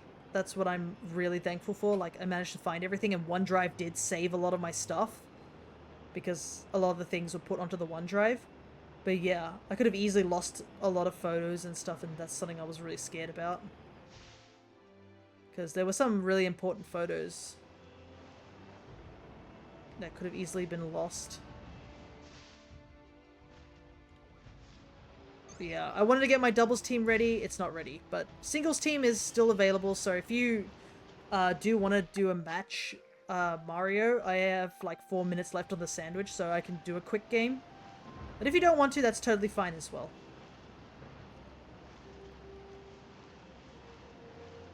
I got a Volcanion and a Giratina. Don't know what to do with them. Volcanion is, wait, is it Volcanion or Volcarona? I just want to double check on that, because Volcanion is the mythical. Volcanion, okay. Because I have no idea about Volcanion whatsoever. Giratina, I think, is like sort of a tanky sort of guy. I mean, people have used Giratina for stall tactics, so it is decently tanky. But yeah, know nothing about Volcanion because it's a mythical, so I don't tend to use legendaries or mythicals on my teams because I try to avoid them. I do have one legendary, so I won't say I'm totally against it, but yeah. Shadow Force and Destiny Bond worked well for me somehow. Oh yeah. Because Giratina is sometimes tough to take out, so...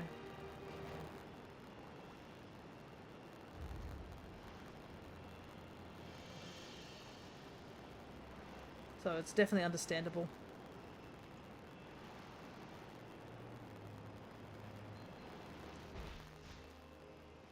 There's something else I think people use Giratina with. I'm trying to remember. Maybe it's toxic? I don't know. But I'm trying to think if there's a means of healing Giratina. I guess rest is a thing. Most Pokemon can learn rest. But yeah. I do like Giratina myself as well, but I've never considered using it in a team. Because I usually want to use Latios over that. Ooh, just need to do a quick stretch.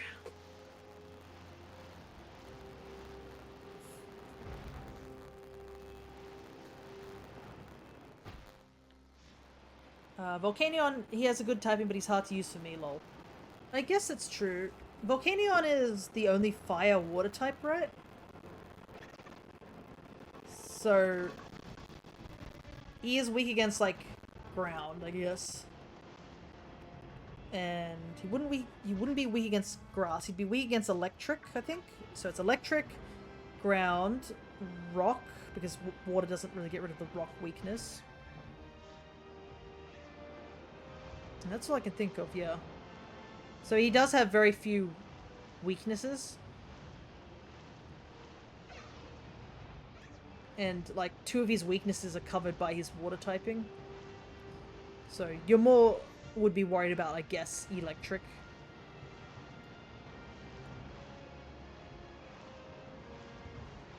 But yeah.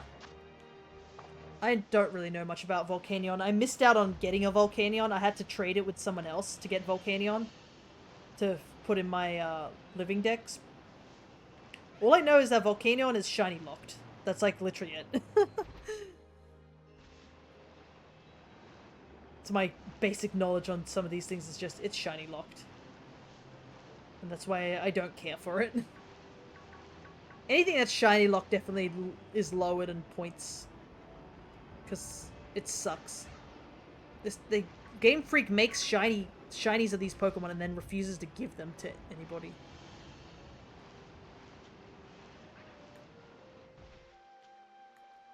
It's so dumb. Well, I found nothing. Yeah, I think I'm about to get nothing too as well, Cryo. As I haven't found anything either. I'll have to hunt this guy off stream, I think. I could theoretically hunt for another one, use another sandwich, but yeah. I don't know about that other guy, Chris, how he's going. His sandwich will be probably close to running out as well. But you at least have a special patterned Vivillon.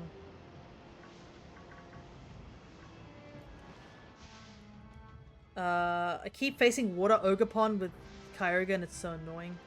I can imagine. Ogerpon has been like really up there. In terms of like play.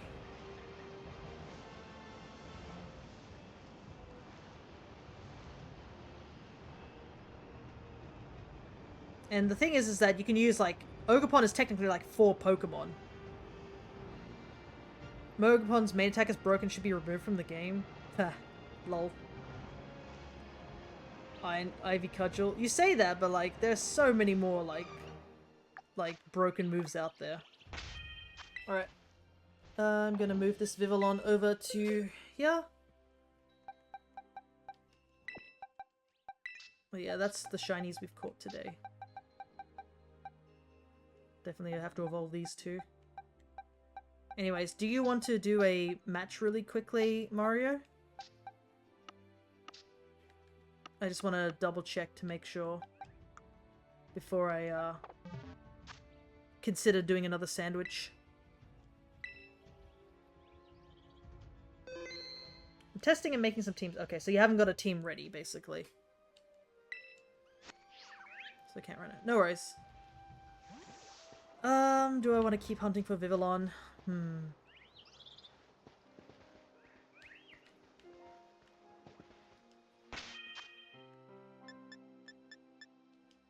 Yeah, I'll do one more Vivillon hunt.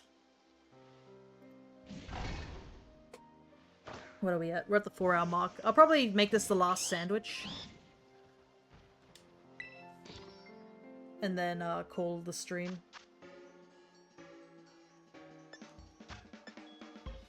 Ooh, I am running out of potato salad. I forgot that I need to buy this. I've been using too much of it.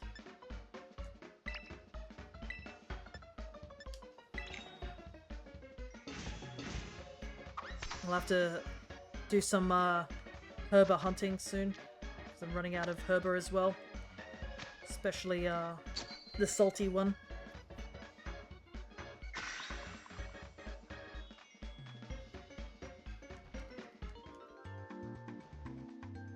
I think I'm off to sleep. I've got to wake up for work in 6 hours. No worries, Cry. Thank you so much for sticking around for most of it. And you caught a couple of Pokemon with the Pokemon community thing.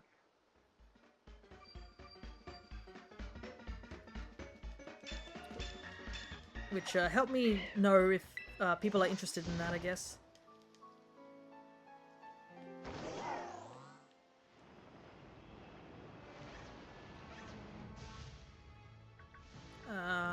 No wonder multi-strike... Yeah, rapid strike, Urshifu out throws single strike. Multi-strike is everywhere and you can use single strike, multi-strike can hit single strike for super effective damage. Yeah. Also, it's just a better typing water fighting over dark fighting. Dark fighting makes you 4 times weak against, like, fairy. So a lot of people don't really see the appeal of doing that. And also, yeah, rapid strike has that surging strikes, which does so much damage. Wish you a good night, afternoon, morning, depending on your time zone. I mean, if you use exclamation mark time, I think it tells you what time it is. But right now it's 1 PM in the afternoon for me. But yeah, you go have that sleep.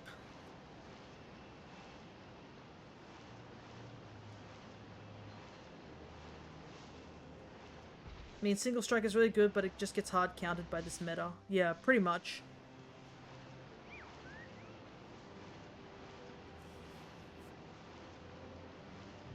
Especially since you gotta deal with things like,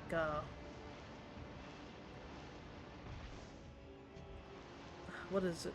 There's Flutter Mane is the kind of the big one. Yeah.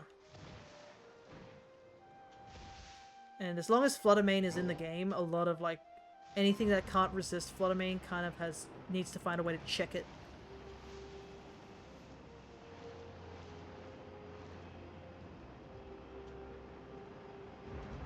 Yeah, I also prefer, though I do prefer goofier teams, you gotta keep in mind that, yeah, if you don't have a means to check those mons, then your team kind of struggles.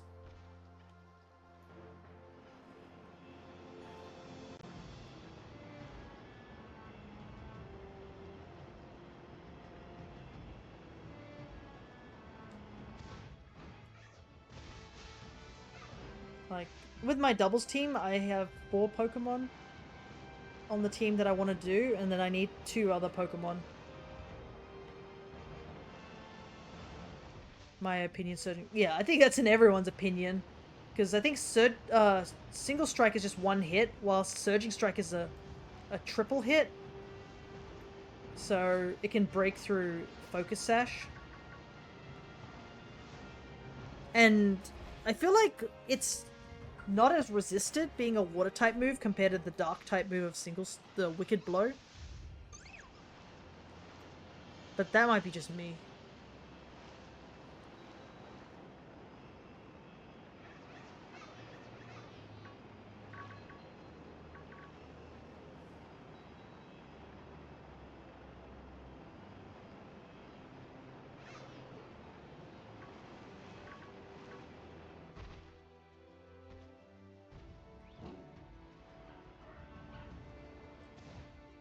Remember when Zacian broke the game? Yeah, Zacian, I think, has lost a lot of momentum in this meta. It's kind of funny because I'm pretty sure it's Zamazenta that's now much more used than Zacian, which is I find very funny because nobody was using Zamazenta back in Sword and Shield. Now Zamazenta is far more useful in this meta. And also because it just got a move that allows it to do stuff now. Because that was kind of its big drawback, is it didn't really have anything to work with. Didn't Zacian get nerfed and Zamazenta had to get nerfed because of a legend pair? Well, I think Zacian, I don't know if Zacian got nerfed. Because, I mean, it's still dangerous to deal with, but Zamazenta got a new move that actually opened up more options for it. And I think another reason is that both of them slightly got nerfed because Dynamax isn't a thing. But that's pretty much it. Body press? Yeah, it was body press. Because you already get the defense buff from just entering the arena.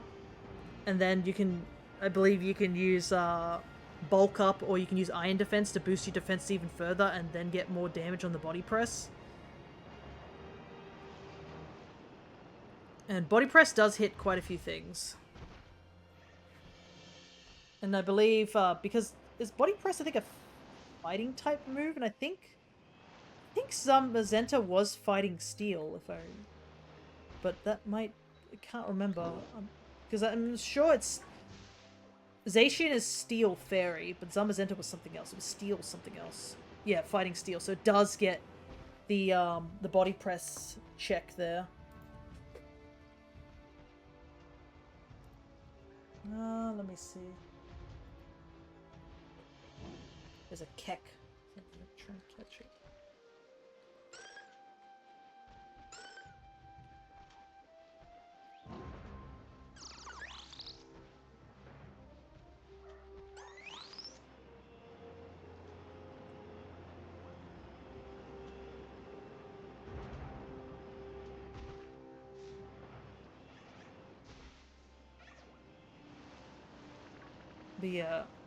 The meta now is pretty brutal. Like, there's a lot of legendary Pokemon are up there at the top.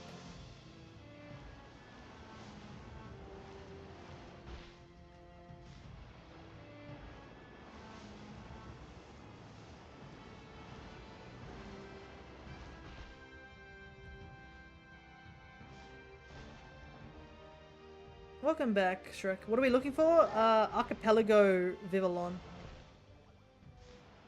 Because I used a Pokemon Go postcard to get a different Vivillon pattern. Because I am working on getting every Vivillon pattern as a shiny. So we did catch a bunch of Tatsugiri at the beginning.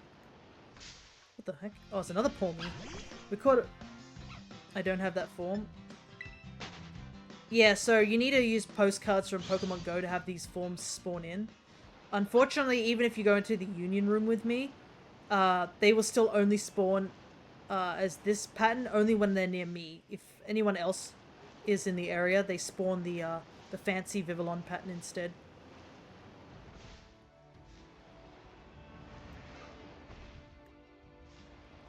But yeah, you get them from using the postcards from Pokemon Go. So, depending where the postcard's from, you can send it to Pokemon Violet or Scarlet, and it gives you Gimmighoul coins, and it gives you the pattern. It lasts for 24 hours.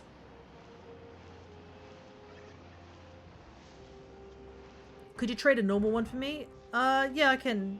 Is there any particular ball you wanted in?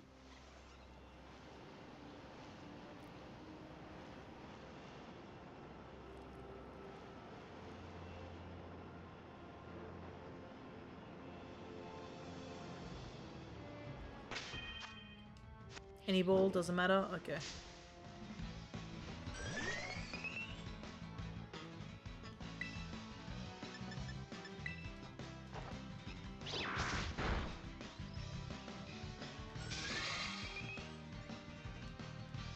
Need to get Farigiraf? Ah, yeah, Farigiraf's a good mon.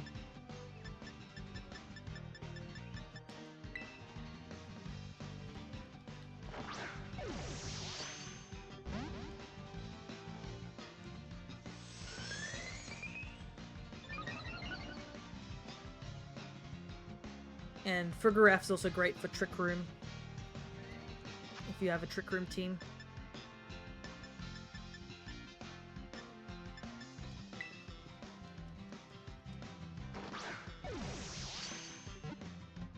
I know this is the middle of the day, but I thought the Dusk Ball would look nice. I'm just gonna wait for the Safeguard to drop. Then I can put it to sleep.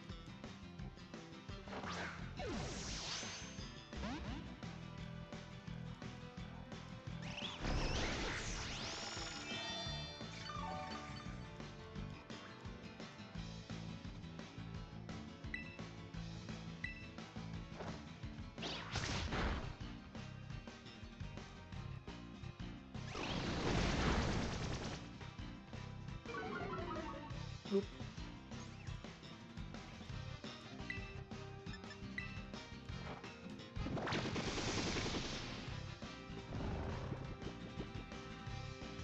When I was little, I loved Beedrill, and I wondered why whenever I tried to use him in playthroughs, he kept getting one-shot by anything that touches it. Yeah, bug types are not the strongest mons out there. Thankfully, the newer games have started having bug types that were a lot more effective. But yeah, bug types early game, early Pokemon days, yeesh, rough.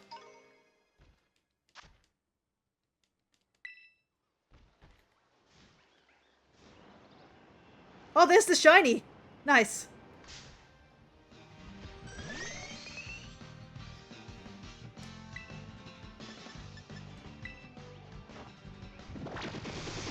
Just literally finished catching yours.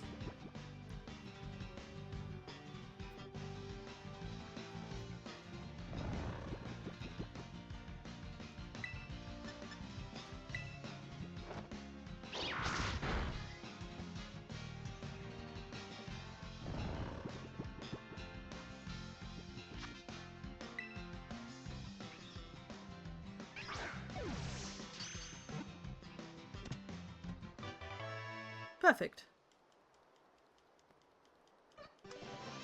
Well, I have your Vivillon ready, I guess. I could use a good Steel one. I'm thinking Hisui and Gudra. Hisui and Gudra is a good choice. And also because I do like Hisui and Gudra as well, just in general.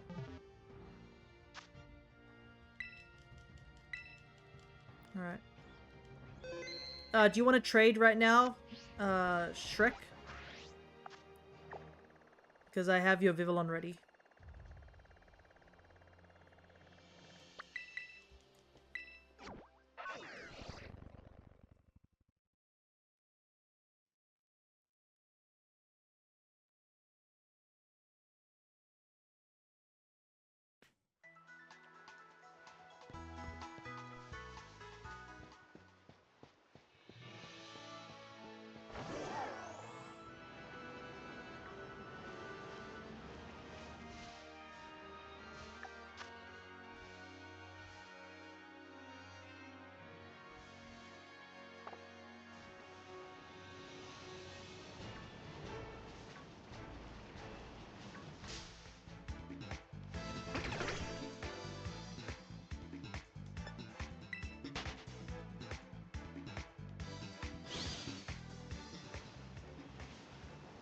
Still need a reply, Shrek, from about whether you are ready to trade or do you want to just wait until I've finished the sandwich. What pattern do you live by? I live by the Polar. I have the River Vivillon patterns where I'm living.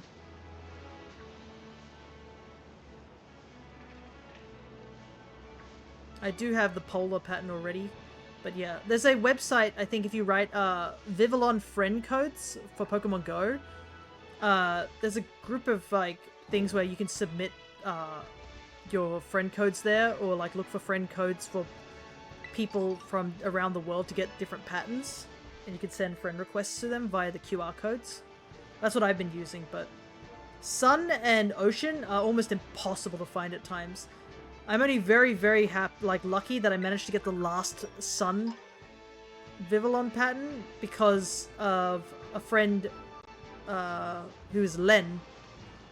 Len, who was in Mexico, I guess managed to get a postcard from a specific location in Mexico, because there's like a certain locale difference in Mexico. It's like half-half. And he was able to get me the one Sun code that I needed. But yeah, the Vivillon patterns that I get normally will be River Vivillons. And I believe if you write, I think I wrote what the command is. Yeah, if you write !go code, you can get my friend code from Pokemon Go if you wish to get postcards that way. But yeah. Someone sent me Porygon, which obviously evolved in Porygon 2. Is Porygon 2 good? Because I know absolutely nothing about it. People say Porygon 2 is the best stall Pokemon out of the 3 Mons. Like, it's crazy that people will use Porygon 2 over Porygon Z. Goes to show. It's because it gets an Eviolite due to Z existing. And you can just tank it. What's your friend code? Mine's that. Shrek, I just literally said if you do !go code, it'll give you my friend code.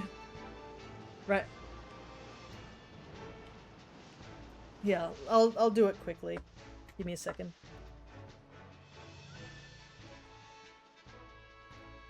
There we go. There's my friend code for Pokemon Go.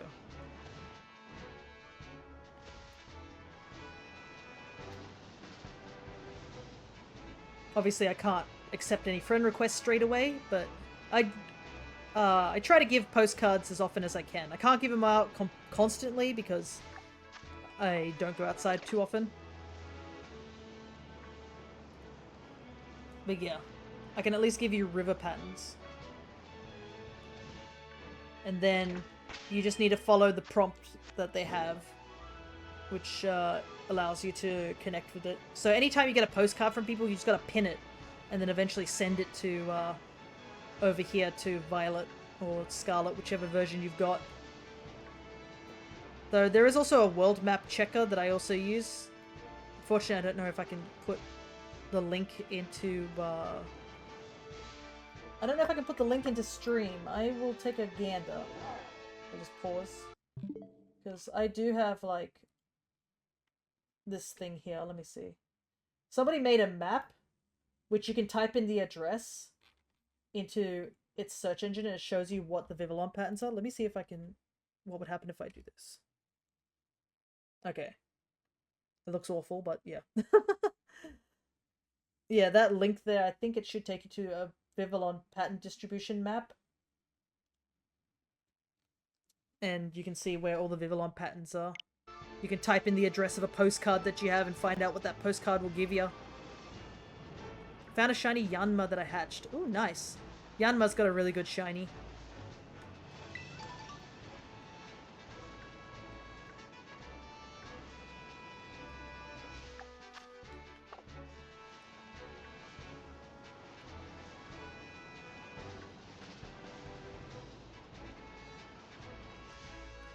Bro, I just got sent a shining Roaring Moon, but I already have one. Question is it a legit shining Roaring Moon? Because if it has like a website or something like that, it's definitely hacked. There's a couple of checks you can do, like checking its trainer ID and its name to see if it's hacked or not.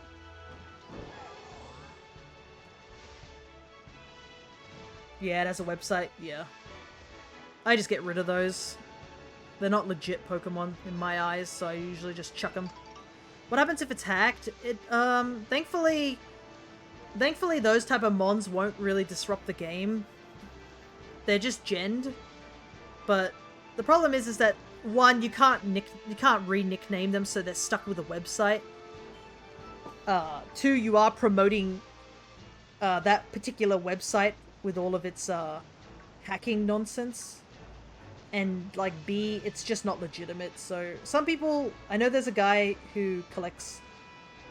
who's also doing a shiny dex, and he will keep those, but, yeah. I don't care. Pokemon is a Pokemon in my eyes, yeah.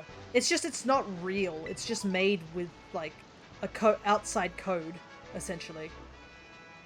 And it's generated, so it was not caught by legitimate means. That's my opinion on Gen Mons. And also, I don't want to be promoting a website that's not playing the game fairly.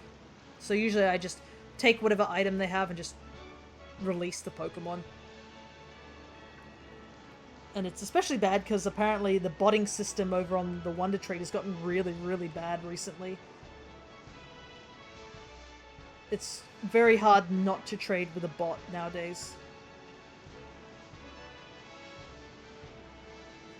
And some bots, I think, are trading Pokemon that their shinies don't legitimately exist at the moment. And I know some of those mons can actually crash your game.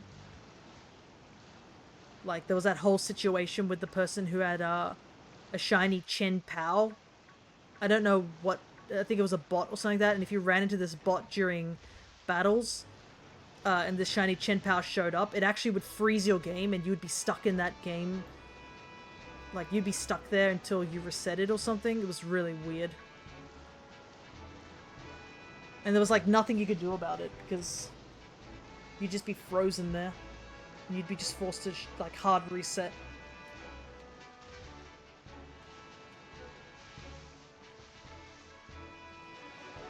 Yeah, that's my thoughts on it, so... If I see, like, those genned mons, or people try to offer those genned mons to me, I'm just like, no.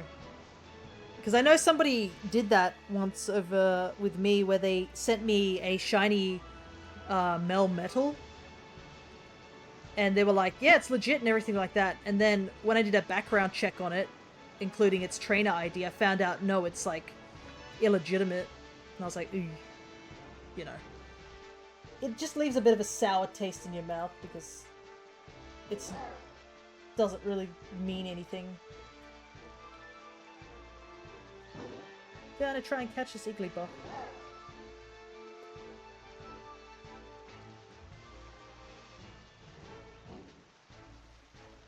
I'm gonna have to go. It was fun chatting. No worries. I'm pretty close to the end of stream. Let's see, 11 minutes, so... Thank you for just dropping by, and hopefully, I'll have my doubles team ready. So, next time I do Pokemon, I can actually have 2 sets of teams ready for anybody who's interested in battling, and good luck with your team building as well.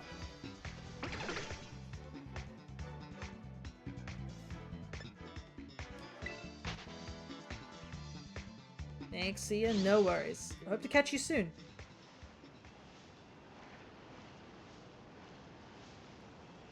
That will be something I have to do on the Discord as well, as I'm going to have to readjust my schedule because work wants me to work 3 days, so I can't do Wednesday streams anymore, so I'm going to have to move the Stardew Valley stuff over to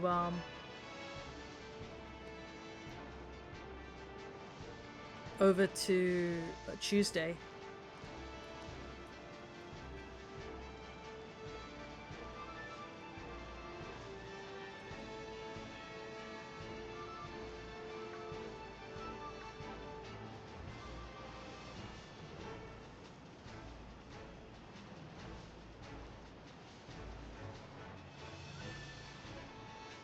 Yeah, we'll see how things go.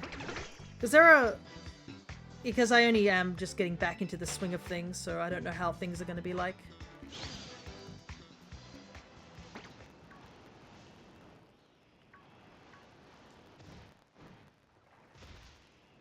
And there are plenty of games that I do want to get playing. Yeah. I mean, I don't mind working the extra day as well because obviously when my computer busted, I had to get somebody to fix it, and that meant I have to pay money. And it was a big chunk of money that got taken out of my savings for it. Thankfully, I hadn't spent all the money that I had like saved up for the America trip. So a lot of that payment of fixing that and also for a doctor's appointment got put into that sort of amount. I still have like a couple $100 left from what I saved just as the part of that sort of little budget, I guess. But I still want to obviously get a lot of that money back because, you know, I should probably start looking into putting it towards manually paying for my fees and stuff. Because I did study, I do have fees. And unfortunately, because I'm not working full-time, it doesn't automatically get sent there, so I'm going to have to do it manually. So I think I want to start, like, saving up that little section for those type of things. But yeah. And I also need to start looking into doing more art streams as well. As well as doing more things about the little ROM hacking stuff. Like, I don't know how much of that I can actually stream doing, but I can at least... I want to start, like, doing it and actually showing progress and whatnot. But unfortunately, you know, computer reset, so thankfully I hadn't saved any of... I hadn't, like, started any of that stuff. But I do want to start, like, researching into it a bit more deeply. And I know I found some person who has, like, guides on it. So I need to, like, actually sit down and, like, look at the guides thoroughly. But yeah, I don't think that's a thing too soon. I know some of you guys were interested in me doing that. But it's still a need to think about it area.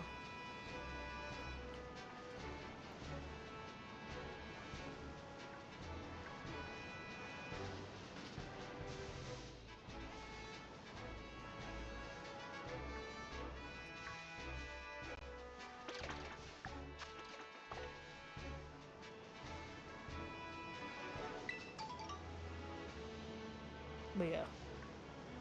A lot of future stuff I need to deal with, basically. And also, now I have to fix up the stream a little bit more.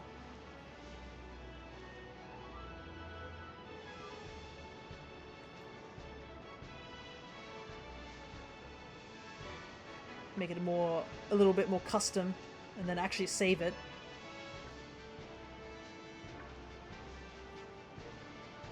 So after stream, I'm going to be doing a lot of editing, I guess. Which is not going to be fun, but it has to be done. And I know the audio stuff needs to be adjusted too. Thankfully, at the moment, I'm not too worried about it. At least it works, and I don't sound too scuffed. Like, obviously I could sound a lot better, but yeah. The problem is I don't remember most of my audio settings due to it all, you know, going kaput.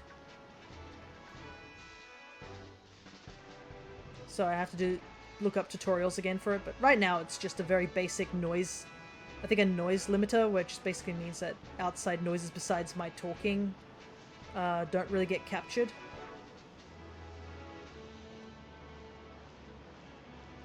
But other than that, yeah.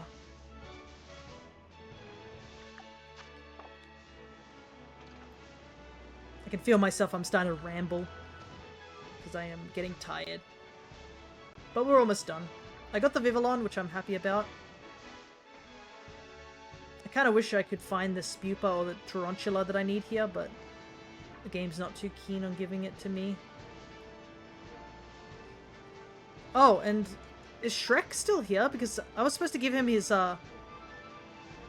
Vivillon as well, so I don't want to forget that. Because he literally asked me to catch him a Vivillon, and I asked him if he wants to trade it, and I haven't got a response since. Because I still have it, dude.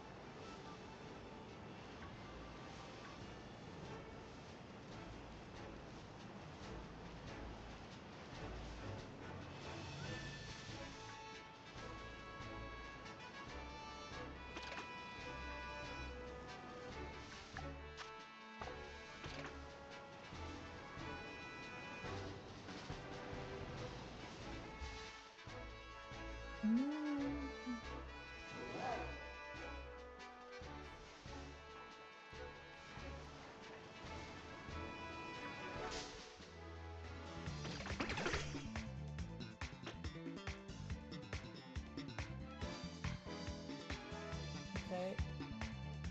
You can see the friend request. This one? There we go. That still doesn't answer my question if you want the Vivillon. You can send the friend request at least.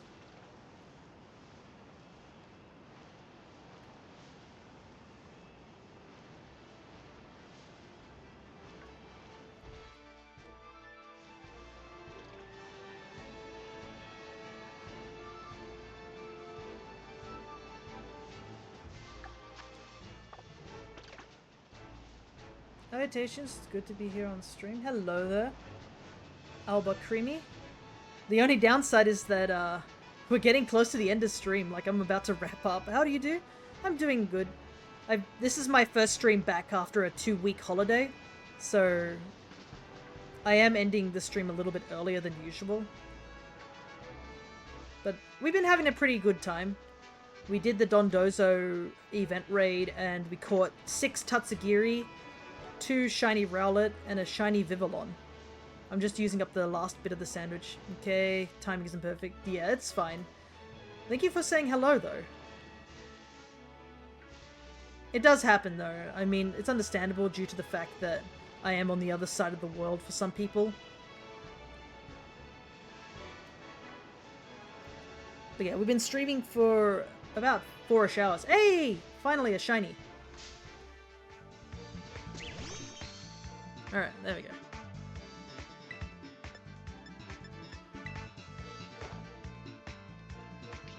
Oh, it has insomnia. Right.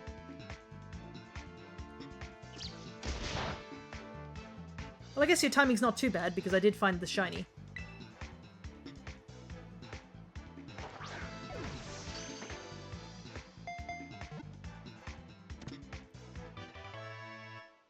Alrighty, nice. I'm pretty sure I need to evolve this one. Let me double check. Yeah, I need to evolve it.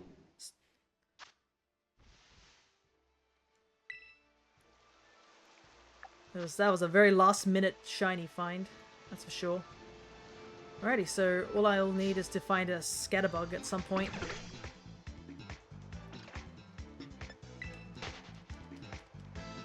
But yeah, we've been just shiny hunting this entire stream.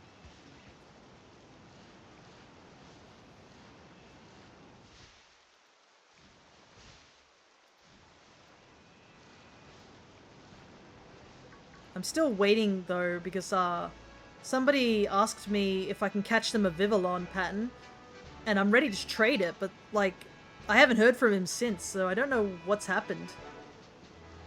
If he's still around or not.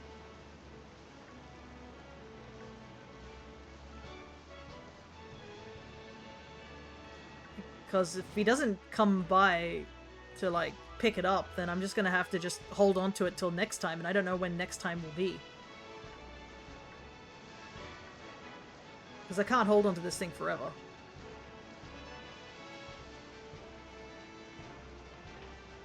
Anyways, I should also mark that we got the 2 shinies of the Vivillon and the Spidops. Well, it's a Tarantula, but we've got to evolve it into Spidops now.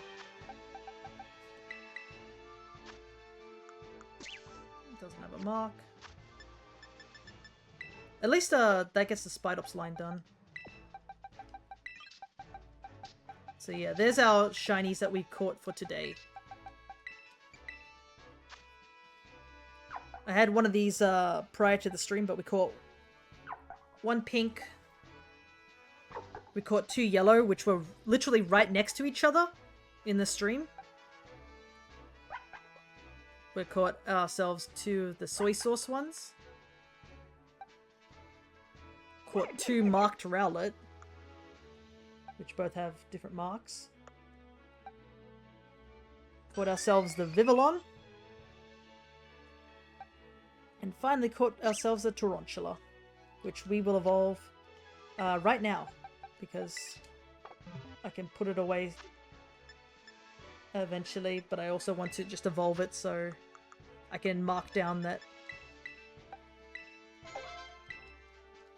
I have this one done.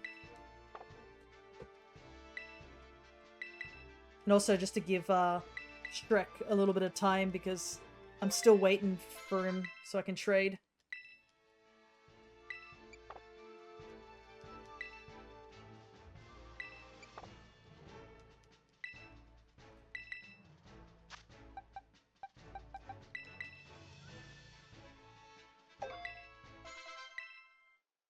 There we go.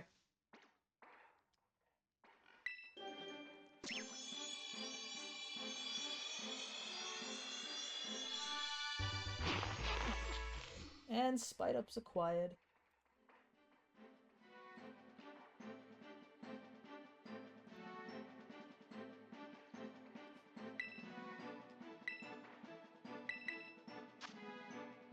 What's this do?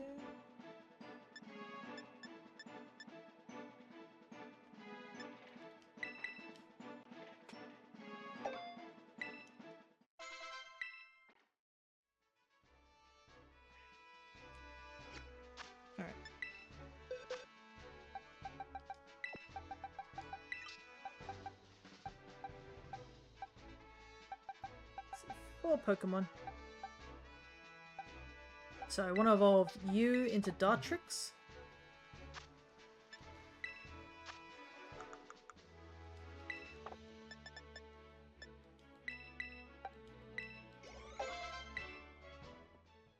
Oh wait, this one's female.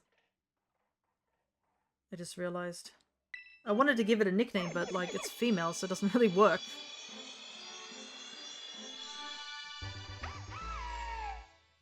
So I might just evolve this one into Decidueye.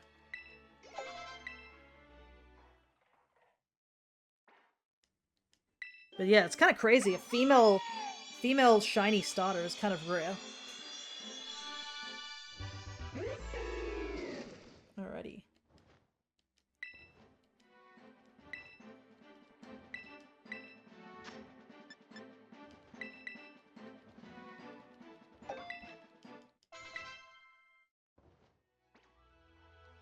Here's our Decidueye.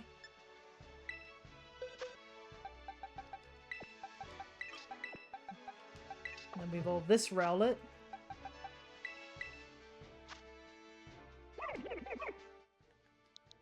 I do want to give it the nickname. I mean, the sleepy mark still works for it. We call him Blathers. I believe that's how you spell it. I can always double check later.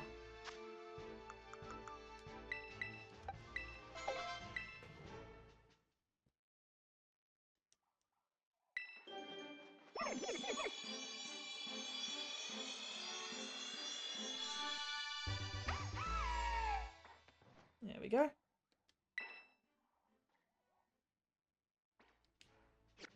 Got his little bow tie. Alrighty. I think that's all we need to do on stream today. So I'll just quickly save my game.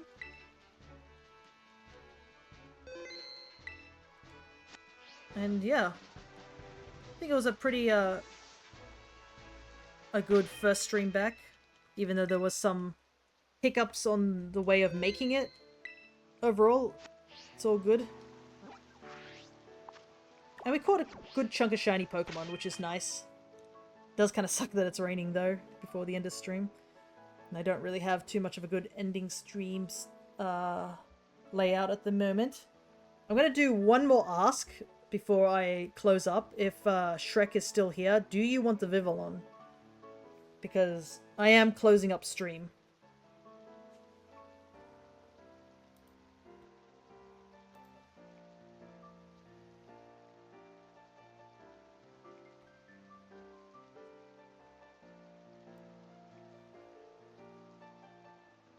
I don't know if they're still here or they can't hear me.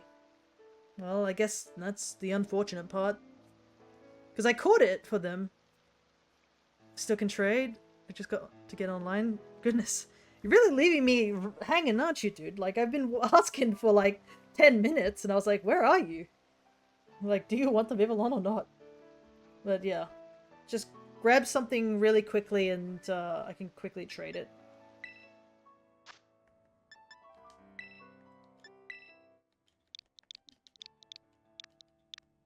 Use our the old reliable code. Just let me know when you're ready. Just use the same code as I am, which is 1245 1245.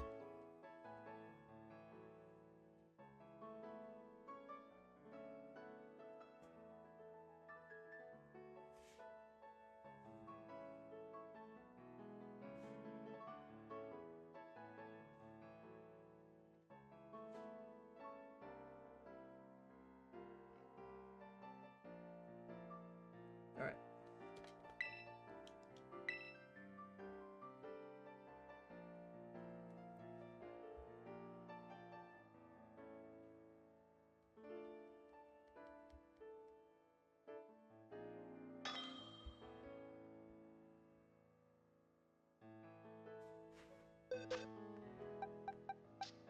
Okay. They're pretty much the same.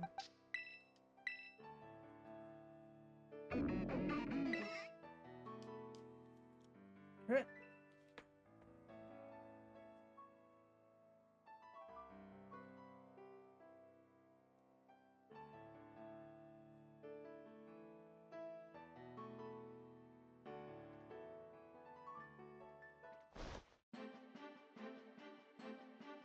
we go.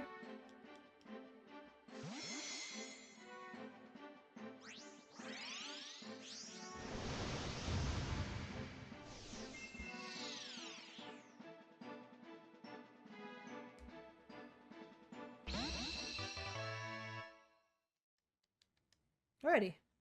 It's all good.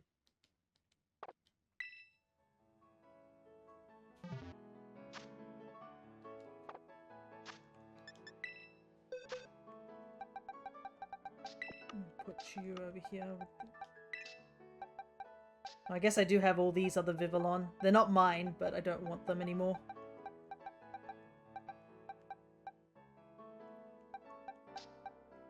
Because I replaced them with my own ID. These are from other people, I believe. They're all English, but yeah. They're from different generation, but I think they're from... looks like X and Y, maybe? But yeah. Anyways.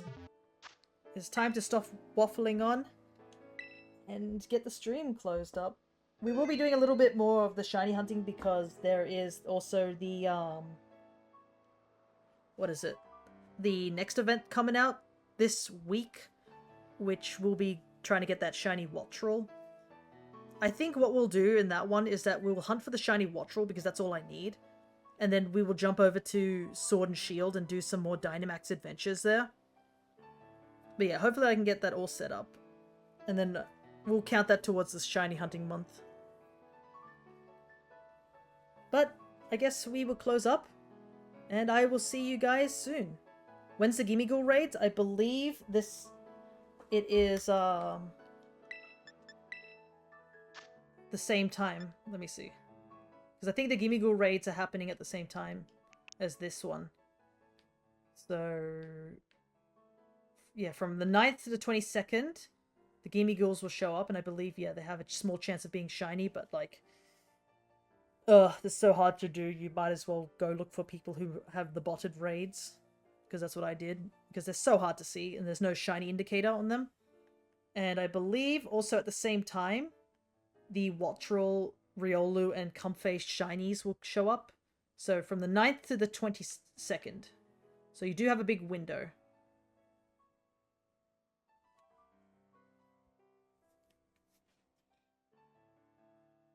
But yeah, I might be doing this weekend or next weekend. It'll depend on how I'm feeling. Or if I'm able to do it. But yeah, I guess we will leave it there. So, until next time, take care everybody.